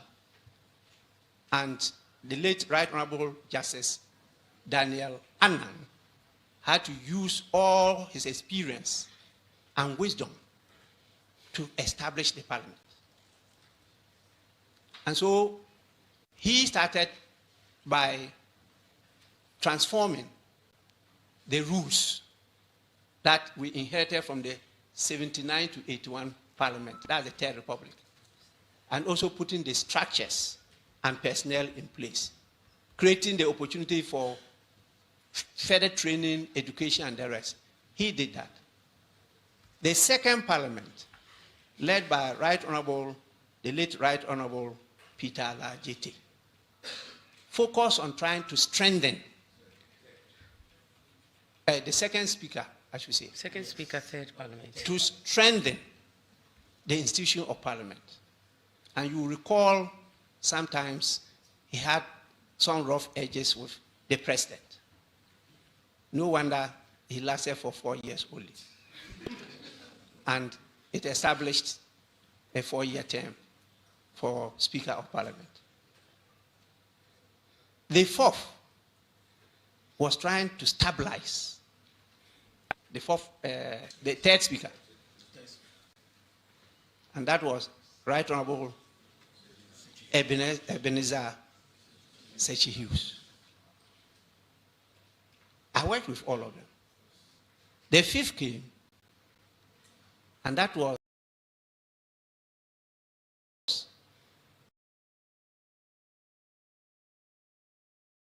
our beautiful lady,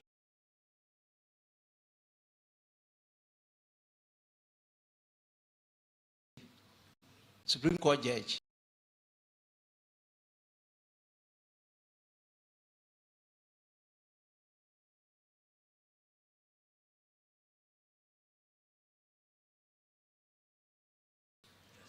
Justice Edley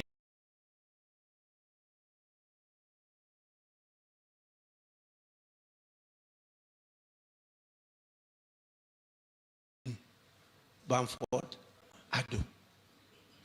And she, with her experience from the bench, focused on the rules and dignity of the house. So you could see her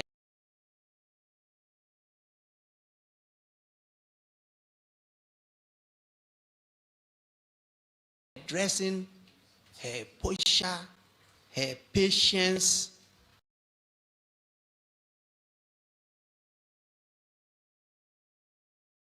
and everything mattered to the institution.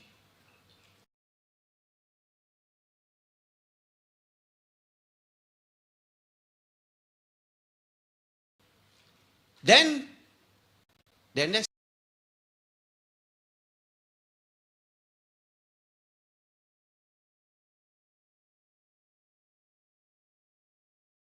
speaker, that was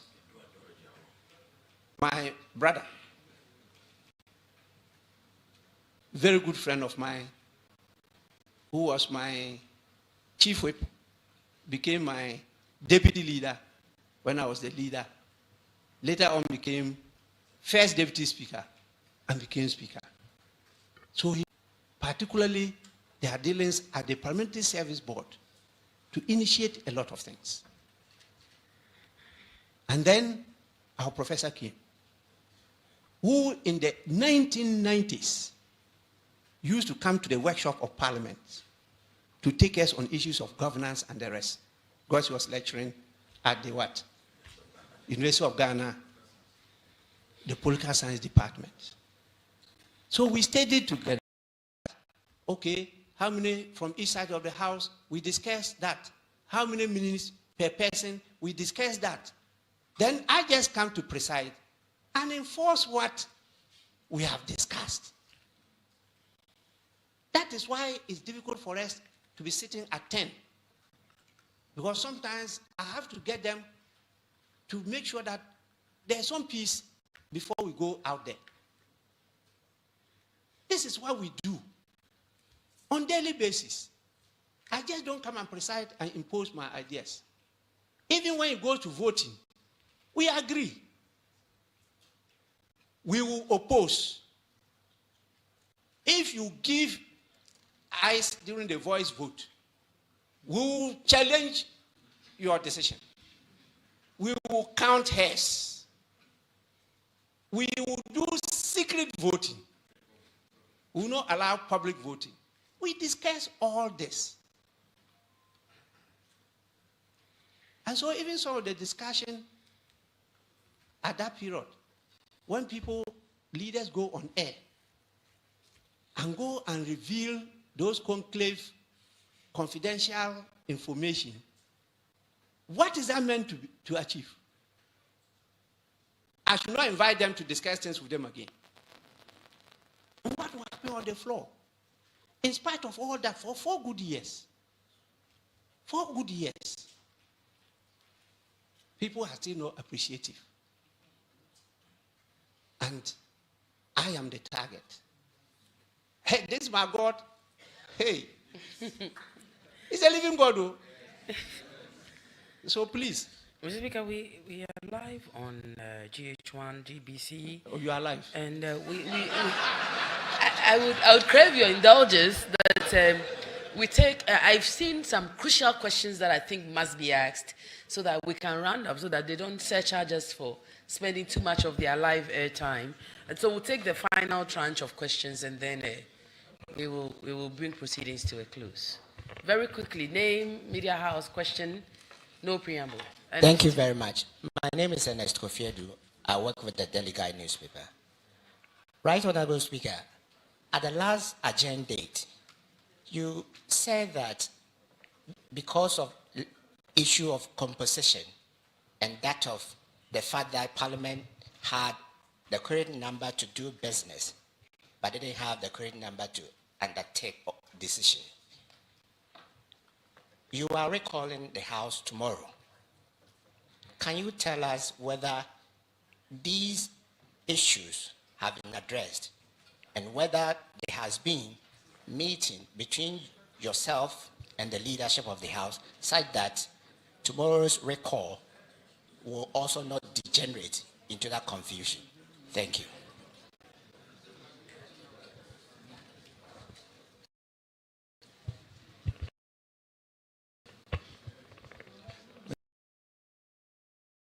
Mr. Speaker, good afternoon. My name is Prince Asari from Pen TV.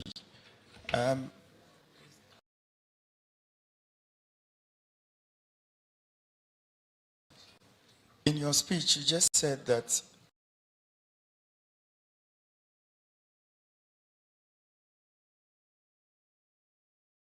you expressed concern about the fact that members of the House now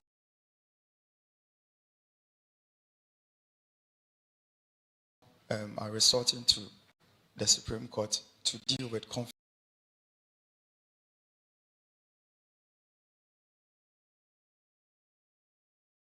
that happen in the House.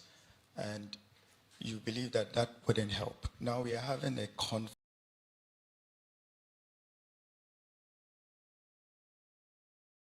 now. And I want to know that how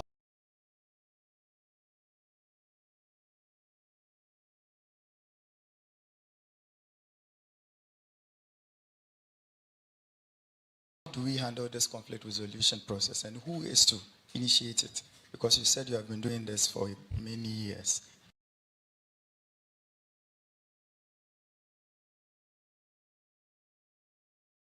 So how can we come together and solve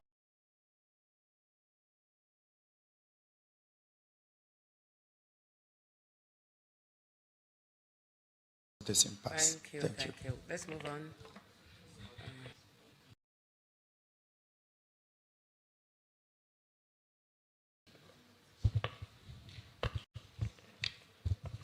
My name is Isaac Anglo, a freelance journalist.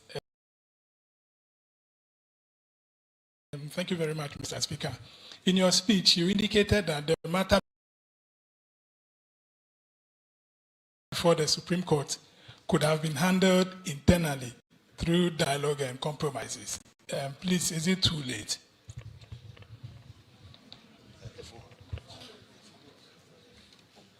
We are rounding up. Is there, have we satisfied you now from this corner? Okay, I think we can, no Jara. I think we can successfully bring proceedings to a close with Mr. Speaker answering these questions. But I must also indicate that, Mr. Speaker, TV3, 3FM, Joy FM, they are all broadcasting live. In fact, I have received City FM, GH1 TV, and I think, is it TV? They are all live. So,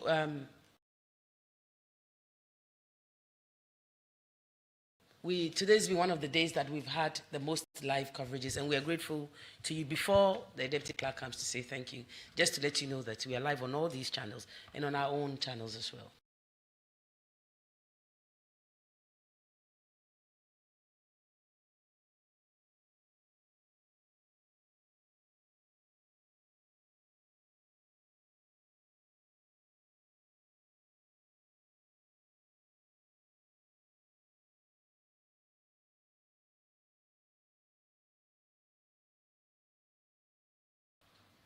By knowing the nature of the disagreement, would it have been solved within one night?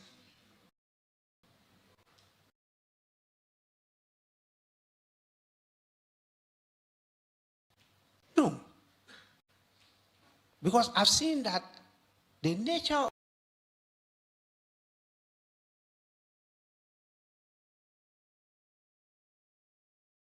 of the disagreement goes beyond the house to the powers outside the house. And so we needed to engage many more people to be able to resolve the disagreement. So you need more time. And since I couldn't estimate the time, I decided that it should be what? Indefinite. After we resolved that, then Parliament could be recalled. If people were mindful that there's some agency for us to resolve it, they would have come together faster for us to talk, negotiate things, resolve it, and come back. But I tell you, apart from some senior citizens, patrons of the country, who actually got in touch with me, the leadership of the NPP members have not gotten in touch with me. They haven't. My good friend Osei Mensah-Bonsu spoke to me because he wasn't even around when this thing happened. And we discussed this and I threw more light on it. And he said, oh, he didn't know before granting interviews. He said those things, but now he can also say, I should bring my official report, you know.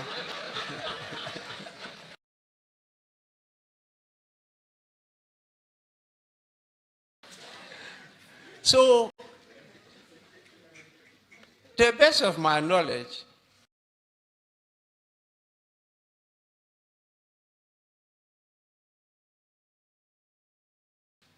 I don't know of the resolution of the disagreement. And so I don't know what will happen tomorrow. But I'll be available to preside. You understand? And so that is the situation now. The last question.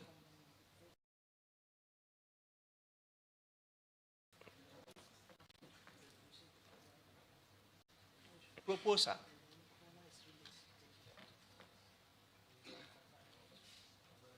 Proposal. Well, am I now to propose it to you and Ghanaians? Or I should have been making the proposals to the parties so that they can be negotiating and compromising? I think that's the best way to do. And I'm expecting that, in fact, I need to praise some leaders, because the first to get in touch with me, I think, was Apostle Nyamiche and the boss of the Christ Apostolic Church. They were the first to come to express concern, and we had a lengthy discussion. Then later, a delegation of the Council of State also came to meet me in the office. And when I explained all the situation to them, in fact, many of them were really surprised, because what they heard on air and what I told them, I said they could cross-check from the proceedings or other things. They were really surprised, because they didn't know that was what took place. There was so much misinformation and all those, and I don't want to go into those details because they are before the court.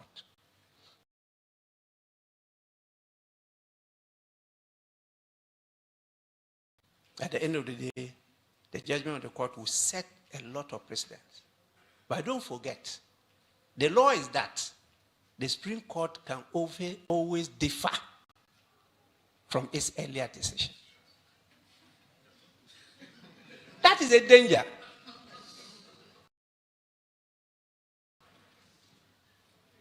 So for a purpose, I can give a judgment and ruling to favor the situation.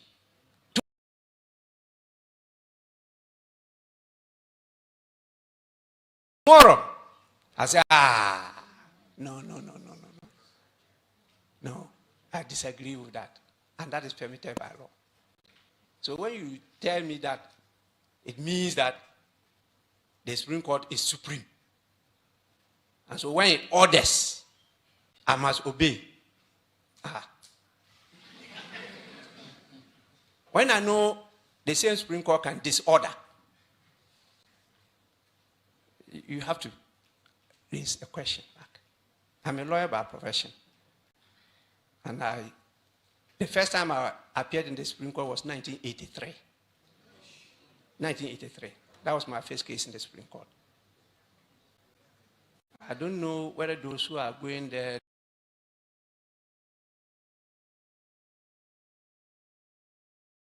were born, but it's okay. The last one is when I was young, I think when we were in the senior high, we were not calling it senior high, we were calling it secondary school. There was some song, it's too late to say that you are sorry. After you broken my heart. When I needed you to satisfy my soul. You turn your back and said,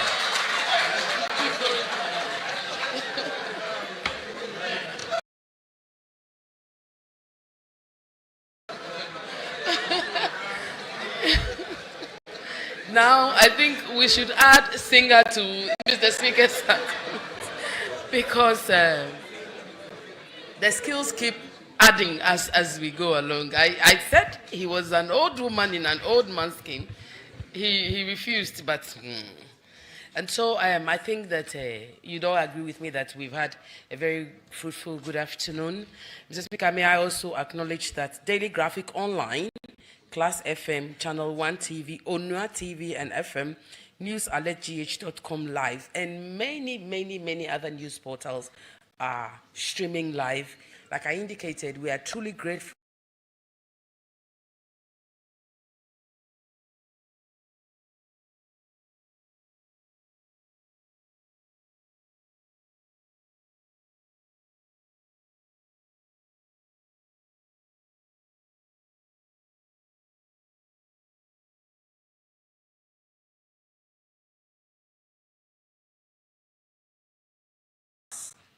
that what the people of Ghana set for us is for collaboration, cooperation, and for all of us to work together to ensure that democracy succeeds.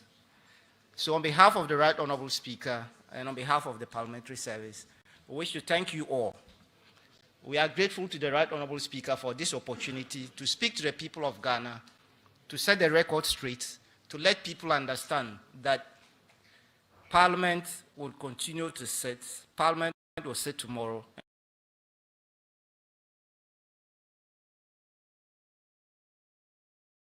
Parliament will continue to sit until the House stands dissolved on 6 January 2025. So on behalf of the Parliamentary Service, on behalf of the Speaker of Parliament, the leadership of the House, we say thank you to all of you for attending this important program. Thank you very much.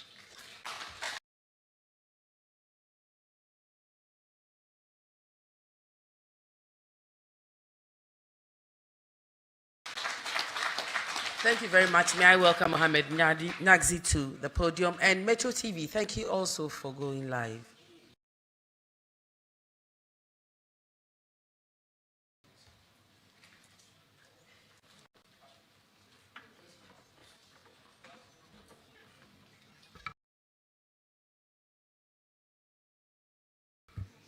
Assalamu alaikum wa rahmatullahi ta'ala wa barakatuh.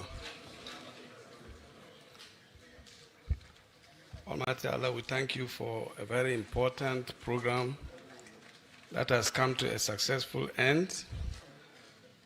We pray that this important message delivered to the country will promote peace so that we can live together as a great country. May the Almighty Allah guide us safely through these important upcoming events, which is the general elections, so that the country will remain as one united country working together.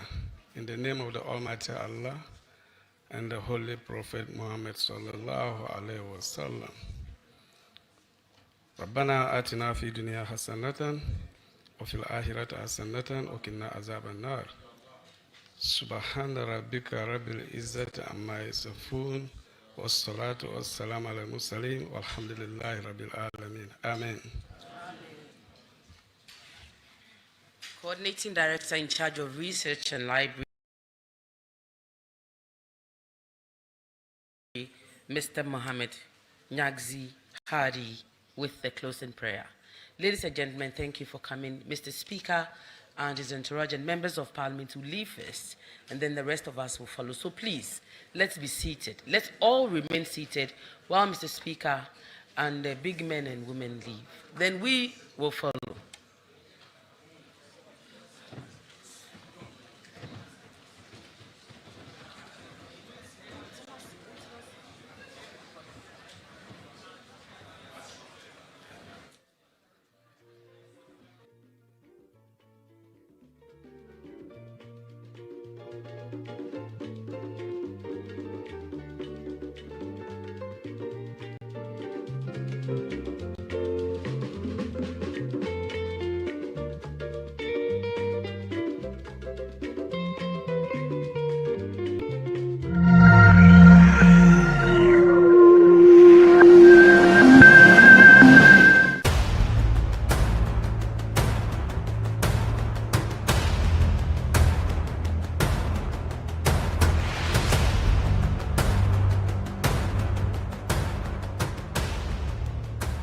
Kwalebu was, I think, 380. 380 Ghana cedis. Yes. But private, some are 500, 450, some are 800, 860. Per session, yes. You have to do 2 every week. Yeah. Even if someone earns 5,000 Ghana cedis every month, that person cannot keep paying 380 cedis 3 times a week for dialysis. Majority of the people who need dialysis to survive in Ghana don't even earn half of the amount mentioned. Some people battling organ diseases end up losing their jobs because their companies cannot keep paying them for always being absent. How are these people expected to afford the monies needed for dialysis as well as other expenses, talk less of the huge amounts they have to come up with for transplantation surgeries outside Ghana when they get donors? It is because of these people that GhanaWeb in August 2023 launched the organ donation legislation campaign to push for the country to pass a law that will guide organ harvesting and transplanting. As Kwalebu plans to increase dialysis fees, the situation requires quicker attention and action. And so, we must get Parliament to start discussing the organ donation bill and pass it into law. Now, when this bill is passed, more lives will be saved and the financial burden on patients would be reduced. And that is why we need you to join us on this campaign. Join the campaign by sending a 1-minute video of yourself sharing why Ghana needs a legislation on organ donation now to editor@ghanaweb.com or via WhatsApp 0552 699 625. Alternatively, you can share the video directly on your social media handles with the hashtags #PassOrganDonationLaw and #LegalizeOrganDonationNow. Organ failure should not be a death sentence.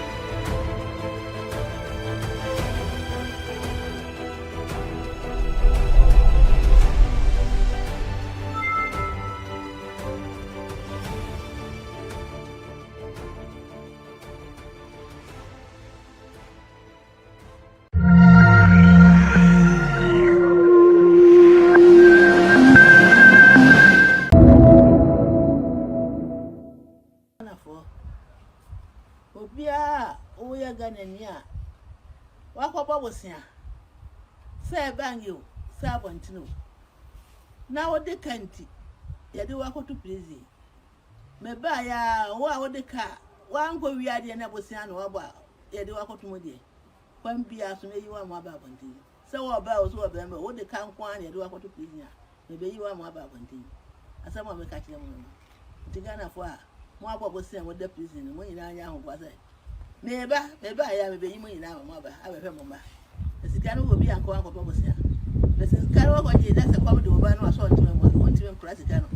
No common over, and to you control the animal, I say, and you are to prison. And to me, baby, you want the prison and what the cardiac, be you in our mother one thing. Some more. Now, for me, I also buy a friend for November Day, my president of Ghana. Aren't you? I could have former Kunku, I want to avoid them. Who to be anywhere in them. No, what the one I read, the granite. Okay. What I will say was what I will from say, Pet. I want no cook anymore. What you shout, I will know. None of one I read. Okay. That be our work for us. Will be out on town. So, by President, I will be a nah, and I, Joe Barrett from so many. I also have a card. So I was saying to the card, yeah, the master to be. Debbie. Yes, I'm fan to have. And I won't be now to go with them. Now, this year to Abana, I was saying I'm in the pan to be empty. And I was saying I'm in the pan to be empty and I'm an answer. When we have visited a half one year with them, I want you with them and then answer. It is a kind. Let's say, I will say, Pimian, sir. The rest I got trouble and then Pimian, not the Mapping. The whole one I did. To be President. Oh, magic card. But the card, I can't just say the card, no talk to them. I for your business. Yes, I'm fan to Abba. As Auntie Baba. School friend, I'm the buy. The Macan, when you start a paper. Oh, him by a travel, what's over for anymore? Why not be a fast hand? I am a man and I don't know some travel or not over for anymore. So we'll try the chair will be a. Yeah.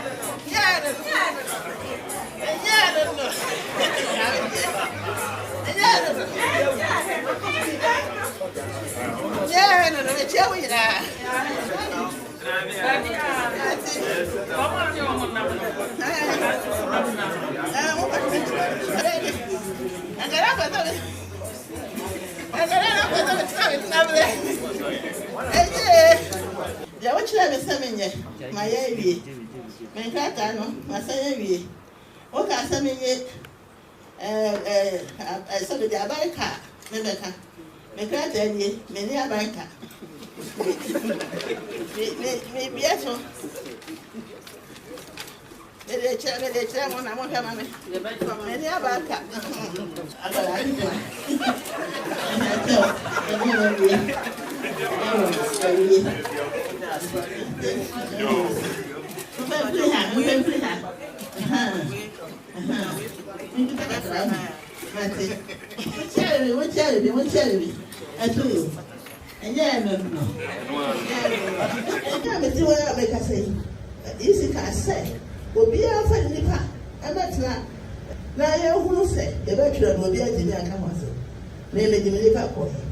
Baby, I was with you.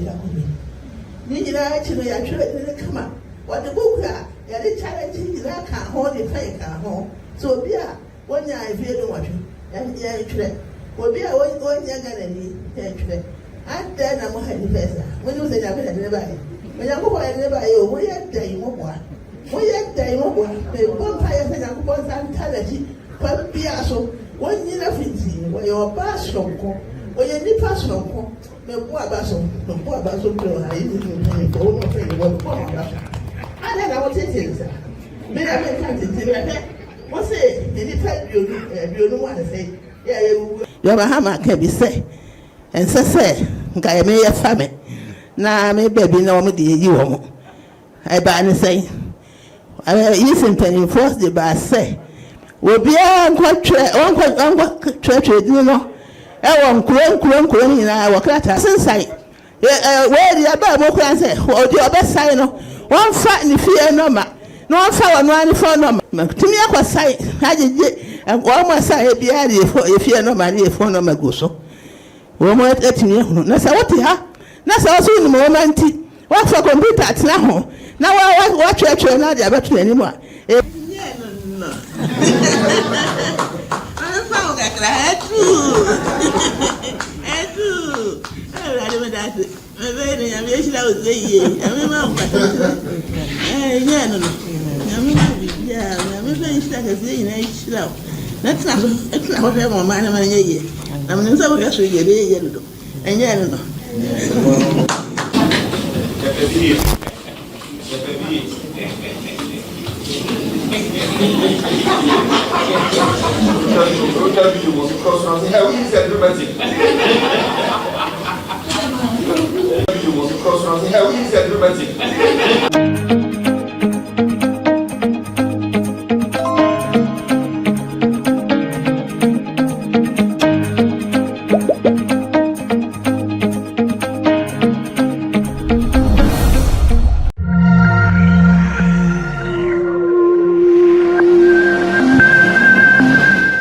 Normally, politics or election should have been two things. You win, you lose.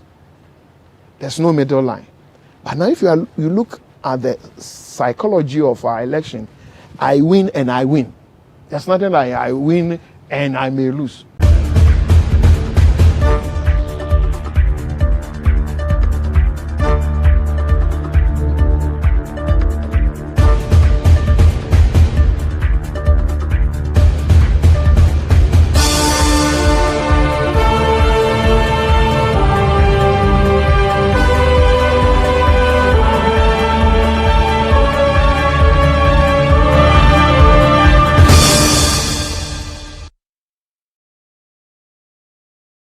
Hello there, and welcome to this exclusive interview with a man who is a friend of GhanaWeb, first of all, and who is very vocal when it comes to a lot of issues of national interest. Reverend Kwabena Opunifrimpong is a former General Secretary of the Christian Council and is also the current Executive Director of the Alliance for Christian Advocacy Africa. This is an election year, and of course there'll be a lot of discussions around the things we should do right or not, or the other things that we should not be concentrating on going into the December 7 elections. We're having a conversation on that. The concern here is about election-related violence. Reverend, thank you for the opportunity to speak to us. My pleasure. I hope you've been doing well. It's a new year. Happy New Year to you. Many happy returns. And I'm good also to be here at GhanaWeb and all the exciting things we are hearing. And I know the future is bright. Yeah, and you've been a friend for many years. Thank you for extending that hand of friendship to us. Now let's get into the discussion. Now, it's an election year. First of all, why should we be concerned? I know that we've had many incidents in the past, all the elections that have been held, especially under the Fourth Republic, where there have been election-related violence. Why are we talking about that now?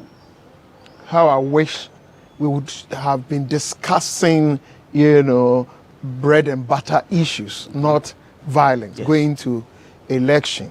But here we are. The organization you mentioned, Alliance for Christian Advocacy Africa, is a body of ministers, pastors from different churches, but also university scholars, lecturers. And we've brought ourselves together to answer to the question, how do we bring faith perspectives on national issues, public policy issues? Some of us are here in Ghana. We have some of our members in Angola, DR Congo, Liberia, and other Africa countries.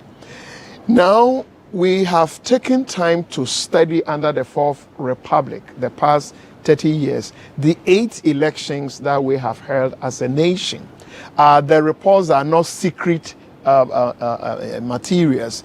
You go to European Union website, you find reports on our elections, all the elections, Electoral Commission website, Ghana Police Service, CODEO, domestic monitoring body, and many more, including Ghana Police Service. Now you study each election, and all the reports will point to this reality that every election in Ghana records death. Death. Every election, the 8th election. The recent 2021 recorded 8. Yes, just for one constituency. Yes. Yes.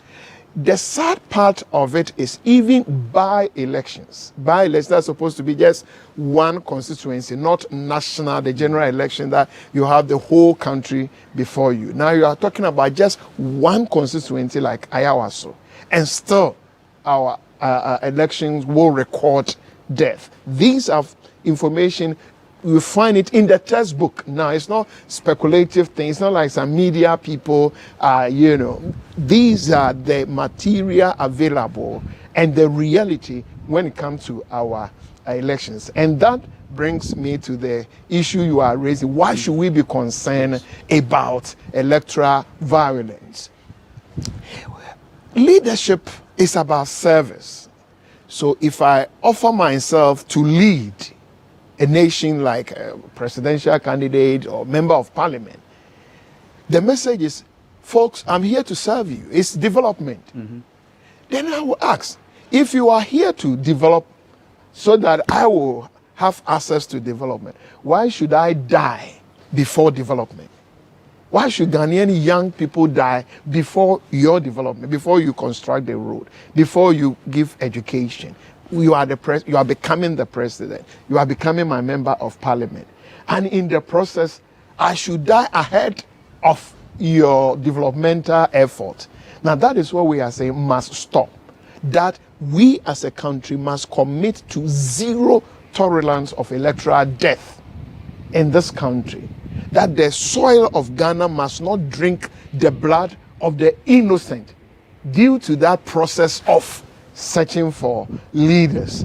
Zero tolerance for electoral death. We've had enough the past 30 years. Ghana must tell a better story. Now, Reverend, I'm intrigued beyond the conversation we're having about stopping election-related violence. But we have a history in Ghana. People believe that we talk more than we act. Is this not going to be one of the rhetorics where it's just a call from your organization scattered across Africa. Isn't it just going to one of those? It will remain rhetoric. If the 8 people, 2020 elections, have nothing to do with you, it will remain rhetoric. If they are also there, have nothing to do with you. If the 8 election there, but assuming the Techiman death, one of them, either your father, your brother, your son, your uncle. I teach at KNUST. School has just reopened. Medical school, fee paying 12,000 cedis 1 academic year. You pay times 6. Now, even when your parents are alive and they are going out begging people, please help me pick my 12,000 academic year bill, it's not been easy for some parents. Now, in your case, the daddy who should have been there to be even going around begging people to help them pay the bills, your daddy is gone. It's gone all because somebody was becoming president. Somebody was becoming member of parliament. And your daddy was at the collation center and somebody shot him. This is why it cannot continue. It cannot remain rhetoric. So we as a nation, the political parties, faith-based organization leaders, traditional leaders, everybody must be on board that the deaths we are recording, not just numbers. It will remain rhetoric. If we are just, but the other day it was even more. So numbers, but they are not numbers. We are talking about breadwinners. We are talking about investment that certain parents have made. And we as a nation must be concerned and move beyond rhetoric and face the reality and say that this horror must end. It's like you are watching horror movie. And if you get to a point and you have enough, you must change the channel. So it can't continue to be a rhetoric. That is how it appears to be for some people. But I'm saying the 8 people, you have one of them in your family. That have been closer for people to relate. Yes. Okay, now 92, 96, 2000, all the way to 2020. Now we are in 2024. There's going to be an election. How do you get people who have been linked to these violence, these deaths, these murders, as they are? There seems to be no punitive measures. We've not heard any such thing. So, want it again, back to that question. Feel like, well, much ado about nothing. You see, our democracy must grow. It must mature. It must solve problems. We've seen US, they also held election 2022. And even president who was having a problem, people went to the White House, they have been judged and they have been jailed. Some have been jailed. None has happened in Ghana before. Why not? That's a question I'm asking. We are still Black Star of Africa. It's only football that is not favoring us. But some people come to Ghana to learn. In fact, I was a Christian Council General Secretary, as you said, and we brought 21 heads of churches and Muslim leaders to spend 1 week in Ghana, preparing them, helping them to manage their elections, some of the challenges we are talking about. I have been to DR Congo to run series of workshops, and they all hail us, Ghana, you are doing well. So let's bring the dirty side of us also out, that here we are doing well, but this side, we are not doing well. When people come to us, they know, because now the report is there. So let's begin to address that side of us. You see, our leaders after election, all of them, NDC, MPP, President Mahama Nanado, will go to church wearing white to thank God. Our hands are tainted with blood. But remember, you are the same pastors that accommodate them. That is why I'm the same pastor doing this conversation, doing this public campaign. That one, traditional leaders and faith-based organization leaders. You see, this is how we play the game. This year, very soon, and that's why I want to go ahead of them and set the agenda, raise this issue. They will very soon go to the traditional leaders and ask them to pray for them. But they also go with gifts, whatever you need, drinks, money. Unfortunately, you find the traditional leaders, some of them, me and my people will vote for you 80%. And instead of addressing the issue you are raising, they talk about how they will vote for them. Now the narrative must change. I expect traditional leaders, when they come, welcome them. They will bring gifts, receive the gifts, but let them make commitment in your presence that my young people are ready to go around, arrange chairs for your rallies. They will follow you to campaign grounds. They will be at the voting centers. But please, if you send 100 out, bring 100 back. Safe and sound.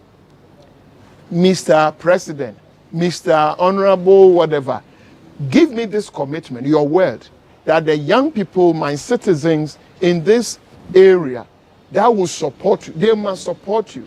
It's a way of mentoring young people into politics. Politics is good. It's leadership. So somebody must mentor the up and coming one. So my young people will follow you. But make sure their heads, their hands, their eyes are intact. So we need traditional leaders now to demand commitment from them. They will still come very soon. You see them moving from palaces. It's the same with us pastors, as you raise, rightly so. They will be coming to church. Pastor, pray for us. We also, they give us money. They give us money. Which is something you've spoken about. Sometimes they give us money and our prophetic voices begin to change immediately. You see, is that pastors, because money actually rules? I don't know, but you can never replace prophetic voice with money, especially when death. The young people sitting in my church. The other day you came here, I prayed for you. Yes, you gave me money. There are certain public servants that are not supposed to collect gifts. But chiefs and pastors, we are free to collect gifts. But we must stay focused. You know, you have young people sitting in your church. The other day, and in mosques also, not only in church, they go into the mosques of worship, yes. And they give them also money like they give to traditional leaders. But the other day they were in your mosque. They took these young people out. One, they don't return. Or there are some places they spoil somebody's eye. You see? And now they've come again. And you are telling me, yes, you pray for them, you collect the gifts, and that will be the end of the story. But should the ball only be at the court of pastors or political leaders? How about the people, you and I? Okay, you see, because there are a lot of times that, of course, people are also interested in what they benefit from many of these politicians. How about that? But let's start from this matter of influence. You see, this group of people, they command respect. You others may need money, but they don't command the respect that our traditional leaders, our pastors and imams. So they must accept their role in the whole process, because as for them, they will go to them. They will very soon come to us. They will come to church. They will go to mosque. They will go to traditional leaders. Let us use our influence to address this problem that we have had the past 30 years. Then that comes to the next issue you have raised. Politics should have been a sense of patriotism. The drive must be a sense of patriotism that I love Ghana. I want to serve. Our country at the moment, politics has become business. What it means is that people are investing. Some are picking loans, you know, as they do their delegate things, and is some loans from banks. Some sell their, you know, facilities, buildings. Obviously, because they know what they'll get. Exactly. That is where another source of the tension we are talking about. So normally, politics or election should have been two things: you win, you lose. There's no middle line. But now, if you look at the psychology of our election, I win and I win. There's nothing like I win and I may lose. They don't want to hear that, because I'm protecting my investment. And then we have a constitution, this issue of winner takes all. Now, Ghana, and this is supported by a structural thing, that if you win election, especially president and your party, everything about this country is under your control. What it means is all the appointment, from regional minister to district chief executive, all state enterprises, boards, everything is under the beck and call of the president. Until recently, all bills going to Parliament, president. In fact, development, whether your road will be fixed or not, is still president, the budget that you send to Parliament. You see, so that's what people are fighting, that if we win, we have everything. That one is a long term. There's very little that we can do. Okay. But the short term, those people we are talking about, you see, I hope that I just wanted to hold your thought just for a bit, because there are also larger conversations, bigger ones, about even the politicking in Ghana. I want you to catch your breath just for a bit. When we return, we'll continue with the conversation. My name is Echi Atisu. This is Election Desk on GhanaWeb TV.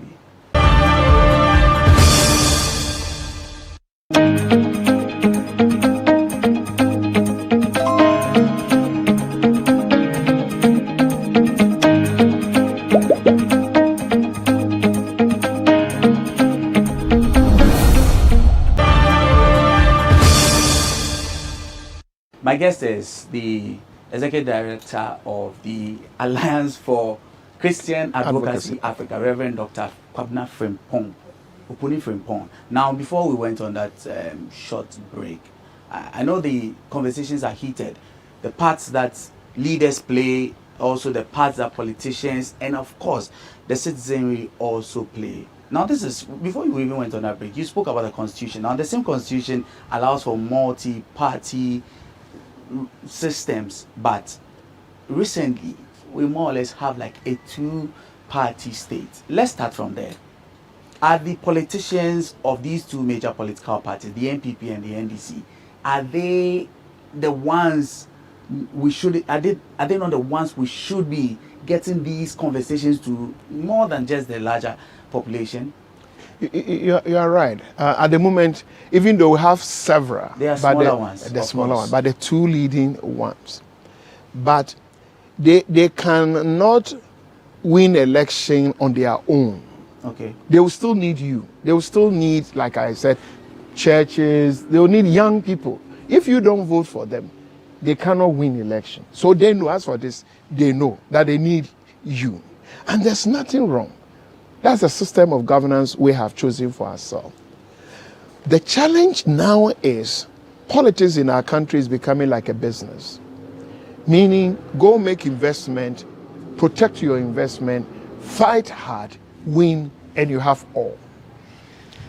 Now that mindset is pushing, and the two of them, because if you read the report I'm talking about, the reports don't justify any of them as better off when it comes to matters of cheating, violence. They are all the same. None of them is exonerated in any of this report. They are all losing legacy mindedness. What it means is, let us do what we can do today. Let's get what we can get today. We don't care what people think about us the coming years. You see, so they move in, and if you must die for me to get what I'm looking for, we are moving on. Now that's the painful side of our elections at the moment. That people are losing that sense of, a legacy mindedness. That all that we are doing, they are being recorded. Mm-hmm. And one day, I studied political science at University of Ghana, political history, Professor Ukwe. People will study us. If you are legacy minded, you are thinking one day if my son or grandson enters at the university and they are given the records to study, and my grandson will get to know that, oh, so my daddy became president through the death of 8 innocent people. Or somebody will read that and point to those who come after you, that this is how your dad became member of parliament. We should be worried about that. What it means is we are creating problems today, expecting our children to solve tomorrow. If you are such a leader, you are a bad leader. A leader that creates problems today for people to come and solve tomorrow. And some of them are creating problems even for their families. The records are there. You get money. You build whatever you want to build. But remember, one day, the records will prove the matters of integrity and credibility. So today is money, money, money. But I pray and hope we have a paradigm shift where people begin, and that's where we need the media. GhanaWeb, you are everywhere. That we start raising the issue of credibility and integrity, consciousness and legacy that yes, you want to lead us, but we are watching. The young people who will come after you, you may get everything, but you will not always be here. And we will tell your story one day. All of this sounds like a very bad picture. There are people who feel that, okay, how about we sit back? We don't even participate in elections at all. We don't vote. Oh, that's not the best way to go. What would be the best way out? You see, if the good people in a society, in a family, decide to be quiet, we don't care, then you leave the family, you leave the society into the hands of the dangerous, wicked people. And it's equally as dangerous as you know, so that is not the best way to go. We must get involved, but we need young people, a new generation that must think about themselves and their future. You see, I love you, but I cannot destroy myself for you to build your own. So we need young people who draw red lines for themselves. That, honorable, I'll follow you. I will arrange the church for the rallies. We are having election. I will do all the posters and all that. We will go to media, do communication. But if you ask me to take a gun, a stake, machete, whatever, to go and kill somebody, Your Excellency, I'm sorry, I won't do it. Because I'm also building my own future. I don't know how tomorrow will be like me. Today, I don't have it. Today, I don't drive the car you drive. But maybe tomorrow my story will be different. Some of them are so uncaring. I ran a workshop in Central Region, and a JSS boy, and they brought some of these children to the meeting, raised his hands and said, an MP gathered our parents and asked them that they should bring us for this voter registration. 16-year-old member of parliament is saying, go and register and say you are 18. So the politicians are really part of all of this. And this young small boy, JSS, said, I told my mom, Ma, I won't do it. Okay. Because he has received the information. That's why I brought in media. That if we can go out there with information and educate people, we will save some of them.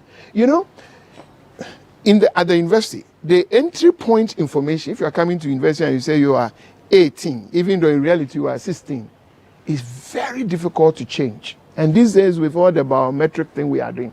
So you want to be president. And you are asking a young boy, 16 years, to go and pick a voter registration that I'm 18. This young boy had learned in a church that these things will affect him. So he was able to tell the mother, I won't do it. That's what I'm calling for. Our young people must begin drawing red line. I love you, honorable. I'll do what I can. But if you ask me to cross red line, but here, media and the churches and the mosque can now start helping people, giving new orientation that if you do X, Y, Z, you are crossing red line. You are crossing red line. We may be able to save some of them.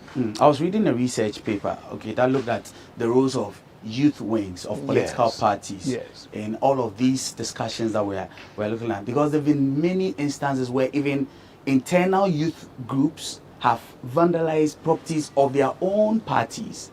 Now, the role of the youth, what they should do and not, and being discerning and all of that, how do we balance their own emotions about the things that are going wrong? How do we help the young people to also come to the realization that it should be more than being violent?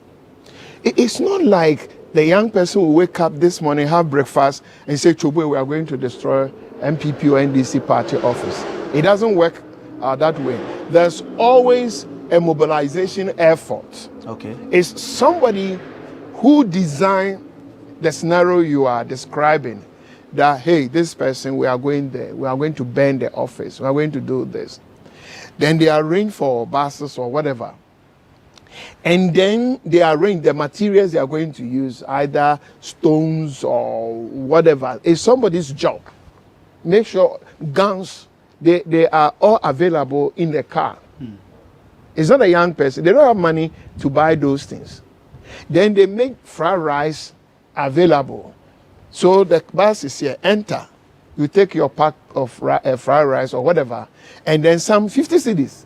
Some 50 cedis. Or if you are lucky, 100 cedis. Are all these things not tied to hunger and the fact that people can't afford some of these basic things themselves? I'm telling you, some also can still say that even though I don't have 50 cedis, I don't have 100 cedis, I will never throw myself into the hands of the dog. There are young people also who have that will, that determination. But do they outweigh those who don't today? Can we say that? If those of us, who manage the safety networks, including what you are doing, networks, you see, now young people on social media, there are many of them, city, urban, and they are hungry for information. So now if I can get a network that is very strong on social media, like what you do, and then we feed the system with information, with pictures, with realities, with facts and figures, including whatever they want to watch, TikToks. You do all this. Gradually, you will get some of them that will also be protected because of what we do, what you do at GhanaWeb. You can save some. If pastors will follow suit, they can save some. If mosque can follow, so we may lose some of them, but gradually we'll protect many of them. It is on the other side. If we all decide that as for these young people, know whatever you do, so let's leave them, then they will kill them. Because those who are killing them, they don't care. They are protecting their investment. So if you young person, you come collect my fried rice and the 50 cedis, and you don't come back, immediately, as for our friends in Islam, even they don't take much time, immediately they bury you. But the others that they will go to the mosque, period that they are there, they'll come and flood your family house and just look remorseful and pay for the casket. All right, just a quick one. There's also the issue of political parties and their private security. How do we deal with this thing, which you call vigilante? The vigilante, we have a bill. In fact, we had it 2019. The first election after the passing of that bill was the 2020 election that we recorded it. And that's why we started this campaign. That we had the vigilante bill passed 2019. Then the first election after that law, we recorded 20. And even as at now, as we do this conversation, nobody has been jailed, punished for that. And therefore, yes, we have the vigilante, but if we go to bed, now we have vigilante laws. Having 2020 in mind, we may not help ourselves. But at least we have laws in this country that is supposed to protect us. But 2020 is not a better story as far as the vigilante. Okay, very, very, very finally. Now there's the call by the SDA Church for the day of election, which is December 7, to be moved beyond, whether it is November. Now just recently, the EC is also proposing for a November election. You are a man of God, you're a priest. No, I'm a member of the IPAC. Well, where these things, the Inter-Party Advisory Committee, I'm a member. What do you make of this request? Democracy is free speech. Okay. And if you are hungry, you must be free to say, I'm hungry. That's what democracy is all about. Whether the majority will listen to your cries, another thing. So would it be the right thing? Because 2008 was a Sunday.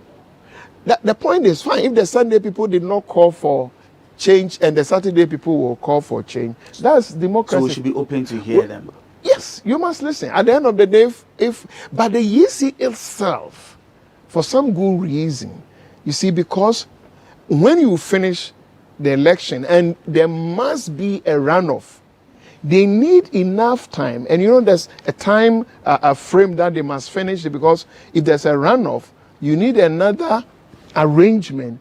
And by the early January, we must be swearing in a new president. You understand that? So now the EC itself is saying that we need time to finish the election, and if need be, we need to prepare for a runoff. We need enough time. So the EC itself, not the SDA Church, is working towards that. But for me, free speech There's nothing wrong. If you are hungry, you must be free to say, I'm hungry. Thank you very much. Reverend Dr. Kwabena Opuni Frimpong is a former General Secretary of the Christian Council, currently Executive Director for African Christian Advocacy, Alliance for Christian Advocacy Africa. Sorry, thank you very much. This has been Election Desk. Remember that GhanaWeb.com is back online. You might be seeing other websites, but GhanaWeb.com is back. If you're unable to access the website, clear your browsing history and then type in GhanaWeb.com and you can get all your news right there. This has been Election Desk. My name is Echi Atisu.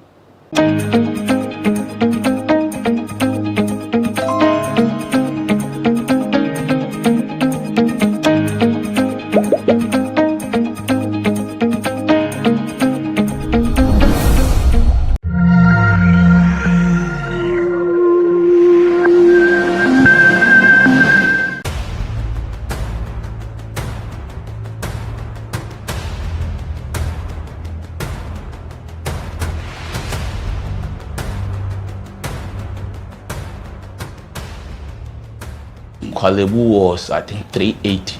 380 Ghana cedis. Yes. But private, some are 500, 450, some are 800, 860.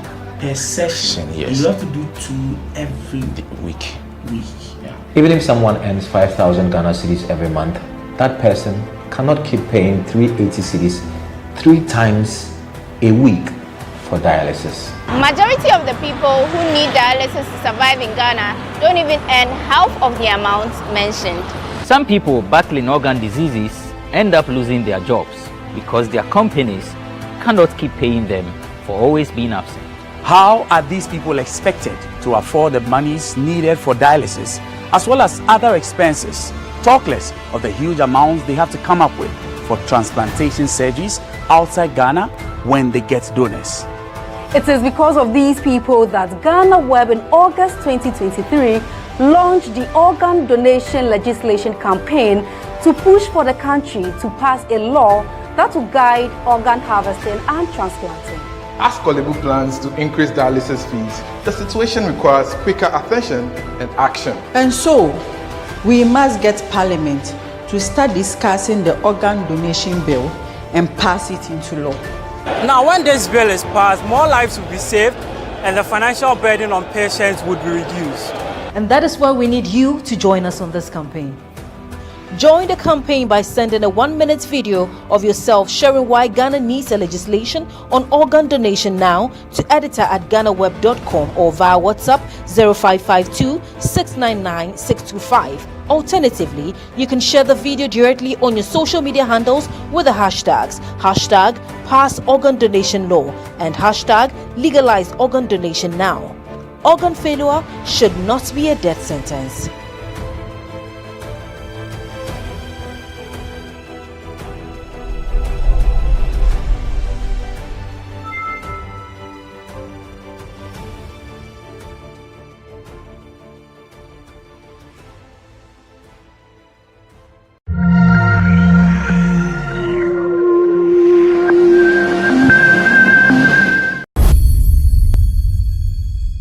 Makwaba eba asemsebe kasebo so wo GhanaWeb TV na kasebo esemufo asem eno na nope mede ebe dan mo na nsem bia e wo kasebo mu ene se maami a ye friend madam ekua asiedu a wenya mfrinhie oha enwotwe e de adesede akoto mampani abede etwe Dr. Mahamadu Baumia anim ena afen so Brian Champon so anim ye Minister of Agriculture se wamomo ano na ne sika bi a akwakoka eye sika krabia nkrabata bi wamombo no na nensa enka na madam ekua sedua e kiremu a ni sika no eye infie insieni akoka bank wa ahye ne waye bia no ensiso wa pacho wakọ bank ho ne ade enso ni sika no nensa ntimi nkan e wo kira 12,000 Ghana cedi wo de kotiti sika ni mu 120 million na eno en wo de dwato e de emma Dr. Mahamadu Baumia so wonhwe na nisika no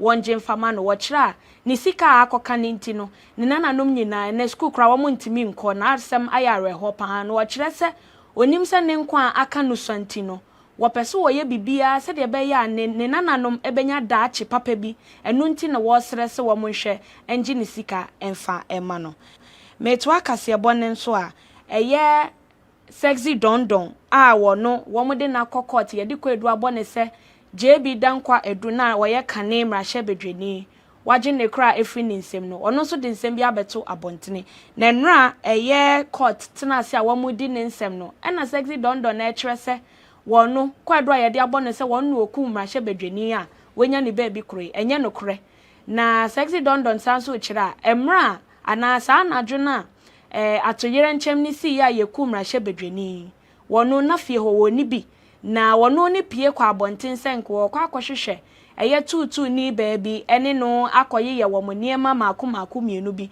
na no ɛna ɔkɔ police senka wɔ kwa ka asɛm a esie woduru hɔ na policefoɔ ɛde sobo ɛbɔɔ no na emra wɔkasa no wɔbobɔ mpanifoɔ bi a wɔmɔ police dwumakuo ni mu din bebree na edin epie mu ebi ne dampare ɛna afei nso ASP Sapon woba GhanaWeb.com a wobenya de aka ne bi akan ye to asonso nana akomia e de adesede kese ato asofo enim se ye ba beto abeya a womo hyehyehye nkom wei ne be wini wei na nyankopon se abato ne ne dia no womo enhwe no womo nya sa de no wo kire a se womo anhwe womo kasemu yi a edensem bebre ena beba oman ni mu na nana akomia kasa no eno wo kire se die nti ena asofo binum kane ne ka se Muhammad yenka akonwa no wo nya kra sisi a womo asan abeda ne womo anu abeka se Muhammad na nyankopon ede akonwa no ahye ne nsa wo kira sanse mo nyine ha adwene esansa sofo de wontimi nka asem we ne na ekine bi wonsan besesa wano enye sa na kyese wankasa no wo sofo de na wodie no ensisi so na kyese enkoyie kra wo twa ntoro enti eno no de adesede akoma asofo bebre num se ewom sa abato no obi apeso ohu de wobedi nkunim nanso be ya wo mo ntwen Ghanafo kwakoto aba no na wo mo a eyi de obedi nkunim no a wobi eni age no wo mo njai se wo mo hyehyehye nkom a emfa bibia emfa mba embeboa oman no na de etwato eye prophet Nigel Gesi wode nsem bi abetodwa wono eye kofabai na afa so pani edema Prophetic Hill Chapel International neno na prophet Nigel Gesi dia betodwa se eye Philip Apiakubi a dodo na friend Roman father sisi a wono na wotu franka amagana Freedom Party anakane ekwadonkotu franka ma wo mo enne Yankopon ato nsa afrɛ no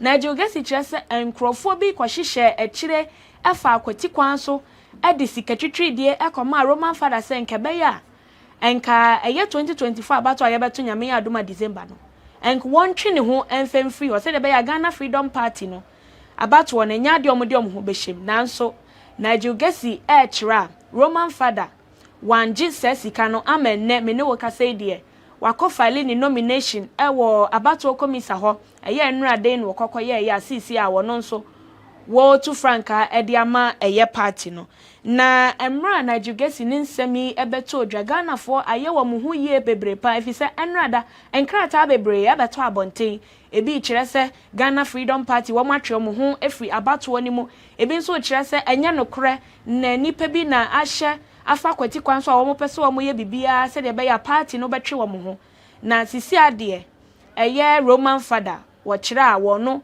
ena wo gina ho etu franka e de ama Ghana Freedom Party na kaseboy aha ene edi besi mi amede bra mo midin e de akosua owusu a acheman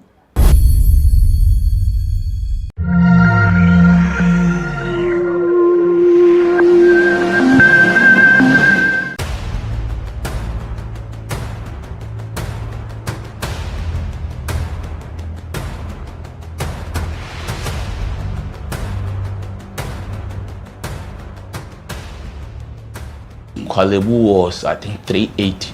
380 Ghana cedis. Yes. But private, some are 500, 450, some are 800, 860. Per session, yes. You have to do 2 every week.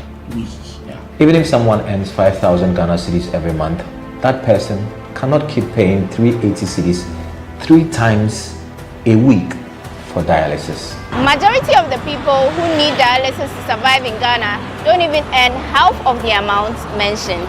Some people battling organ diseases end up losing their jobs because their companies cannot keep paying them for always being absent. How are these people expected to afford the monies needed for dialysis as well as other expenses, talk less of the huge amounts they have to come up with for transplantation surgeries outside Ghana when they get donors? It is because of these people that GhanaWeb in August 2023 launched the organ donation legislation campaign to push for the country to pass a law that will guide organ harvesting and transplanting. As Kolebu plans to increase dialysis fees, the situation requires quicker attention and action. And so, we must get Parliament to start discussing the organ donation bill and pass it into law. Now, when this bill is passed, more lives will be saved and the financial burden on patients would be reduced. And that is why we need you to join us on this campaign. Join the campaign by sending a 1-minute video of yourself sharing why Ghana needs a legislation on organ donation now to editor@ghanaweb.com or via WhatsApp 0552 699 625. Alternatively, you can share the video directly on your social media handles with the hashtags #PassOrganDonationLaw and #LegalizeOrganDonationNow. Organ failure should not be a death sentence.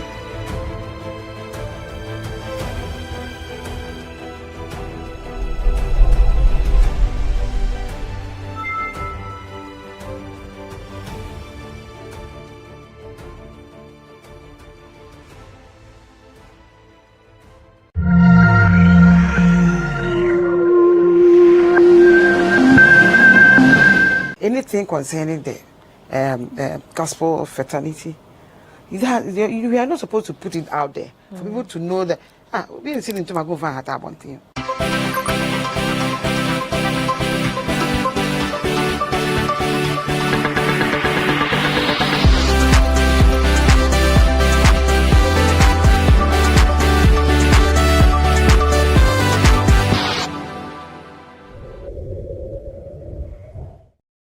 Today I have here with me two legendary veteran Ghanaian gospel singers. I have the singular honor to present to you the Tego Sisters. I don't know, I'm very excited about this one because I grew up listening to them and I'm getting so much nostalgic right now in the studio. Oh. You're welcome. Thank you, dear. Yeah, you're looking so beautiful, Yeah, I must too. say. Evergreen. Mhm. Okay, there's this particular song of yours I like so much. Fabi Biara Mano, Fabi Biara Mano, Kama funya mi, Beka Mauda, So wasemka, Wanyami kebi mao, So tokwakua, Wanyami kebi mao, Fabi Biara Mano, Fabi Biara Mano. Hey, live performance. Oh, I'm so blessed to have you here. You're so welcome. So how is it like, let's come on a lighter note. How is it being like being twins? Is there any special thing about being twins? I mean the telepathy. I hear stories like that. How true is it? It's true. Being a twin is not perchance, but it's a blessing.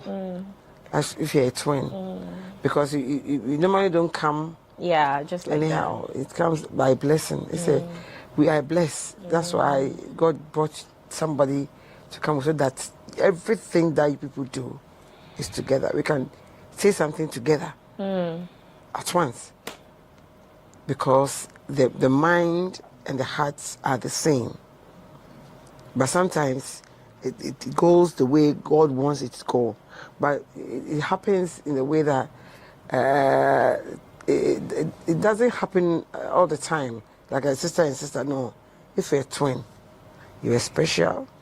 And everything concerning you is a special thing. And you feel each other's pain. That's what I'm talking about. Wow.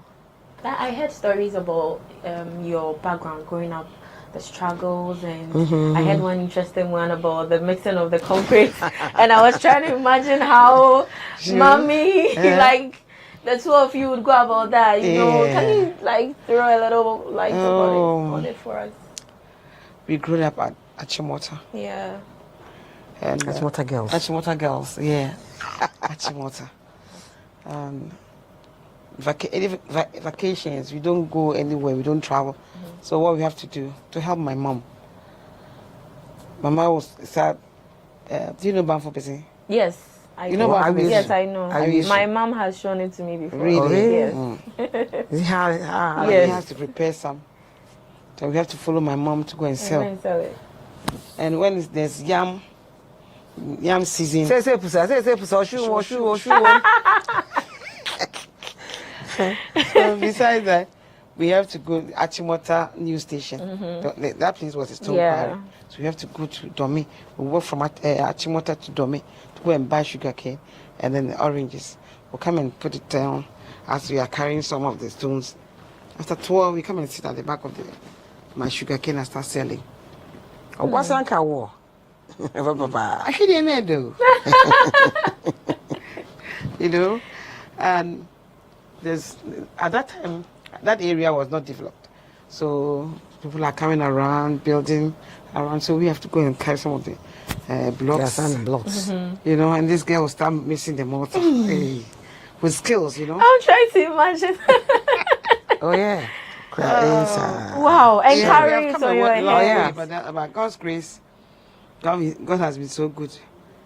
We are here.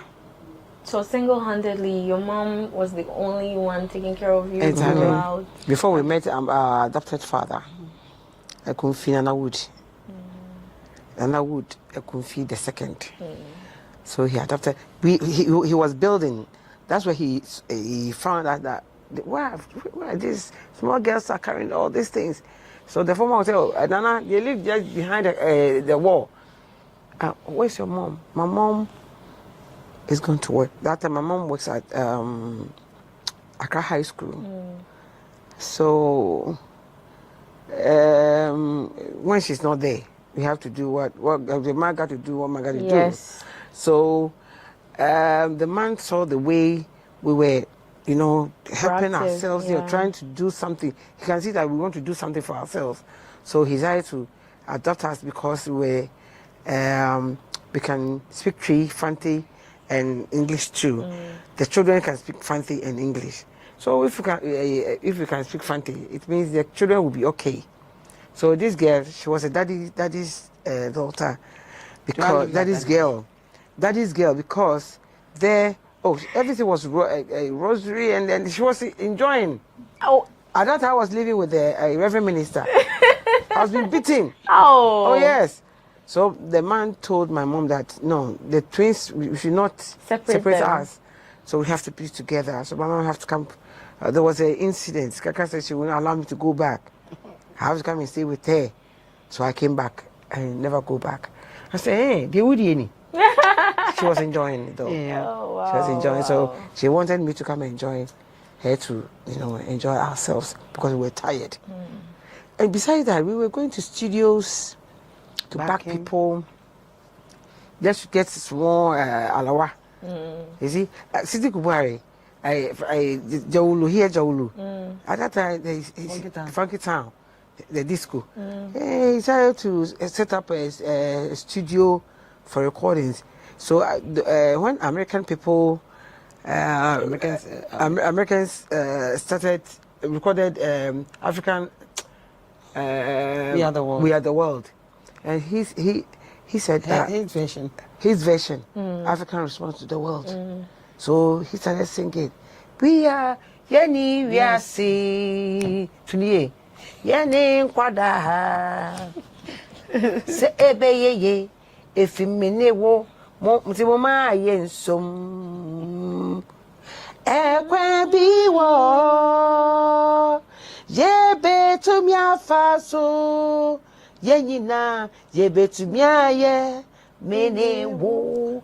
It was that time Afro Moses, the African that guy from Moses. Oh, okay. That's really nice. When we say we'll dig or we'll dive into a So let's look at those times, how it was for you, like with regards to your career. Was there tight competition at that particular time when you people were up? When you had the likes of Susie and Matt, Jane and Bennett. There were no competition. They were not there before. There were two sisters called Kwashe Sisters. That's our role models. Oh, okay. Our role models. Yeah. They are in the US. One is no more. One is there. Two. Yeah, we were three. Okay. Yeah. So when we started, there was like Mary Gansa. Stella Abasio. No, Mary Gansa. And the Tego Sisters. For some time, then Abasio also came in. Then Reverend Kusibeku also came in. And then, What about Dinah Hobson? Dinah Hobson, the late crowd. At the end of the day, they are all in there. You understand?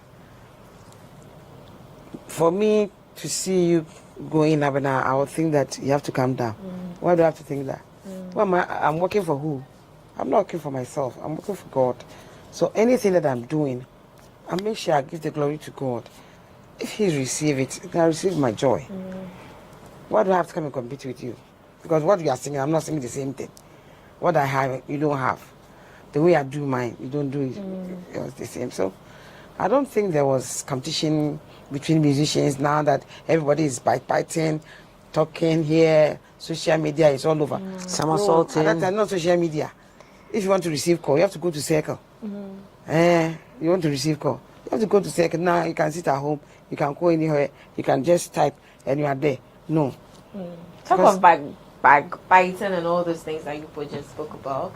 It brings me to raising concerns in recent times that there's an alleged or there are rumors that the gospel fraternity somehow there's no unity amongst There's you alleged. guys. So we'll take it as alleged. Because all these almost things, a secular act, the crowd more unified same. you know what? We are all Christians. We all go to the same place. We do the same thing. We do everything like normal worshiping. Whatever we have to do, we do the same. But you see, you can never be me, and I can never be you. The gospel song that we are singing is not something like a story tell. It's a message, and whatever a message you are carrying across, I don't think if you understand what you are carrying across will determine for you to do things that is not supposed to be. It has to attach to the work that you are doing. Did you call yourself as a musician? How did you decide to sing? It's a gift God gives us. We know that what we are doing is a gift God has given us. Because we were catering before, we were seamstress before, but we chose the one is in us. It's not for anybody. And what I'm doing, you can never be me. Somebody was telling me, why are you talking like your voice has changed? It's like just the night. I was just talking to somebody, say, your voice changed. It's like P.C. Esther. No. My voice is different from P.C. Esther. You understand? I have a very deep voice. So sometimes in the morning, I don't even pick calls. When I pick, hello? Hello, sir. Please, can I talk to my P? Hey, talk whatever you have to talk and stop what you are doing. But sometimes, if you know the one who have called you, like a company, and we have called all of us. I can do IT. You can do IT. You can do different things. And this is what we are talking about. So why am I competing with you? What you can do, I can do. But I have to do. So you agree that there's competition? I don't want you to say competition. So what is really the like going on? If you understand what you are doing, you don't have to compete with anybody. You understand? Wow. For me, I'm not competing with anybody. I'm not competing with anybody. If you're a professor, you understand? I'm also a professor in myself. What I hate is anything concerning the gospel of fraternity. We are not supposed to put it out there for people to know that we are sitting to my go for one thing.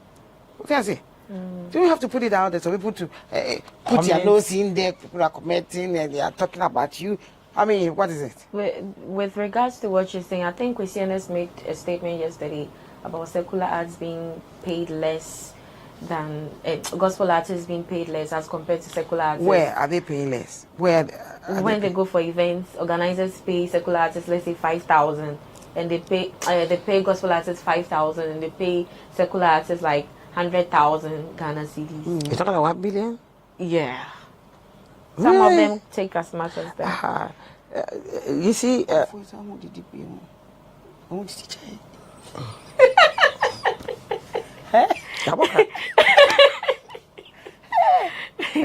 Oh yeah, some of them even charge in dollars. Oh yeah. Oh yes. Yeah. Yeah. You see, you see what he was saying is true. Why? Because the people, those people are not accepting us the way we are. Because if you know what I'm doing, maybe I can perform better than the secular. You mean they don't see your value? Yes. Even Christian fraternity, not the musicians, our own Christians, go to sell your ticket. Your ticket. You're talking about your tickets in the church. You see, I come to church here. Where are we, Jolu? I pay my dues, I pay my tithes, offerings. At the end of the day, if I'm about to do something in the church where I am, where I worship, I have to pay money before I can use the premises. Promote your church. Even the premises, for them to announce that we have to support our own. You have to pay something. No, I'm talking about doing the program at the premises. At the premises of that's where I worship. That's where I pay my tithe. That's where I pay my. Your own church. Your own church. Wow. That's where I pay my dues. That's where I pay everything concerning the church that I have to give. That's what I do. But at the end of the day, when you are about to lunch, do your luncheon, hey, trouble for you.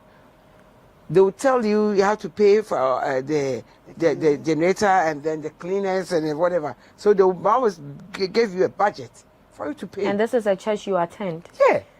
And it hurts so much that it means that the pastor there or the elders, elders, they will tell you, you don't value. They don't value what you do for the church. We preach through melody. So if pastor is preaching, you invite pastor to come and preach, and he invite you to come and sing.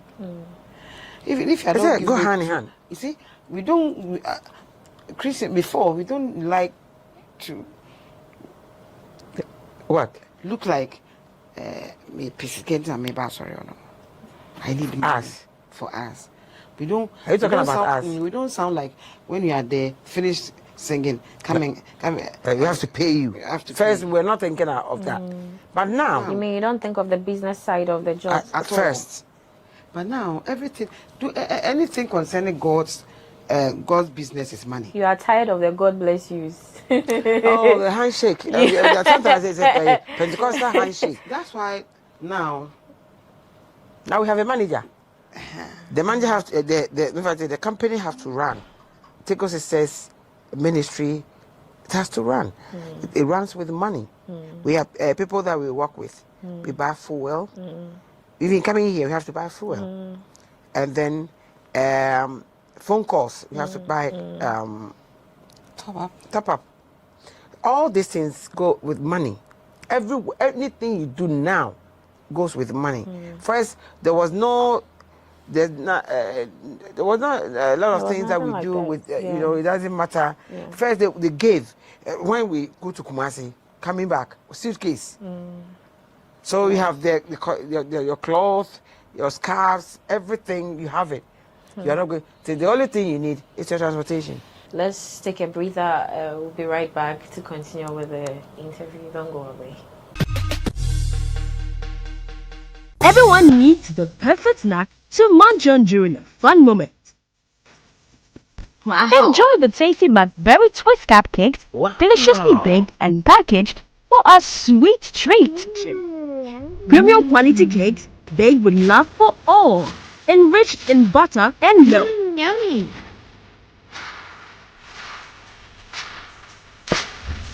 Oh, McBerry Twist cupcakes, simply irresistible. Try one today. This advert is FDA approved. If you just joined us, you are still watching Talk Entertainment on GhanaWeb TV, and we are still here chit-chatting with the legendary Tego Sisters. Now we are delving into their 40-year anniversary journey and what they have in store for their fans, their upcoming projects, and all of that. So yes, Thank who you. do I start with? Don't go there. Come here. Okay, I'm coming here. Yes. 40 years in the game is no joke. Trust me. At all. Mm-hmm. At all. So, can you give us a little, spotlight about how it has been for you? It's not easy. You've said it, good. But God has been so good. We cannot do without God, and without Him directing us, it's not easy. Because so far as we are living with a human being, it's not easy. But God always make a way that will bring us to it seems to be the way. The stage that we have to get to. But going the way forward. Going forward. Going forward. As we said before, it wasn't easy. Working here, going to studios, making sure that we backing people like Papa Jansen. Upside down. Accidents. Oh, you were once backing vocalists for Papa Jansen? Yeah. Oh, we're backing them at the studios. Oh, okay. Not a G-man. There's so much gone into it. Okay. But God has been so good. As God said. So wait, looking at your journey, it means you nearly diverted to high life. No. After one is out. My mama will kill me. Because you were rolling with high life people. Oh no, it's just a shabu. This mama shabu. You know? Shabu, then you get small money for something that to take you somewhere. We decided not to do, boys and girls thing. So we decided to work for ourselves to get what we want. Boys and girls thing. Yeah. Like being promiscuous. I don't know. No, today even when we're coming, they were saying something on the radio that 13-year-old, 14, they are going for, first say, they are going to hospital to take injection for them not to get pregnant. You mean birth control? Birth control. 13 years. 13 years. 14. They were talking.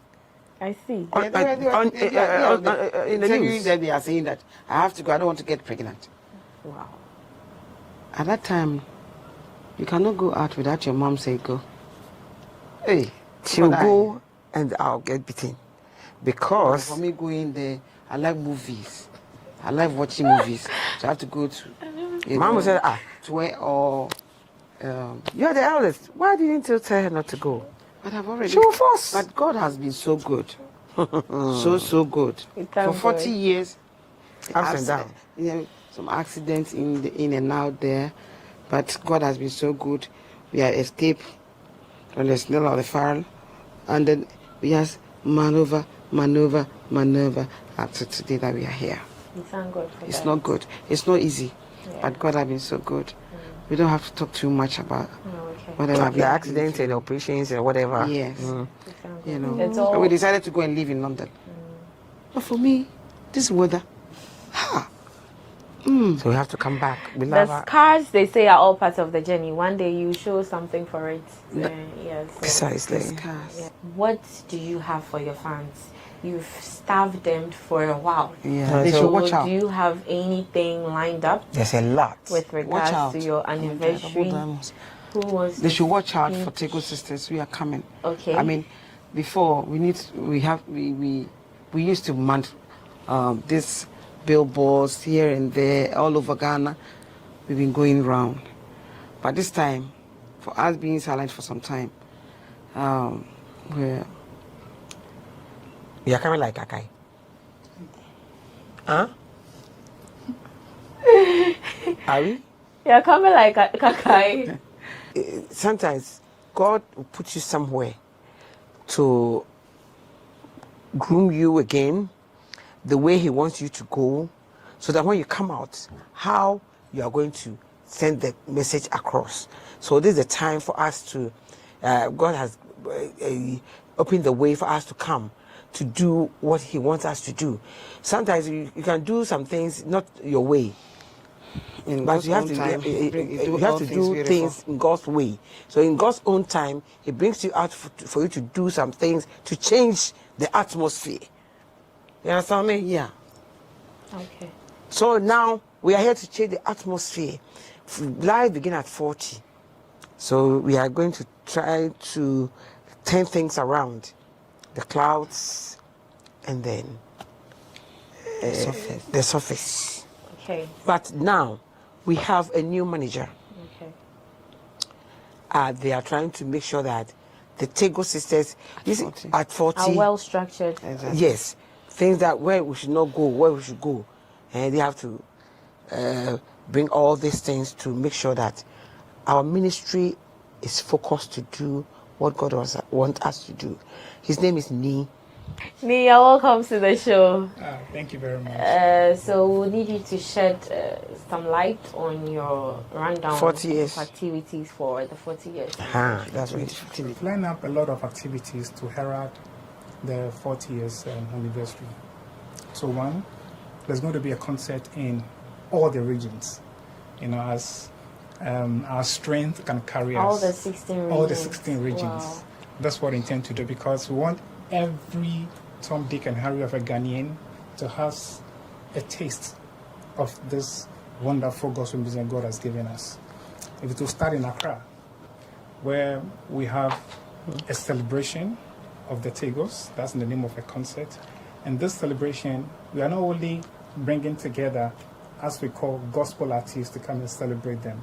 We are bringing other artists outside the gospel You to mean come. secular arts? You can call, I don't want to call them secular artists, but outside the gospel as it is. Can you mention some names? So Or it will be a spoiler? No, it won't be a spoiler at all. Okay, So we have Kwabna.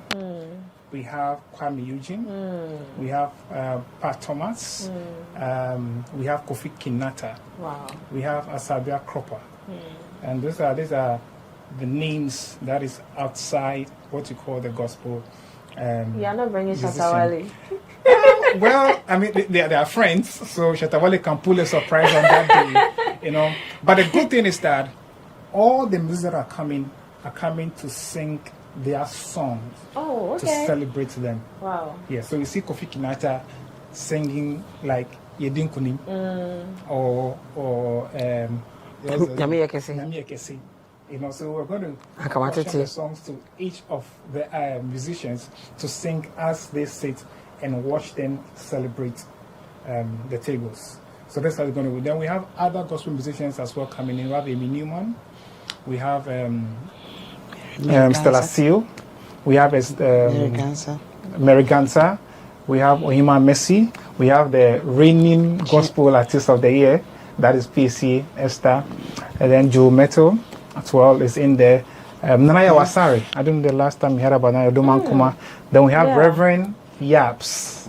I mean, these are people that we are trying to bring together because they started with them. Reverend Yoss and the Indefatigable Man, of course, he's been writing most of their songs to them. He's also going to be there as part of the musicians to celebrate this wonderful twins. Then the next week we're going to have a foundation dinner And then because they have a foundation, as they told you, which has been there for the past 10 years, which, I mean, that's one thing that really strikes my heart anytime I want to talk about it, because it's a foundation for twins and children. And you know they are twins. So it's only twins who knows the needs and wants of twins. So they have this foundation, and for the past 10 years that it's been in existence, they have been bankrolling this foundation from their own pockets. And every year, they go to places, donate, they go to maternity ward to pay hospital bills of twins, of mothers who have given birth to twins that they cannot afford. They do that. They go to orphanage homes to donate, and every year they do this thing out of their pocket. So we're going to do a dinner, a fundraising dinner. We're going to raise 10 million Ghana cedis as a seed capital to invest into the foundation, so that going forward, if the need arises for them to go and do any donation, any philanthropic gestures, they can dwell into or go into the coffers and then help the needy. So this is what we intend to do. And this too, which is the concert and then the dinner, will be replicated in Ashanti region, in the western region, in the northern region, in all the regions. That's huge. Yes, Thank you. That's a big one. Wow. That's really huge. Very huge. Okay, that's nice. So we need hands.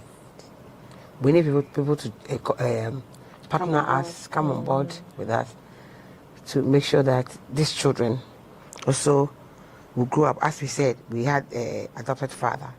So if we cannot adopt them, we can help them to do something for them. Maybe we have doctors, lawyers, teachers, presidents, first ladies are in there. So it's our joy that we see that these girls are okay. Some of them are universities. Some of them are out from the university now. They are working, and the rest also are there. So we need hands. The corporates should come on board to help us. If also you partner us and you look for them, and then we all come, all hands on deck, we do that. Okay, one thing that is very vital to this celebration is sponsorship, which she has made mention of. And I pray and hope that corporate organizations will come on board to not only to sponsor this, but to partner us to do this. There's one last line. A song? Order for Ben, cry, neti so winyami. Oji for Ben, cry, yatin betutu wo. Wuja wenyu nyam, wahingwa wasuru. Basasi so, bewe jiji yankwa. Oh, nyami yodumfu. Nyami yodumfu. Wabe wajien. Ifri enimwasimu. Wawu mayen. Ichaya kenyina. Nyami yodumfu. Odumfu kesi. Ati nyina sutumfu. Nyanke nyine je. Uye ya kwanchire fupa. Use ayeyi. Thank you very much. Thank you so much. You're welcome. Also, soon we've come to an end of this conversation. You can see they are 40 years, but their voices are still evergreen, silky, smooth, you know. And we are blessed to have them on this edition of Talkatainment. We'll catch you another time. Till then, stay blessed. My name is Elsie Lama, and we are out.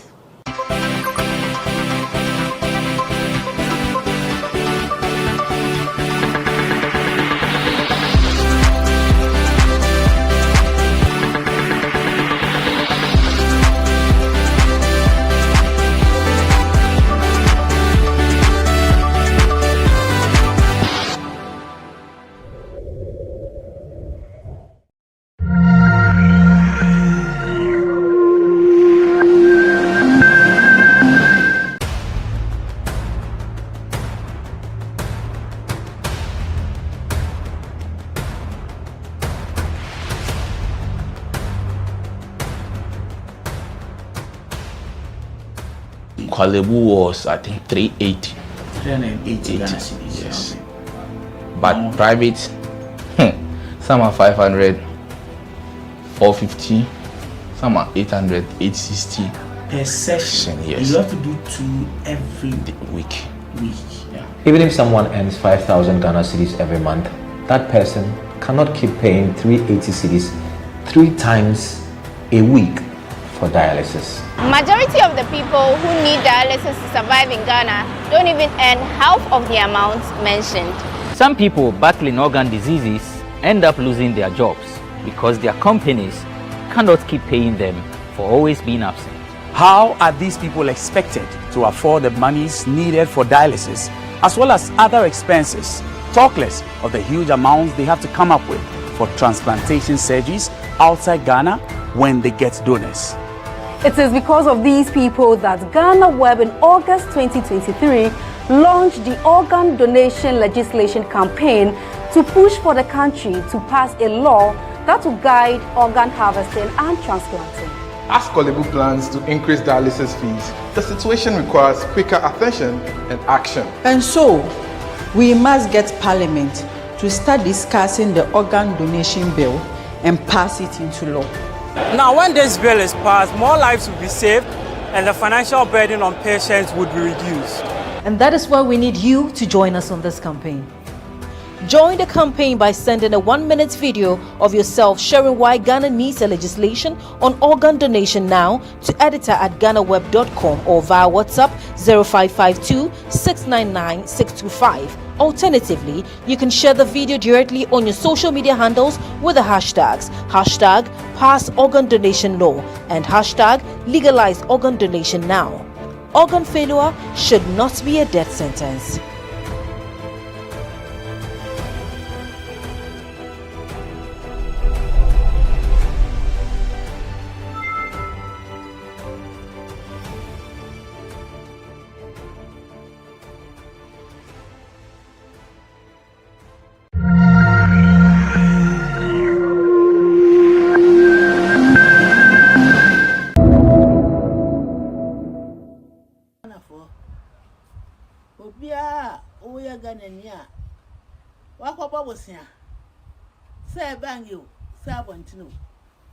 Now the canty, Yadi wako to please. Mebaya, wa the car, one go we are the Nabosiano about Yadi wako to Modi. When be as may you are more about one. So about so remember what the count one Yadi wako to please. Maybe you are more about one thing. As some of the catching them. The Ghana for more about was saying what the prison when you are young was it. Maybe I am a baby in our mother. I have a mama. The Sicano will be uncle Bobosia. This is Carol, that's a common over and was on to him, one to him, President. The common over, and to which you control the animal, I say, and you are to prison. And to me, baby, you want what the prison and what the cardiac, the you in our mother one thing. Some more. And yeah, no. Now, for me, I also buy a full and for November day. May President of Ghana. Arrange. Omeri. I could have former Kunku, I want to go to anyone in Yama. What the Moana, the Granite. Okay. What I will say was what I will from say, Pet. I want no cook, what you shout at me. None of Moana. Okay. That be our work for us, will be out on County. So, by President, I will be a nah, and I, Joe Barrett is from somewhere. I also the magic card, so I was saying to the card, I gave my master to be. Debbie. Yes, I'm fan to Abba. And I won't be now to go with them. Not this year to Abana, was saying I'm in the pan to be empty, and I was in the pan to be empty, and I'm an answer. When we have visited a half, I go with them. I want to go with them, and then answer. It is a kite. That's a verse, payments. The rest I got trouble and then payment. The Martin. The half one I did. To be President. Oh, magic card. I can't just say the card and talk to them. Never for your business. Yes, I'm Fantuaba. As Auntie Beba. School friend, I'm the buy. The Macan, when you start a paper. Oh, him I travel was over for you. Why not, baby? I'm fast. I'm a man chair and I don't know some will travel or not over for you. There's one try that chair will be a.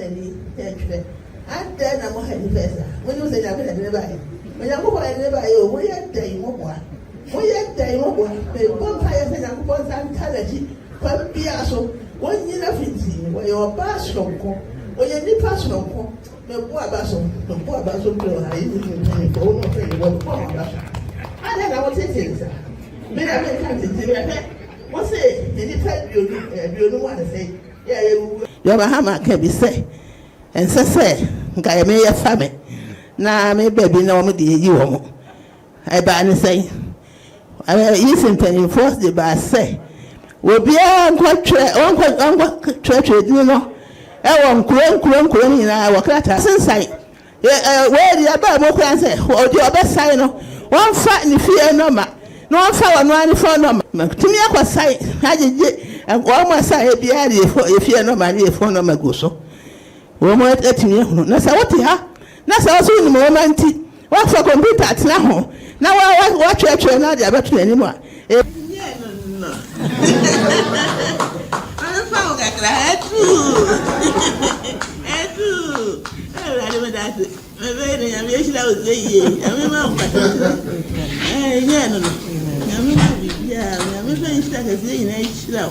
that's not what I'm on my money. I'm not so much to get it. And yeah,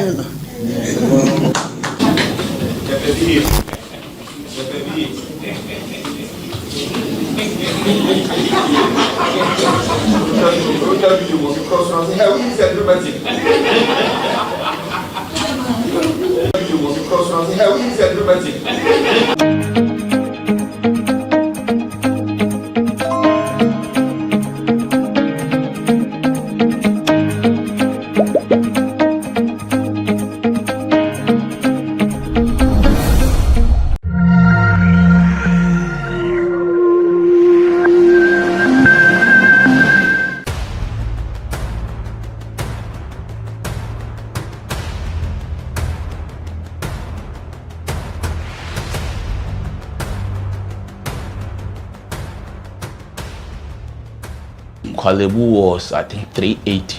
380 Ghana cedis. Yes. But private, some are 500, 450, some are 800, 860.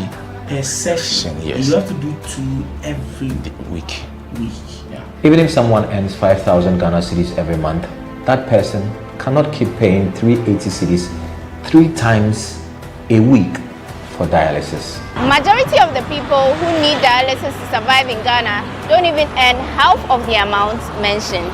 Some people battling organ diseases end up losing their jobs because their companies cannot keep paying them for always being absent. How are these people expected to afford the monies needed for dialysis as well as other expenses? Talk less of the huge amounts they have to come up with for transplantation surgeries outside Ghana when they get donors.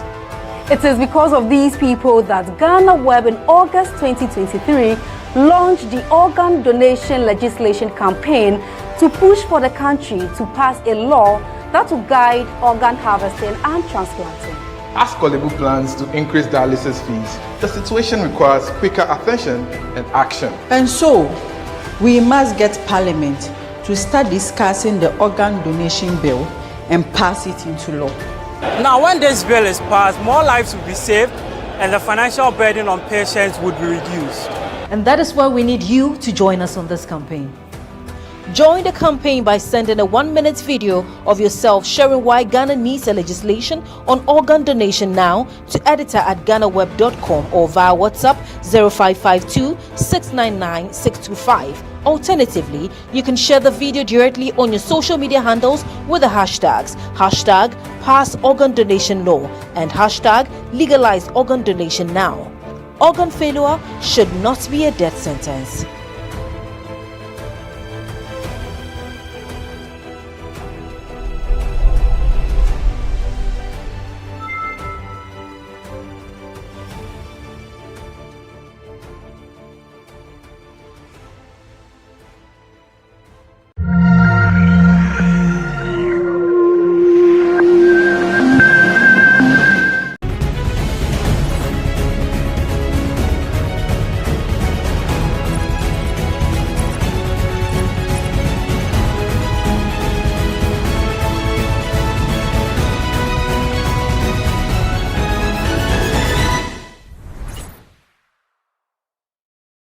Welcome to GhanaWeb TV. This is Sports Check with me, Emmanuel Enin, and today we are going to talk about boxing, and I have legendary trainer with me as my special guest, Don Charles. He is the trainer for reigning IBF World Heavyweight Champion Daniel Dubois. So it's an honor to get a legendary figure on the show today. Welcome, Don.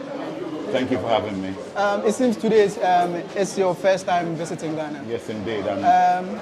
The love I'm receiving is overwhelming. Yeah.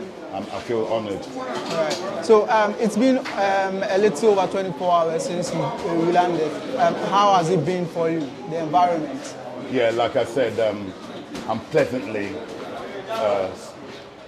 happy because I've never been here, so I didn't know what to expect. I am from next door, I'm Nigerian, so it's from home to home basically, and the love I'm receiving from the moment I got off the plane, the love I've been receiving, true love, it's been really, I've been touched.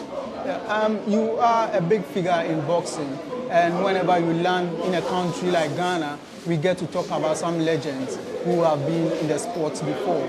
And how would you describe Azumah Nelson? Oh my God. Well, I was a fan. I'm still a fan. When I say was, I'm a fan of the legendary Azumah Nelson, the pioneers who brought light to their countries, to its people. So I am a fan of the Honorable Azumah Nelson. And in fact, I'd like to meet him. I'm going to be coming quite regularly. On my next visit, I've come on a short visit.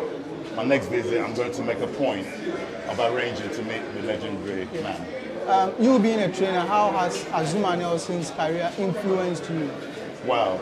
Like I said, people like Azumah Nelson, they're the pioneers. I used to tune on whenever he was fighting. I will also make sure I tune on to watch. Like I said, they paved the way. They paved the way for people like myself to come through, right, so, and many others. If you are to talk about your favorite Azumah Nelson moment, what would it be? About my favorite? Your favorite moment, Azumah Nelson moment? When all of them, every single one of his fights was my favorite, because whenever he fought, he represented.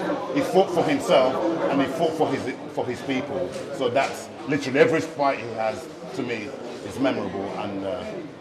And since Azumah, it seems the recent boxers in Ghana are yet to break into the international world.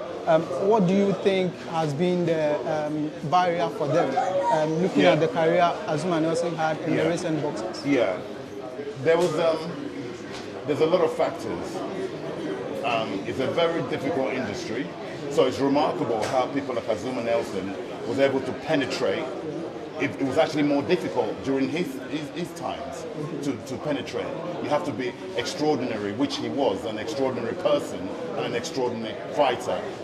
To do what he did in the period that he did, that shows you the mark of the man. It was harder. It's not easy. It's never been easy. Even now, it's still very hard to penetrate. So that people like him did it when it was almost impossible to do, and so you have to salute him. Yeah. So what do you think the new generation of boxers should do to be like Azuma? Right. To do what he did, train, you have to be extraordinary. I use the word extraordinary. Yeah. You have to become extraordinary in order to penetrate the industry in any era. And I'm here for a lot of reasons. We have to replicate what Africans have done in music industry, in the film industry. We have become self-sufficient. We have to copy and paste what the musicians have done. Now, African music is now worldwide. The Westerners have recognized African music. People like Burna Boy and many, many others. They've transcended where the West have now. So Africa has become self-sufficient in the music business and the film business. There's enough population here to facilitate. We don't need to look elsewhere. We need to do the same in boxing, in sports in general, whether it's football, boxing, in any entertainment business. We have to create our own industry because we have the population to service and facilitate and be independent. That's basically it's not, that's what we have to do. So looking at that vision, what do you intend to do for it to manifest? Right. No one man is an island. Right. We need help. I've been speaking with Coach Loco for many, many years, and we've been plotting, planning. But I believe the time is right now. It's not just myself. There's a collective of people that I've spoken to. People like Lennox Lewis is involved in our program to be able to build this infrastructure and it will happen. It's real. Yeah? So everything takes time. This problem didn't just happen overnight. It's a problem that's been around for many, many, many years. So it's going to take a number of years. But the way things are in this modern world, with people like young people like you, being a presenter, it makes me so proud that we're getting into so many sectors. So this is how we're going to rise together in every department to become self-sufficient. We are talking about Azuma Nelson and Ghanaian boxers. So let me rope in John Lai. He will be fighting his first ever international bout next year. How do you see John Lai? I have to look more into him. I've just spoken to him personally. It's God's wish that he's in the position he's in. I've heard his story, remarkable story. So I've asked him to recognize the opportunity that he finds himself in. You have to first and foremost recognize it. You're fighting another human being that breathes oxygen and bleeds red blood. That means you can beat him. He can beat you, but you can also beat him. So have that belief, go to the States, grow another pair of arms and seize the opportunity. I've spoken to him privately and personally, and that is the order I have. So you've assured him of your support? Yes, he's got my support 100%. Right. I saw you training with some boxers in the gym. What surprised you? How good they are from having very, very little support.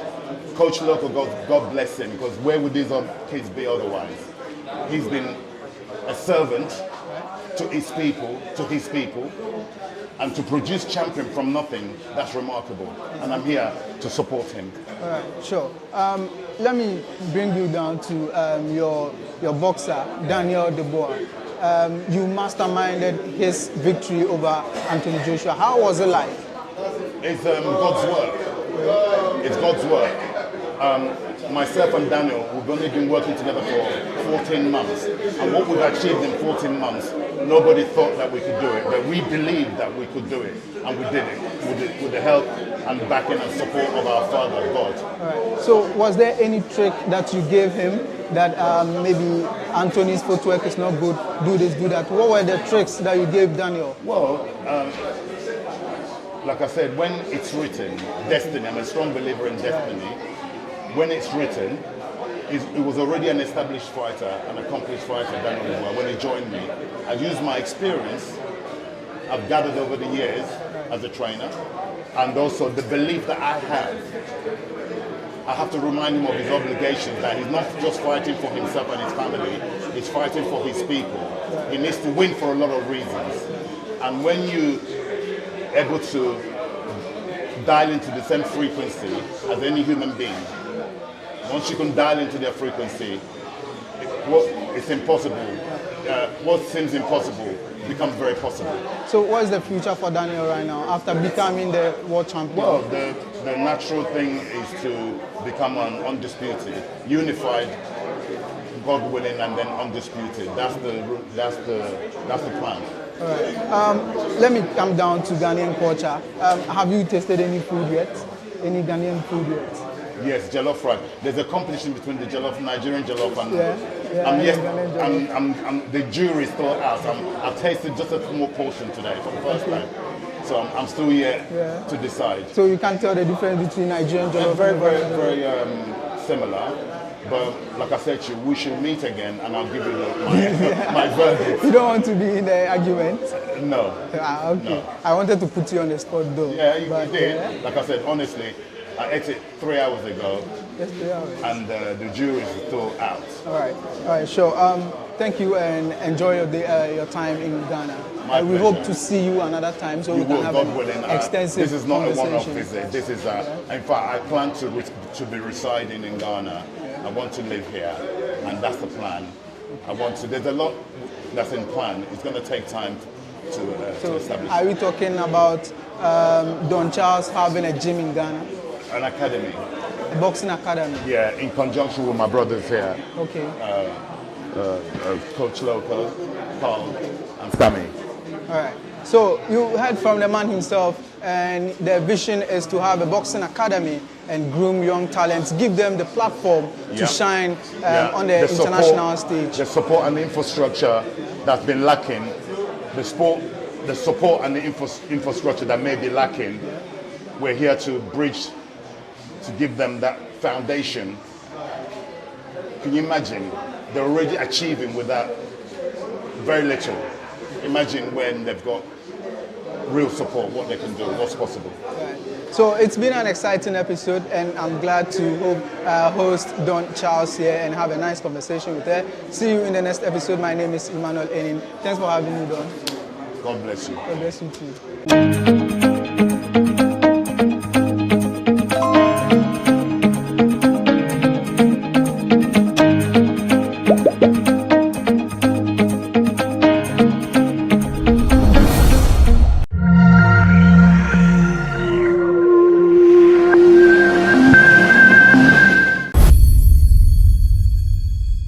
Makwaba eba asemsebe kasebo so wo GhanaWeb TV na kasebo isemufo asem eno na nope mede ebe dan mo na nsem bia e wo kasebo mu ene se maami a ye friend no madam ekua asiedu a wenya mfinhie oha enwotwe e de adesede akoto mampani abede etire Dr. Mahamadu Baumia anim ena afen so Brian ne Champon so anim ye Minister of Agriculture se wamomo ano na ne sika bi a akwakoka eye sika krabia nkrabate bi wamombo no na nensa enka na madam ekuase edua e kiremu a ni sika no eye mfie nsieni akoka bank wa ahye ne waye bia no ensiso wa pacho wakọ bank ho ne ade enso ni sika no nensa ntimi nkan e wo kira 12,000 Ghana cedi wo de kotiti sika ni mu 120 million na eno en wode dwato ede ema Dr. Mahamadu Baumia so wonhwe na ne sika no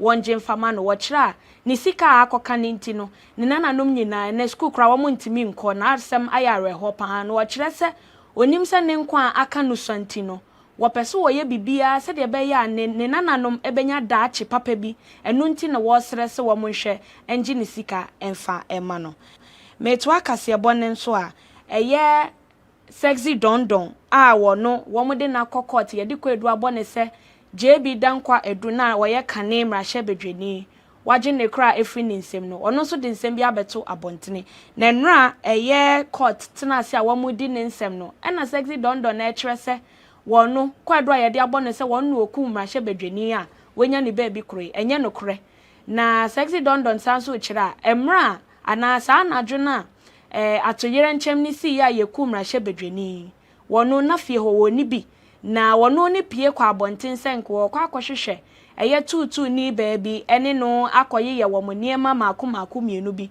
na no ena okọ police senka wo kwa akọ kan asema esie wodru ho na police fo ede sobo ebo no na emra wo kasa no wo bobo mpanifo bi a wo mo police dwumekuo ni mu din bebre na edin epie mu ebi ne dampare ena afen so ASP Sapon wo ba GhanaWeb.com a wo benya de aka ne bi akan ye to asonso nana akomia e de adesede kese ato asofo enim se ye ba beto abeya a wo mo hyehyehye nkom we ne be wini we na nyankopon se abato ne ne dia no wo mo enhwe no mo nya sa de no wo kira se wo mo anhwe wo mo kasemu yi a edensem bebre ena beba oman ni mu na nana akomia e kasa no eno wo kire se die nti ena asofo binum kane ne ka se Muhammad yenka akonwa no wo nya kra sisi a wo masan abedane wo mano abekase Muhammad na nyankopon ede akonwa no ahye ne nsa wo kira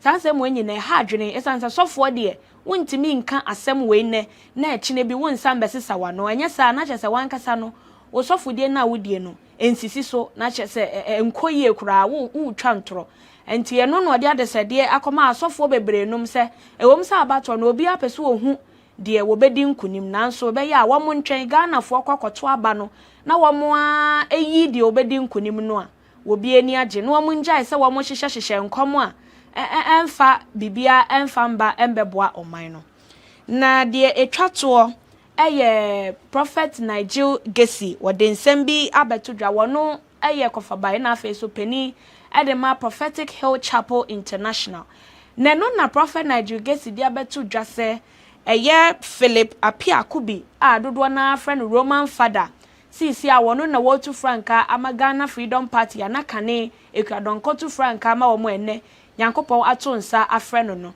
na Gesi kyerese enkrofo bi kwahyehyɛ ekire efa akwati kwan so ede sikatwitwidie ekoma Roman father se nkebeya enka eye 2024 abato ayebeto nyame ya adoma December no enk wontwe ne ho enfemfri ho se de beya Ghana Freedom Party no abato won nya de omode ho behim nanso Gesi kyera Roman father wanji sesika no amenne me ne wo kasa die wakofile ni nomination ewo abato komisa ho eye nrade no kokoye ya sisi a wono nso wo tu franka ediama eye party no na emra Gesi ni nsemi ebeto odwa Ghana fo ayewo mu hu ye bebre pa efise enrada enkrata bebre ebeto abonten ebi kyerese Ghana Freedom Party wo matwe mu hu efri abato ni mu ebi nso kyerese enye nokre na nipa bi na ahye afa kwati kwan so a wo mo pese wo mo ye bibia se de be ya party no betwe wo mo ho na sisi ade eye Roman father wo kyera wo no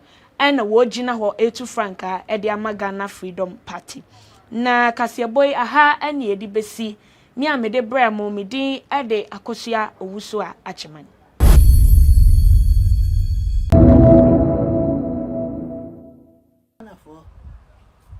obia oya Ghana ni a wakọba bosia se bangyo se abontino na wode kanti ya de wakoto prison me ba ya wo a wode ka wanko wiade na bosia no waba ya de wakoto mode kwam bia so meyi wa mo aba abontino se wo ba o so ba me wode ka nko an ya de wakoto prison me be yi wa mo aba abontino asama me ka kire mo ti Ghana fo a mo aba bosia wode prison mo nyina anya ho kwasa meba ya mebe yimo nyina mama ba abehwe mama esika no obi anko anko bosia esika no ko je da se kwam de oba no aso ntime mo ntime nkura sika no da kwam no oba enti wi bi ko to aduane ma ba dia se ya chi wa ko to prison enti meba be yimo yimo a wode prison a wode kade be yimo nyina mama ba wonte asemo Anya no.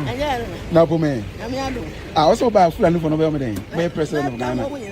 Arentia. Fulani for. Omo kunku akuafo. Omo ere. Akuafo omo kunku omo goto omo ire ma. Goto Fulani wori ire ma. No kuno, no de mo ara we de duane. Oh, okay. What I mean say, o si what I mean from say pe. E wa no kunku ere no. O ti twa what I mean no. Na na mo ara we. Okay. Every hour, will be out on common. So by President. Already. Okay. I will be Nah, and I Joe Barrett responsible. So they mean, yeah, a card, so I was saying to the card, the master to be. Debbie. Yes, I'm fan to Abba. And I won't be now to go with them. Now, this is a Trabana. We're saying I'm in the pan to be empty, and I was saying I'm in the pan to be empty, and I'm an answer. When we have visited a whole one year with them, 1 year with them, and then answer. It is a kind. Let's say, a verse, payment, sir. The best I got trouble and then pay me. That's the one. The whole one idea. They didn't know what. To be President. Oh, magic card. Magic card. I can't just say the card and to them. I for your business. That's a fan to Abba. Fan to Abba. As Auntie Bar. School friend, I'm the buy. The Macan, when you start a paper. Oh, him by a travel was over for anymore. Why, baby, I'm fast a hand. I am a man and I don't know some traffic or not over anymore. There's one try that chair will be a.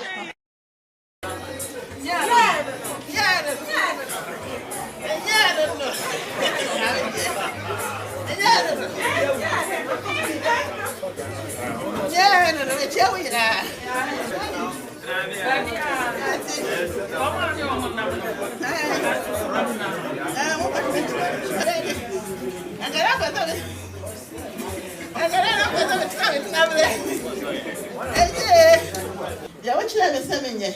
My area. My cracker, my son. What are some in it? I saw the Abaika, Rebecca. My cracker, many Abaika. Maybe yes, the chairman, I want to have many Abaika.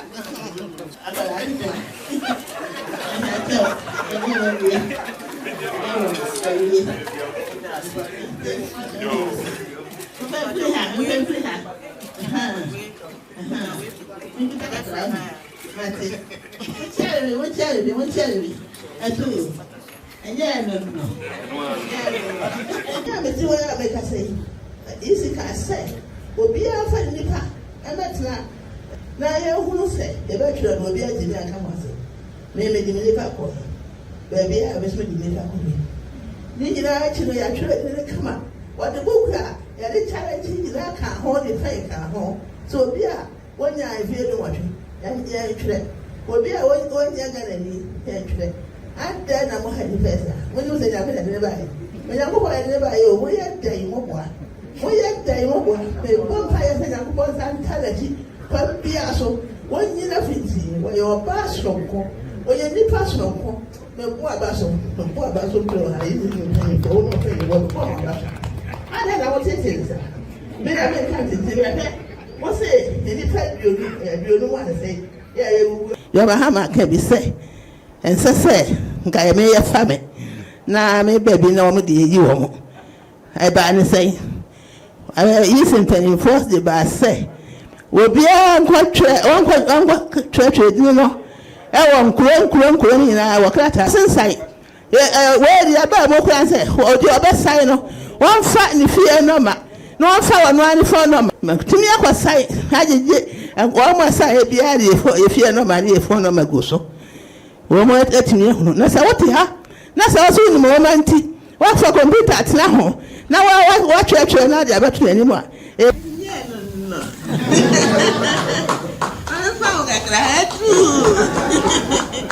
do. I don't know that. My baby, I'm just out there. I'm very started saying, that's not what I want. I'm in some way, so you're and yeah,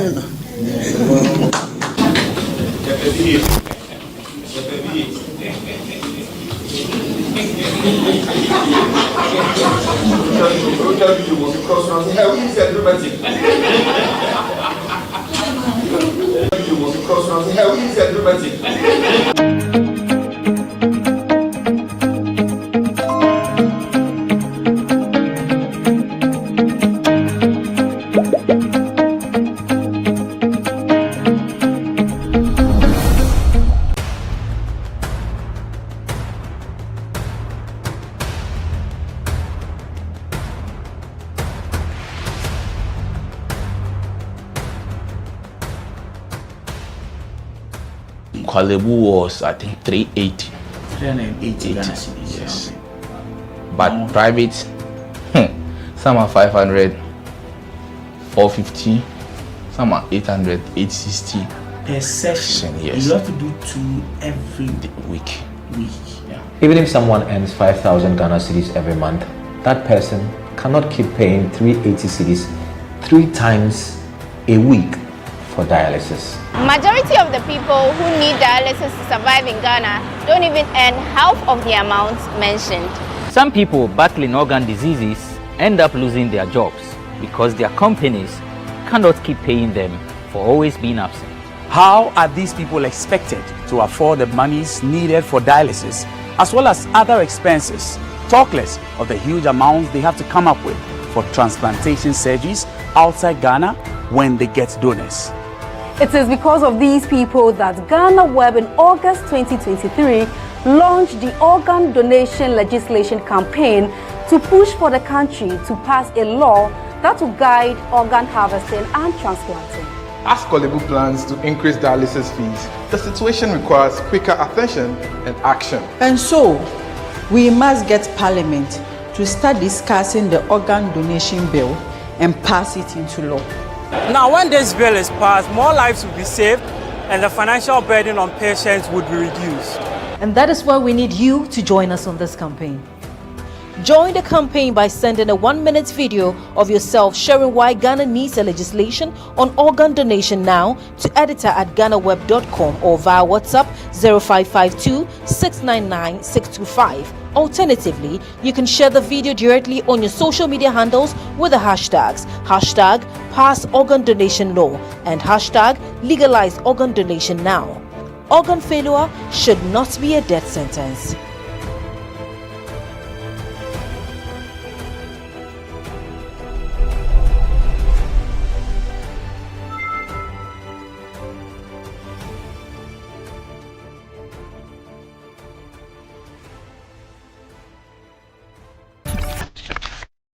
GhanaWeb in August 2023 launched the organ donation legislation 2007.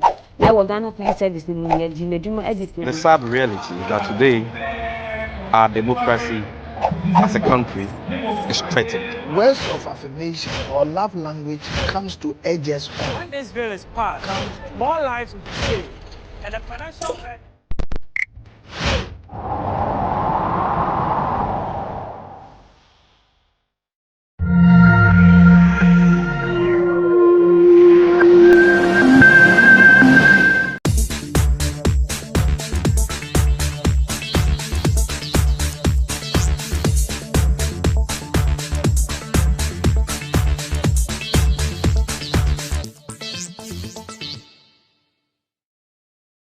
It's 40 days to the elections and Ghanaians are eagerly awaiting for December 7th. As the build-up to the general elections, many will be wondering what will influence the decision of voters to cast their ballot for the candidates. We are inside here at Medina Market to engage with Ghanaians to find out what will influence their voting decision. Come along with us. This is GhanaWeb TV. So abani say me maye because Bible cry me ati ase say kura ohini ni mu no kuro ni butu ana oman akwankyere ni mu no so no eye oman hunu entini so wo oman mu na esi ohina ana esi president ya se na be ye benya mpuntuo ama ya man no na ye daache ye ma enchiri maso beba benya fa ahudie amaye enti no me de madwen kire ne say de enti ameto abai se ne oman no ebe ye nkoso on say first na bibi ti say tankase ya sama oba na oni wokra na ya sama oba wo be kwa kotua enne no eni ho sa enti ye sra ye mpanifo say omo ba de enti aye to aba no omo me ye adwuma ne ye maye eno ma na ye afiri mu nyina PWD fo na no mo dokwa ho nyina omo mra omo me ye adwuma no na enye tete amamra ne yesisa ankofa ho ye nchi se obi nim a obi kire omomra na aba na ye ombeto ne etom omo so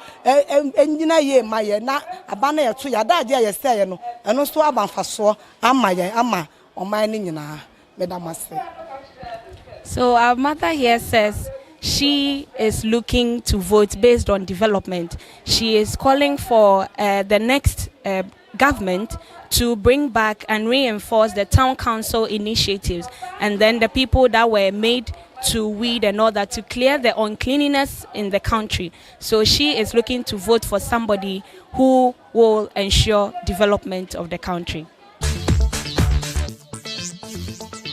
Ever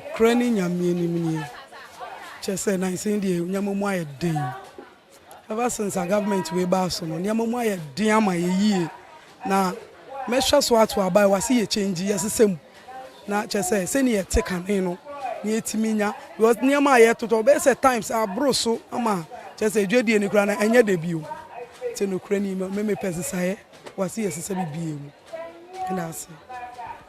So her message is simple. She is advocating for change, and with the change she's advocating for, she wants a candidate who can come and turn things around, make the economy back on its feet, and also the one that can make the standard of living very comfortable for everyone. So that is what she's advocating for.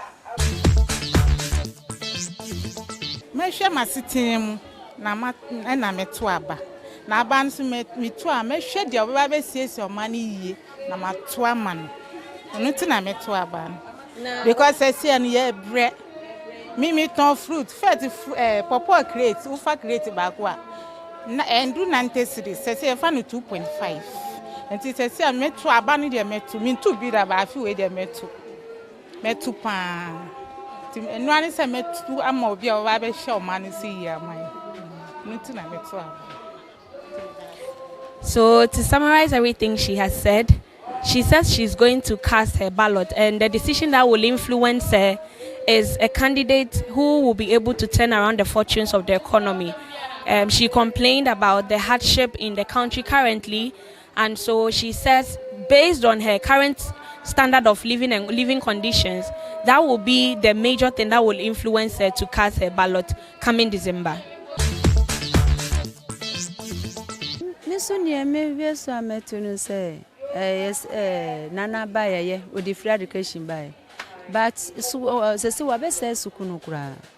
Nkodan muko omuba no mabe fa be masam san no besa kona nkodan mu buhwi munye na me so me hu se kamituma jo mahama eda na wasese agunwura mu nyina na nka obaya wa be ye nyina wie na free education ko ho na ya hu se man ombetumi akwa nsa na omu ama akwa te se no ma akwa ma no ano ena me pese nka mituma jo mahama oba no abesese ndan na wo nwura mu nyina na manage free education na ye fine nso ne me pese ntimetu amajo mahama.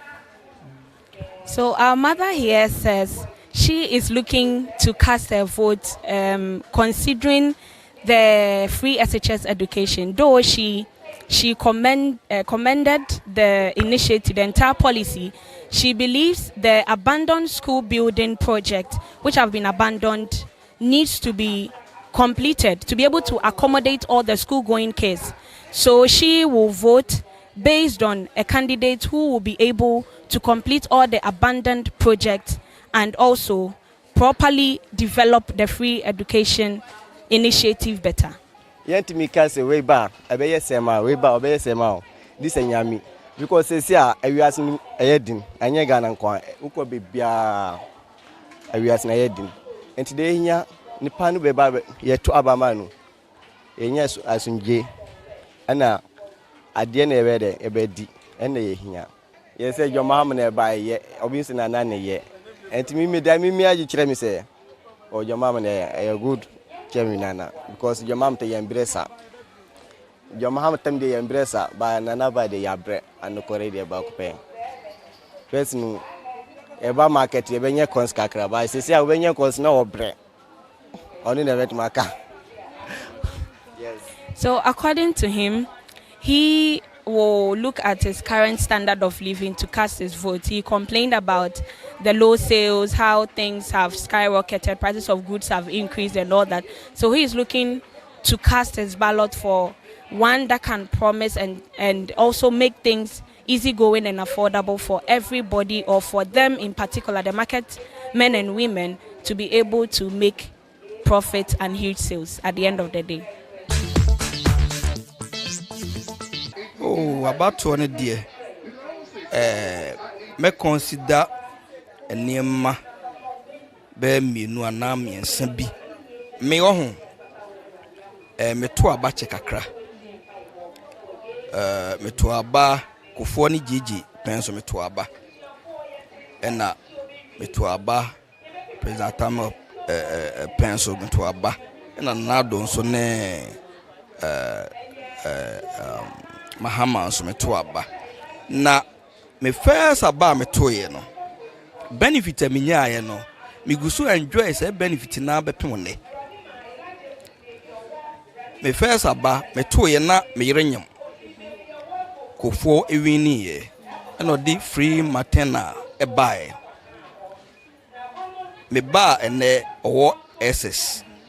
E ko wo ni free mentuahwe. Me koyi me yere no. Me na omo se abeji san oso free ye no aduan kra ma yen ya ma ye pampers ni ade nyina aka ho na me de nya me yas. In fact akola na nyi enne o san enjoy free SHS. Me ba penny ono so awie free SHS o wie university se me no ka sai o the free o me de free SHS e she o mase enu nti me hwe benefits we no mo a and Ghana ha anasa nkra ha matra che enema bebre na akoso ehwe nkania na ye problem ayen ubeko fie na yasem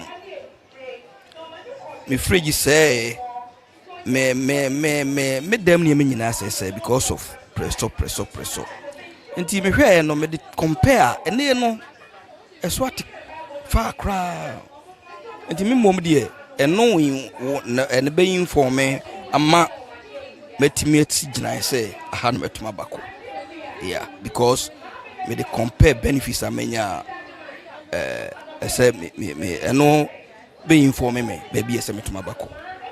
Our daddy here says one thing or two things that will influence his voting decision is the free SHS policy and also the fact that Ghanaians have been enjoying constant power supply as compared to the previous government.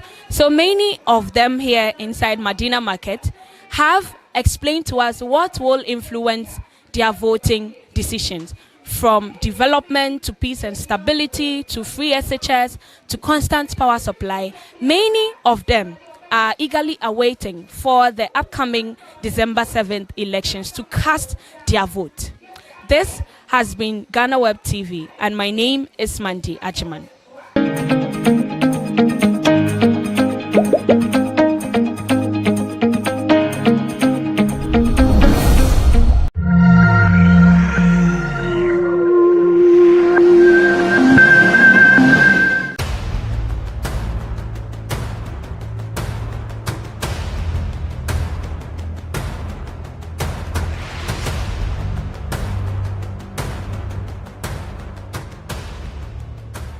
Kwalebu was, I think, 380. 380 Ghana cedis. Yes. But private, some are 500, 450, some are 800, 860. Per session, yes. You have to do 2 every week. Yeah. Even if someone earns 5,000 Ghana cedis every month, that person cannot keep paying 380 cedis 3 times a week for dialysis. Majority of the people who need dialysis to survive in Ghana don't even earn half of the amount mentioned. Some people battling organ diseases end up losing their jobs because their companies cannot keep paying them for always being absent. How are these people expected to afford the monies needed for dialysis as well as other expenses, talk less of the huge amounts they have to come up with for transplantation surgeries outside Ghana when they get donors? It is because of these people that GhanaWeb in August 2023 launched the organ donation legislation campaign to push for the country to pass a law that will guide organ harvesting and transplanting. As Kolebu plans to increase dialysis fees, the situation requires quicker attention and action. And so, we must get Parliament to start discussing the organ donation bill and pass it into law. Now, when this bill is passed, more lives will be saved and the financial burden on patients would be reduced. And that is why we need you to join us on this campaign. Join the campaign by sending a 1-minute video of yourself sharing why Ghana needs a legislation on organ donation now to editor@ghanaweb.com or via WhatsApp 0552 699 625. Alternatively, you can share the video directly on your social media handles with the hashtags #PassOrganDonationLaw and #LegalizeOrganDonationNow. Organ failure should not be a death sentence.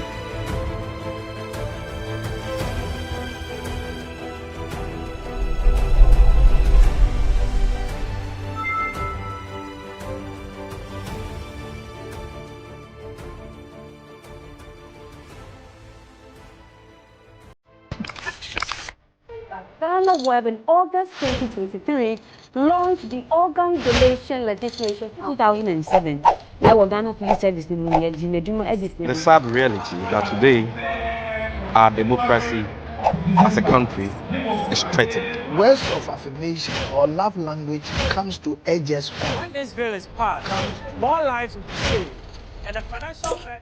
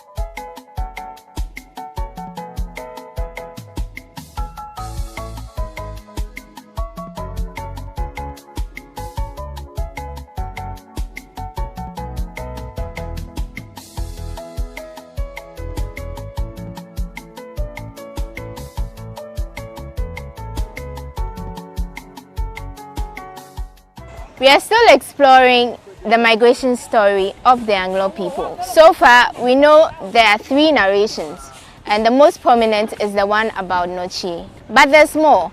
Did you know Komfo Nochi was an Ewe? Well, the story about that and the makeup of the Anglo state will feature in this edition of People and Places. My name is Wanda Amihegan.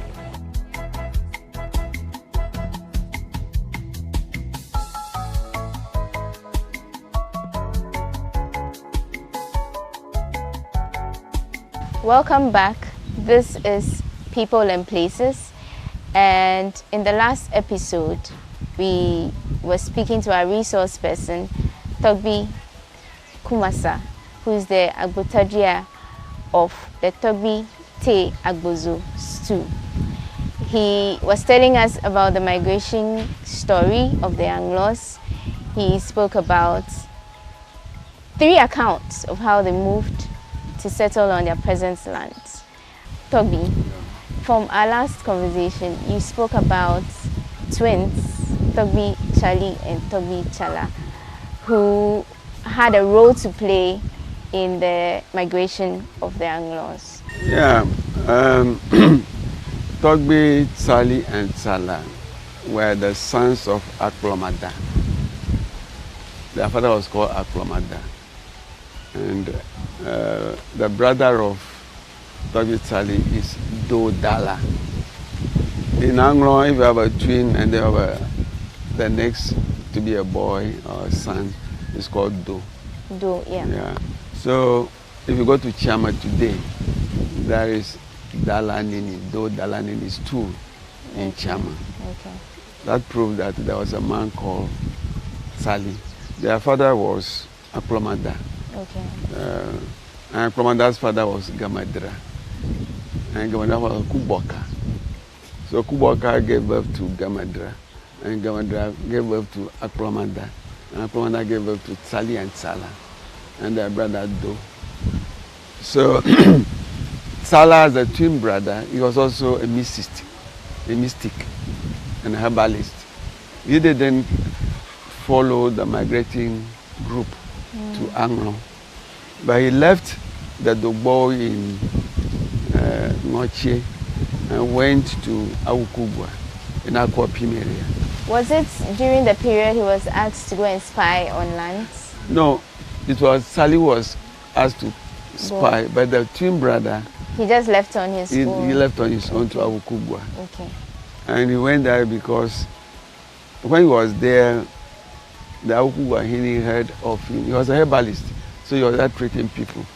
And so when somebody in the court of the Awukubwa Hini got sick, they sent for him. Okay. And the ease where how he treated the sick person marveled the king. So he asked him to be part of the king's court. Okay. So he was there when Osetutu came to settle or to visit the Awukubwa Hini. And he saw how Salah was performing his treatment. So when Obiri Ebua died, and Osetutu had to return to become the next king of Ashanti, he asked him to follow him. Okay. Yeah, so Salah conferred with Afan. He always have a cycle. Why is the Afan? And then the Afan allowed him to go. So he followed him to help him found the Ashanti kingdom. The first thing he did was to found... That was Togbi Chala. Yeah. The first thing he did was to help him found the capital of the newly formed Ashanti kingdom. According to the story, they planted trees at 3 various spots. Yeah. One was at Kumau, and one at Kumasi, and the third one too. Now, the one at Kumau died, but the second one flourished, but it could not bear fruit. But the third, which was in Kumasi, flourished and bore fruits. And so Tsala advised him to make Kumasi the capital of the new Ashanti kingdom. Okay. At this point, we know Chala is kind of a close associate of Osetutu. Yeah. But was his name changed, or was he still called Chala? His name was now changed Okonfo from Ngoche. Okonfo from Ngoche, as in a priest from Ngoche. Okonfo from Ngoche became Okonfo and Ngoche. So, from what you're saying, Okonfo and Ngoche that we know from the Asante story, yes, is an Ewe. It's an Ewe. Originally. Yes. Even if you look at the way he dressed, he had this raffia on his knees, and he was in a short skirt. Skirt line. Yeah. And then he has also a band across his body. The Akans don't dress like that. The raffia is a symbol of one of the deities in our area here. So the way he dressed also gave us proof that he was one of us. Now, we were told how he helped them with the stool, how he fortified the stool, how he made all the chiefs bury their souls in the stool. So the stool was very powerful in Ashanti. Okay.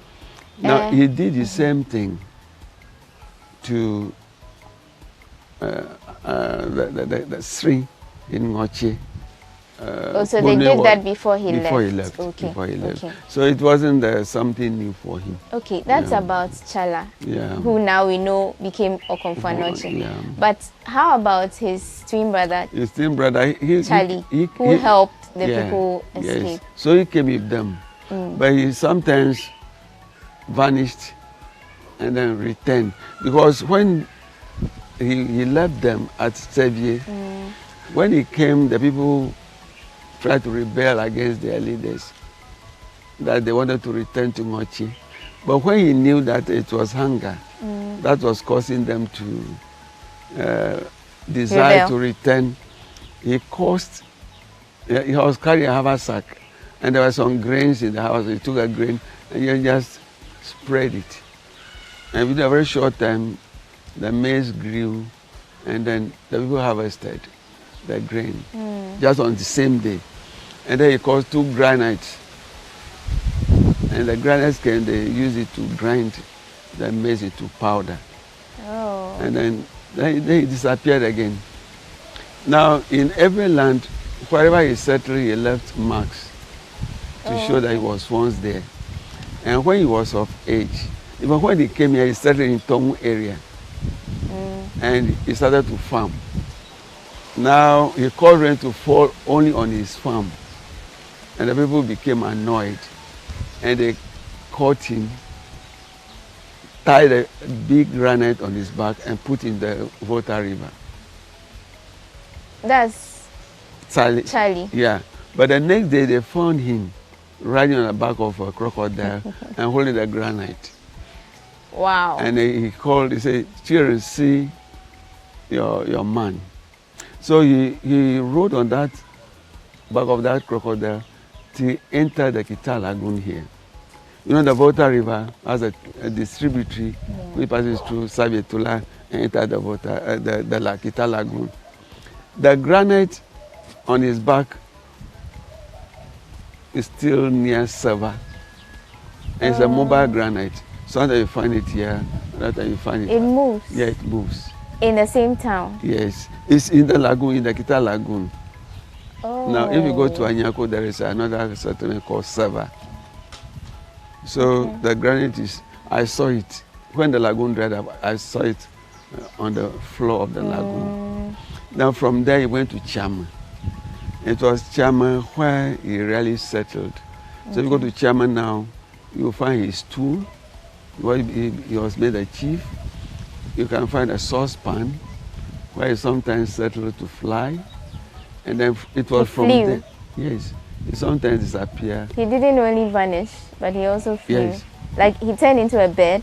No, he sat on the saucepan, and then like a plane, he just flies wherever he wanted to go. Now when he wanted to vanish formally, he came to V here.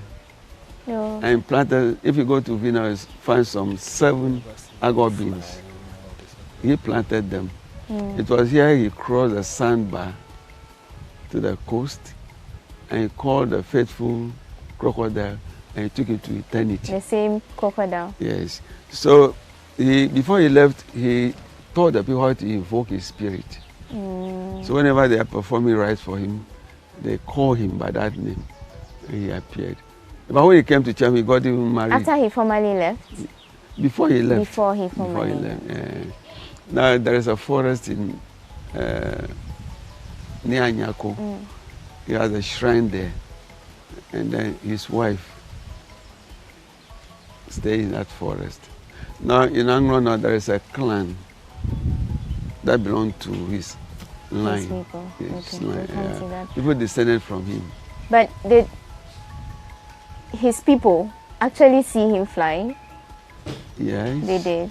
Yes. And when he left, the people saw him left. He didn't die the natural death that... those are the people, they are the sages of the Anglo people. And they are still with us. When you invoke their spirit, they manifest.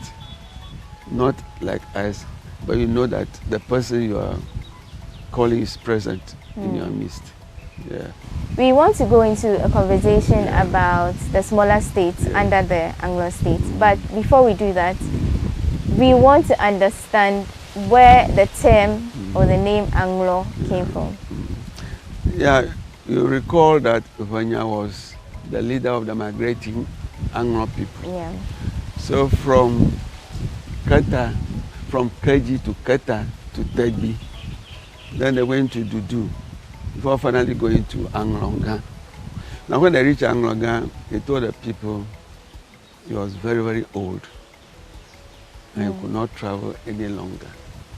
Now he has quarreled You know, when you grow old, you bend. Yeah. So he told them you are squirreled. So ngolo means squirrel. You can fold mat na ngloba. But another meaning to nglo is right. To write, nglo, to write. So it was believed that the scribes of ancient Hebrews were the Anglo people. They are the Anglo people. Really? They are the scribes. So either you look at it as the form of the scribes. So this also has two versions. Yeah, two versions. Okay. Nglo. I'm telling you because you may come across another versions and they say, I thought you didn't say this. Why is it that another version of Nglo, which means the scribes of the ancient Hebrews. Yeah. Okay. We'll take a quick break and return to learn more about the various states under the Anglo state.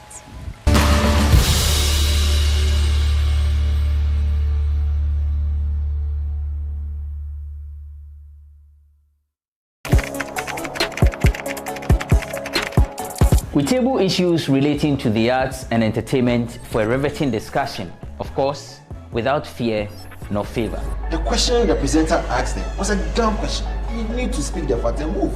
Varied views. We agree to disagree. So I would disagree with everything you said.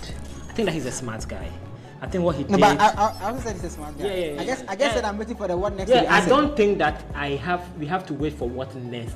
It sometimes gets confrontational, but that's the beauty of the game. Today you are denying funny face. It's not my brother. You are denying funny face. I don't know him. You don't know funny face. It's not my brother. You don't know funny face. Humor, we've got you covered. Me from TV3 incident to GC, me na me face a plan. Me who say be for me who say as I move plan here. Ah, because I say back from my TV3 buy ya boom. Yeah. Na ko YouTube ya say me patcho. O patcho say.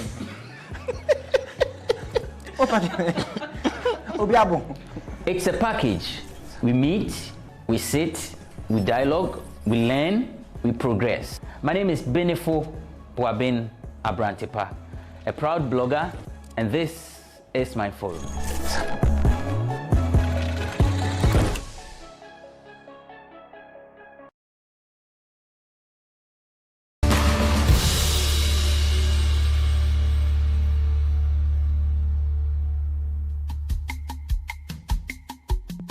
Welcome back. We are speaking to Togbi Kumasa. He's going to tell us about the makeup of the Anglo states. Togbi, how many states are under the Anglo state? There are 36. 36? Yes. That's a lot. Yes. Okay. How did all of these come up? Now, when they settle in Anglo, because the leader say he has quarreled, he could not move. Hunters among them continued to migrate from Anglo to found the other settlements. Okay. In fact, before they moved out, the consolidation of the state was done at a place called Ballon. Okay. It was there that all the injunctions, all the laws that would govern the Anglo state were established. That is why certain things which are taboos in Anglo are not taboos in other states. Now if you go to Agovonu, it was just like what happened when the Hebrews reached Sinai, when Moses went up the mountain and wrote the 10 Commandments and came to read to them, and people agreed to obey. When they reached Anglo at Agovonu, Vanya also read to them all the injunctions that would govern the Anglo state. It was there that he told them one man cannot marry two sisters. Okay.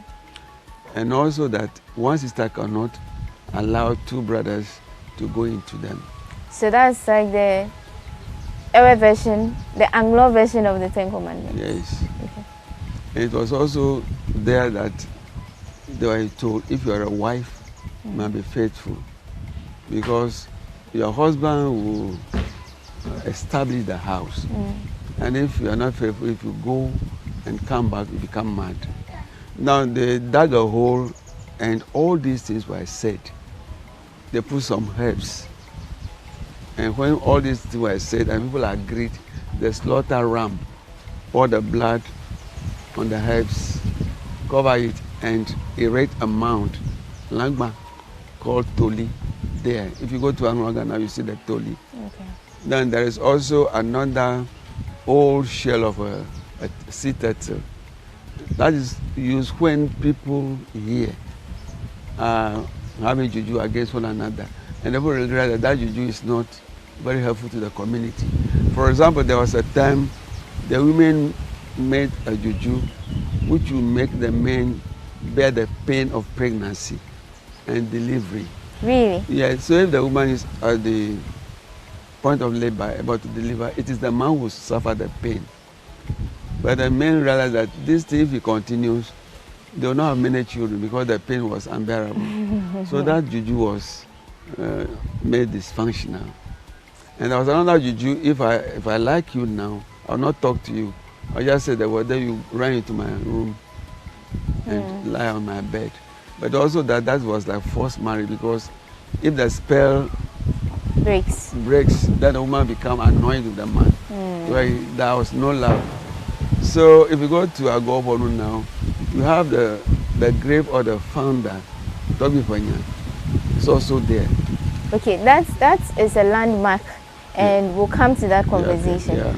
But the 36 states. Yeah, so I'll mention them. Exactly. In the west, you have the Volta River as a boundary between Anglo and Adan.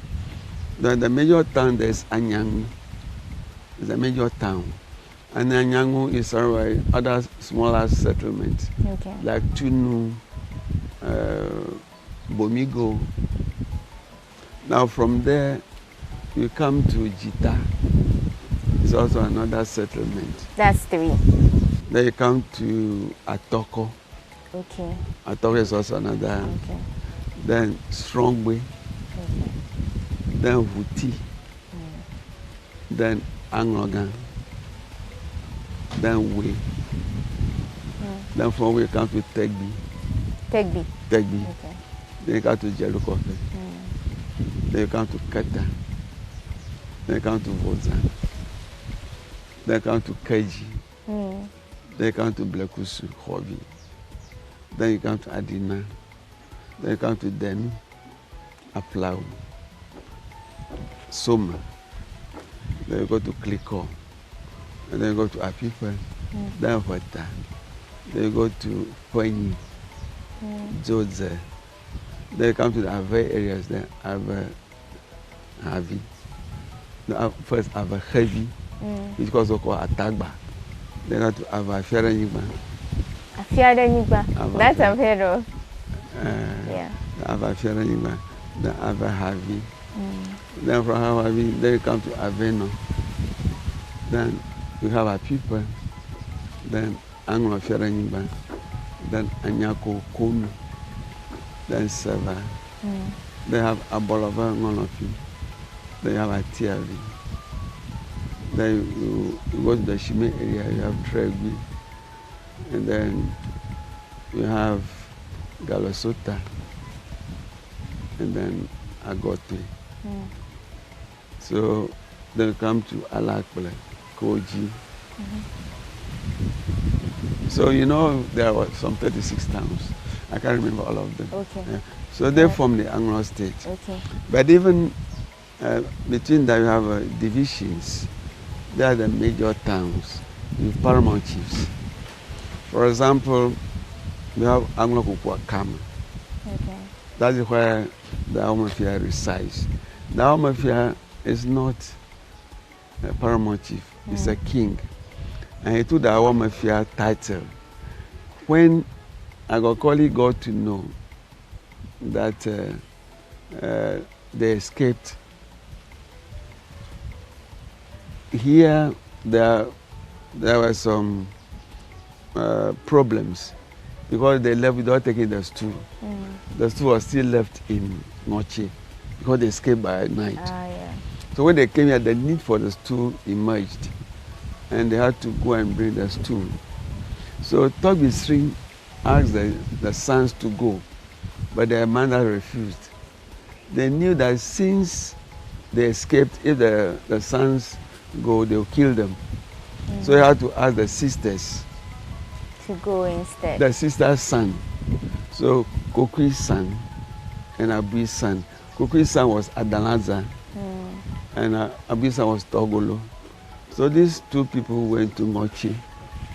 Now when they went, they met Toby Kokoli, and he asked for Toby Sri. He said he wanted to see him before he would give out the stool. Okay. But they knew that if Toby Sri went back, he may kill him. Because the version from the Noche people was that it was Sri and Agokoli's son who were playing. Yeah. Yeah, and then Sri's son disappeared. And they said it was Agokoli's son who killed Sri's son. That's the version from. As a intellect, you must give the other side of the story too. So they killed Agokoli's son. Later on, they learned that Sri's son was not dead. Oh, okay. So Sri knew if he returned, they would surely kill him. That's why he sent his nephews. When they went, they told Agokoli that Sri was dead, but he didn't believe them because of the earlier thing. So he sent spies to come and find out whether Sri was actually dead. Okay. When they came, they had to hide Sri. So a woman fear means a chief in seclusion. Okay. So when they came, they made it taboo for anybody to reveal to the spies that Sri was alive. So he was referred to as Awomafia, not Toby Sri. What does it literally mean? That is a chief in seclusion or in a hiding place. Okay. A woman means a hidden place, a hideout. So a chief in a hideout. A woman fear. Fear means king, a chief or king. So it was even that the appellation, Anglo Godolevi, you know Masamanya. You stay in the town, but you will not understand. So these people stay for about 3 months. And all they that didn't find him. They only heard that he was dead. Because when they went to make Agokoli believe that he was dead, there was a man, one of the slaves, whose hand was that of Sri. Sri's hand was white spots. Okay. So when they were sending him, on the way they killed him. I took the hand to Agokoli that when they were coming, Sri was not feeling well, so he died. But they brought the hand for him to confirm that he died. He had white spots on his hand. Yes, there are some people, they find white, the skin got spotted. White here, black here, white here, black. Like mulattoes. He had that on him. So when he saw the hand, he knew that was what his hand was. So you know, the Anglos play a lot of rules and those things. And that made people fear them. They don't, because when I tell you something, you don't know whether what do I say is the real truth. Okay. Yeah. Okay. We'll come in. We'll come to the woman fear and everything about it. Okay. But for now, we want to know who is the founder of the Anglo Kingdom. It's Vanya. Vanya. Yes. He gave the name that he has quarreled. He could not move further. So he said Manglo, and Manglo is the name given to the state as Anglo, and the traditional capital, Anglo. So Vanya is the founder of the state. Okay. How do the states, the 36 states, how do they work with each other? How is their relation like? Do they have issues with each other? Do they work together as neighbors? Now the experience they had in Moche, with one king ruling over them, still lives with them. So when they came here, certain like Aplau, they have their paramount chief. Soma, they had their paramount chief. Wata, then Apipa. So there are 13 paramounts under the Awomafia. But the settlements were 36, so some were amalgamated. For every talk of Aveno, you have Achama is also part of Aveno. Achama also has its own paramount chief, and Aveno also has its own paramount chief. But all of them are members of the Anglo Traditional Council. So that's how they come together again, under the Awomafia. Okay. Yeah. The Awomafia is the president of the Anglo Traditional Council. And the council is made up of the paramount chiefs of those areas. Okay. I know, for example, that there's the Asogli chief, who is Togbe affected. Yeah. And then there's the Awomafia. Yeah. How do I understand that Togbe Afede is the head of a state. Yeah, of the Asogli state. Yeah, he's so the paramount chief of the Asogli state. How does it work? Are they all under the Awomafia, or they have their various roles? Now, when they broke from Chevier, each went to establish its own state and run that state as his own state. So, Togbe Afede is the king of the Asogli state.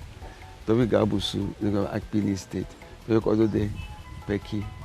Then the Anglos too. And then we have the Tongu people, they also have their paramouncies. So the relationship between them is the Volta Regional House of Chiefs. Okay, but they are not, so the Asogli state is not an Anglo state? No, it's a state of its own. Because they are all Ewe, you see, the common, they are all Ewes. Okay. But they are Ewes, but they have different names. Because the circumstances surrounding the establishment. Togbe Aso is at the Asogli state. So his descendants are the paramount chiefs or the kings of the Asogli state. Togbe Panya also established the Anglo state. And the descendants of Togbe Panya also are the kings of the Anglo state. The same for Togbe Fla, the Aflao state. Okay. That is how they, and then if you go to those, they have their paramount chief, and that state belongs to the state. But they're all part of the Anglo Traditional Council. Okay, but not the Anglo states.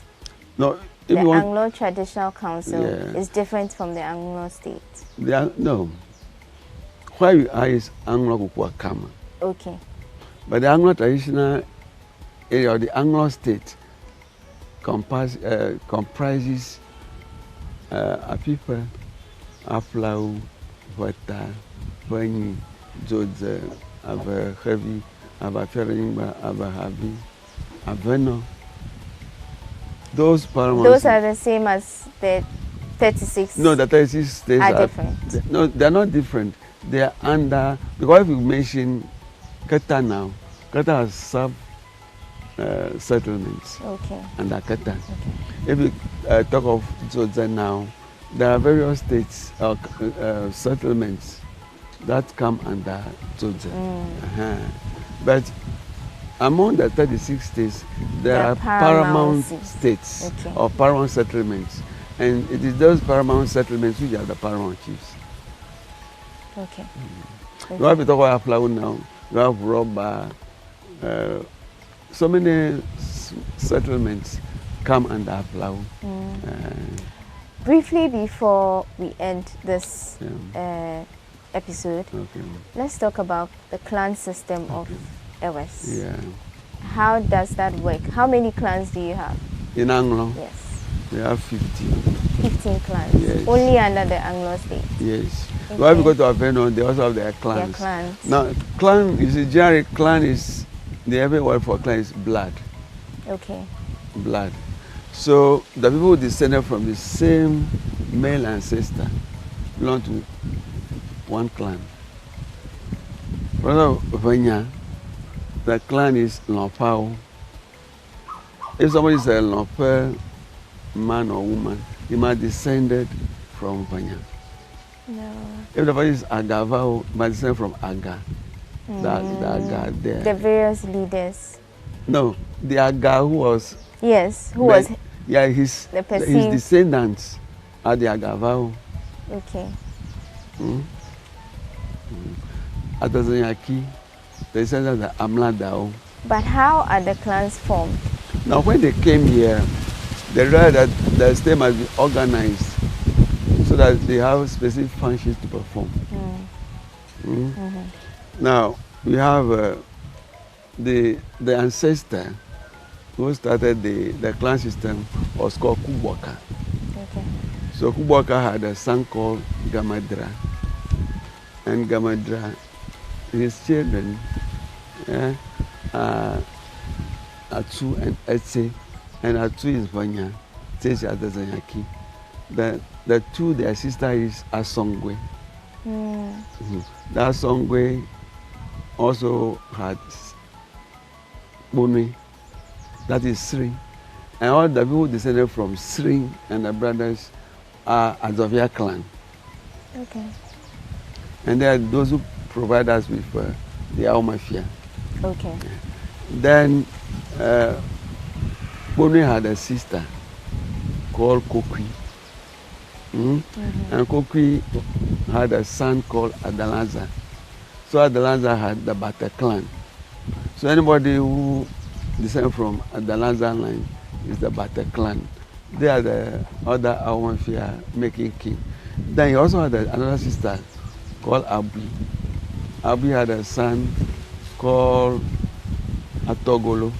So they have the Like clan. So my wife is a Like woman. So she descends from Atogolo. I'm an Agava man, so I descend from Agava. So the 15 clans, they all one ancestor. Okay. A male ancestor. But we have strangers also. People from Adam, the Gans, they also have one clan. We call them Blow. Blue means mixture. Okay. Because they don't come from one area. So, because some of them settle here for a very long time. So they also have chiefs among us. Like Tommy Bozo, the Dushifiaga of Way, the Dushifiaga of Anglo State, not Way. The Dushifiaga of Anglo State is a blue chief. Then Toby Tiago is also a blue clan because our ancestors come from Ghana, Dagbe area before settling. So the various clans, they have one ancestor or two ancestors who are brothers. That's how the clans are established here. Thank you, Toby, for enlightening us about the migration story. We'll be moving to the next episode, which will focus on religion, customs, traditions, staple foods of the Anglo people. Another interesting episode you should look out for. But until then, my name is Wanda Amihegan, and this is People and Places.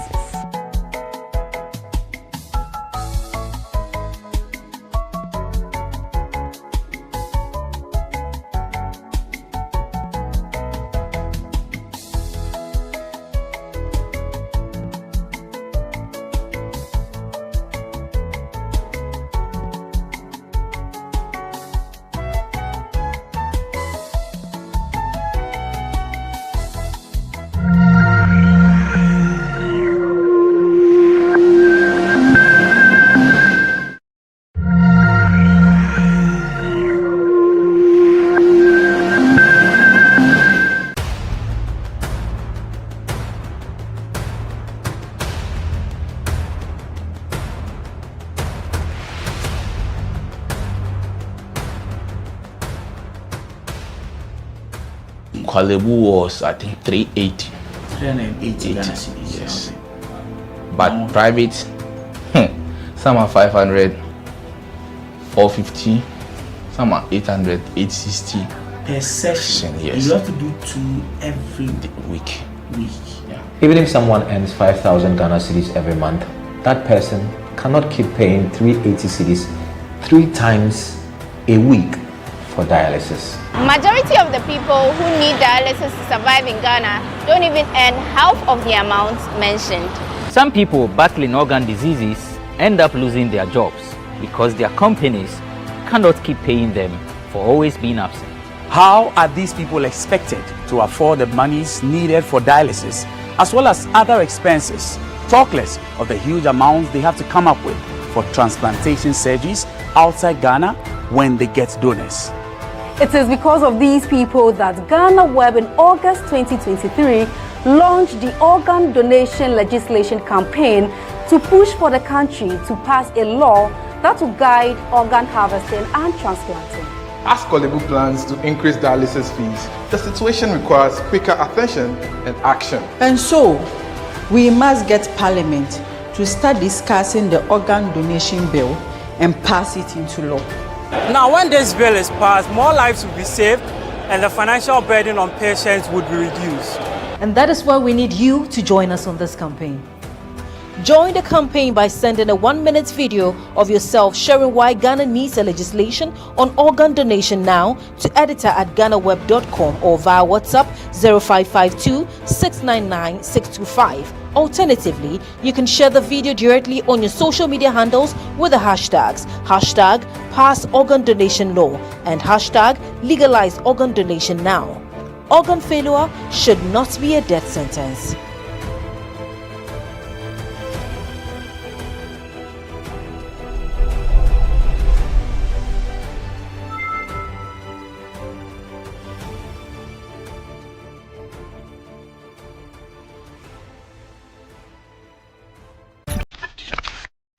GhanaWeb in August 2023 launched the organ donation legislation. 2007, I was Ghana Police Service in The sad reality that today our democracy as a country is threatened. Words of affirmation or love language comes to edge us on. When this bill is passed, more lives will be saved and the financial burden.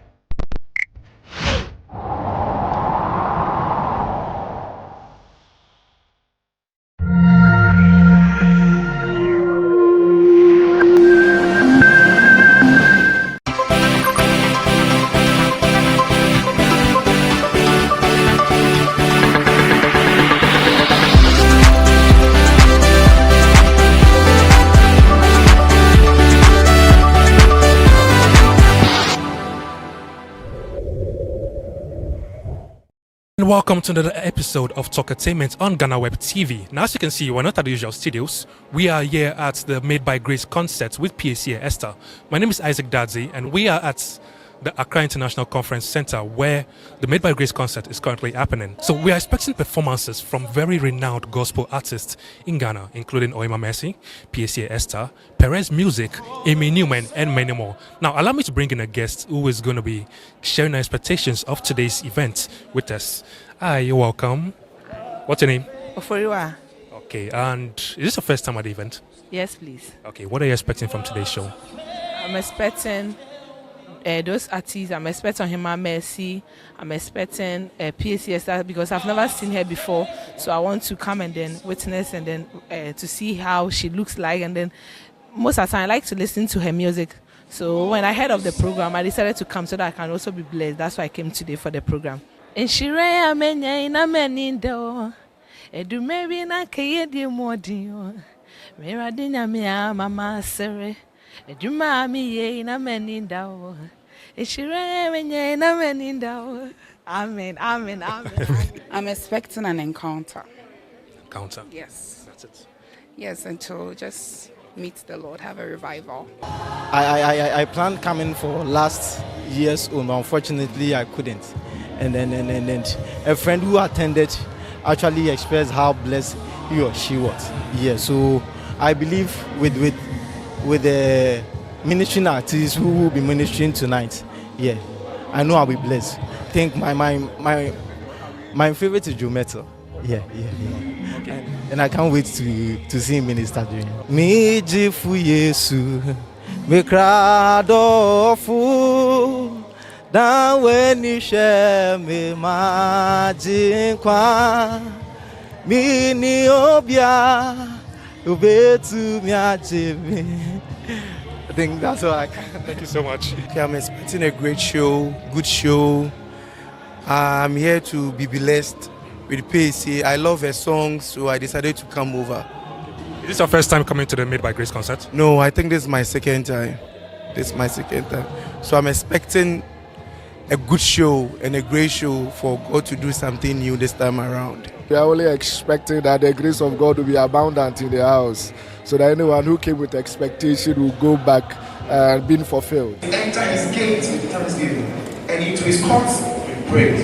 Be thankful unto him and bless his name. For the Lord is good, his mercy is everlasting, and his truth endureth to all generations. Amen. Amen.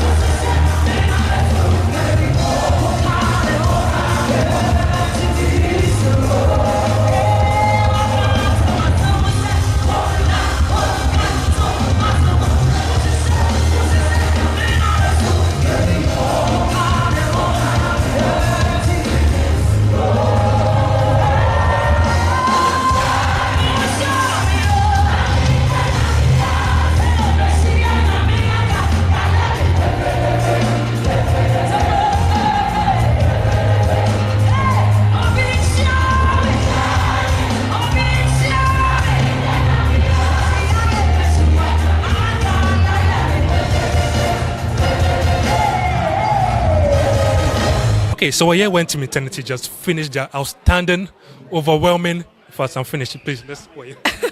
My name is Dr. Noeli from Maternity, Ghana. You can see I'm sweating so much because we had an exciting time on stage and it was glorious. Yeah. Okay, I just want to ask, like, did this performance meet your expectations? Oh yes, it's exceeded it. I mean, the energy on stage, the presence of God, that's the most important thing for us. And the fact that the people really connected with our administration, that's a huge blessing to us. Yeah. And let me just diverge a little bit. Like, this was like a very turbulent year for you guys. I don't know, what kept you going despite everything that happened?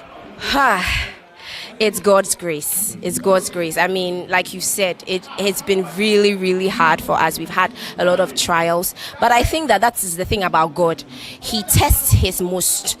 The people that he has the biggest assignments for, they are the ones who struggle or who he tests the hardest. So, I mean, these tests and trials make us know that there's truly a call on our lives, and so we stick to the initial call, our initial mission, which is to spread the gospel, and we stick to that, and that gives us the strength to continue. Yeah. Going forward, I mean, our vision remains the same, our mission remains the same. We're going to continue to spread the gospel. You're going to see us release more and more music. We're going to have our yearly outreaches. So keep watching out for us. Follow us on our social media. You see all the updates and every new thing that's coming from Team Eternity.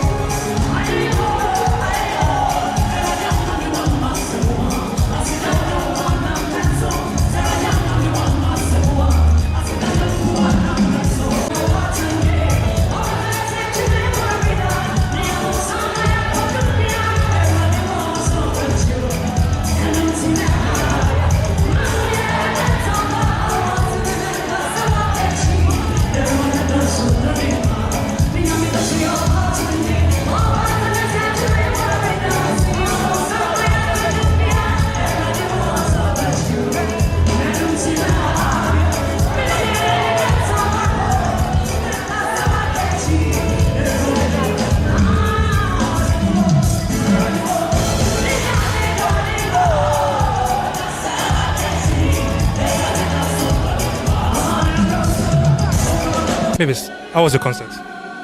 It was great. I did enjoy myself, my dear. It was great. Did it meet your expectations? Exactly. More than what we expected. You know, God always does things exceedingly and abundantly above what we even think and envision. So I think this time too, God really did it more than we even expected. Yes. I just want to ask, what do you say is like the one major problem the gospel music industry is facing? I think we should come together as one people under one umbrella, worshiping God, propagating the gospel through music, doing everything together. I think the only thing I keep saying that we lack as gospel musicians is love. Yes, because From Genesis to Revelation, everything is love. So when we are doing the work of God, and that strong love, that agape love that Christ talked about, it doesn't, hoover around us, or we don't have it, then definitely there will be potholes here and there. So if we should come together, love, not hypocritical love, but love from within, love that we show, like the way we love ourselves. If we can show that same love to our fellow, we'll be able to push the gospel to even above what we even think. Yes.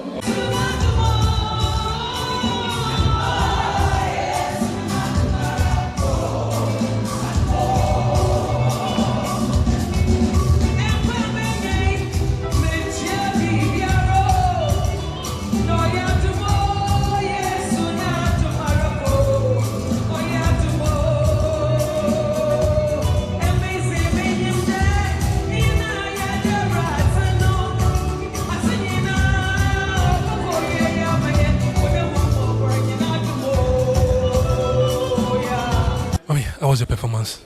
I think that, I know that it went well because the strength was from God and He does everything. Because Bible said that what do we have that wasn't given to us from above? So whatever a person has, especially we the children of God, whatever gifts we possess, it's not for us, it's for God. And He uses it accordingly anytime He wants us to do His work. He does it through us. So for me, I think that He did what He wanted to do tonight, and that's the best. And I'm astonished. Like, you've been in this industry for like how many years now? Yes, 2 years, and you still keep going. I don't know what keeps you going. My God, it's grace. It's the grace. It's grace. Nothing more. It's just the grace and the mercies of God. Yeah.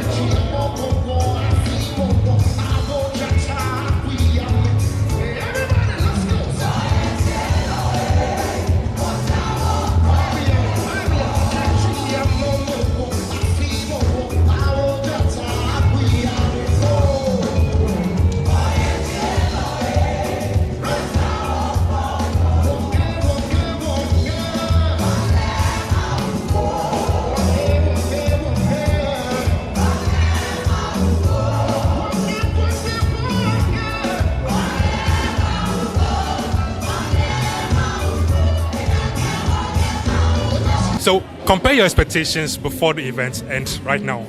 How would you rate it? No, I think my expectations have been exceeded. It's been amazing. I mean, what's the time? It's 10 and people are still in the auditorium. And it's been back-to-back blessings from the ministers that have been here. And wow, PSA session was just amazing. Like I was blessed and I'm inspired. I've picked up 1 or 2 tricks from this event today, so I'll be applying it. As bright as the gospel itself. Yes, Bible says heaven and earth shall pass away, but the word of God will still remain. So whatever is happening can happen. Whatever genre is generating can genre, but the gospel will still be the gospel, and the gospel will rise. The word of God will rise by itself, without even any man. The gospel himself will rise. Yes, it will rise. It's like a seed sown on the ground. It will definitely germinate.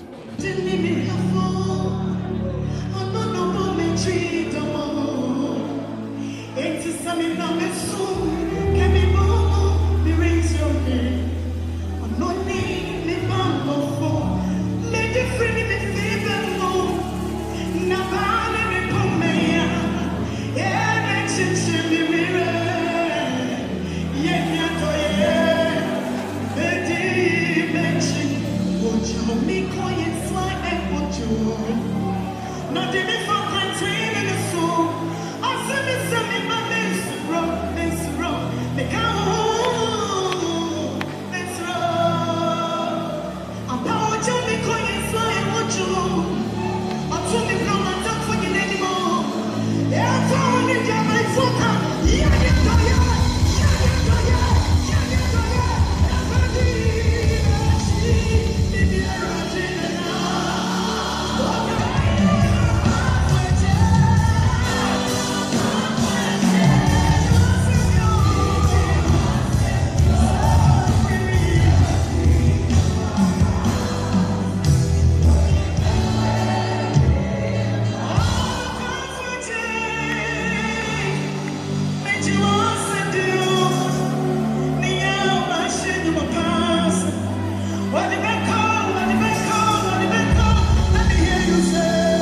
Mami, it was a wonderful performance. How would you rate it? God moved, so that's all I can say. Yeah. I mean, did it beat your expectations or like, I don't know? It didn't. I mean, we've been doing this for years, and then, I mean, this is just one of God's doing. So, in fact, the only thing I would say it marveled me was the time is fast spent, but the people were willing to stay and worship. So I think that was a good one. Yeah. I mean, what do you think that means for the future of gospel in Ghana? In fact, let's hope for the better, because I mean, the gospel is growing and growing bigger every day, and then the future is bright. That's all I can say.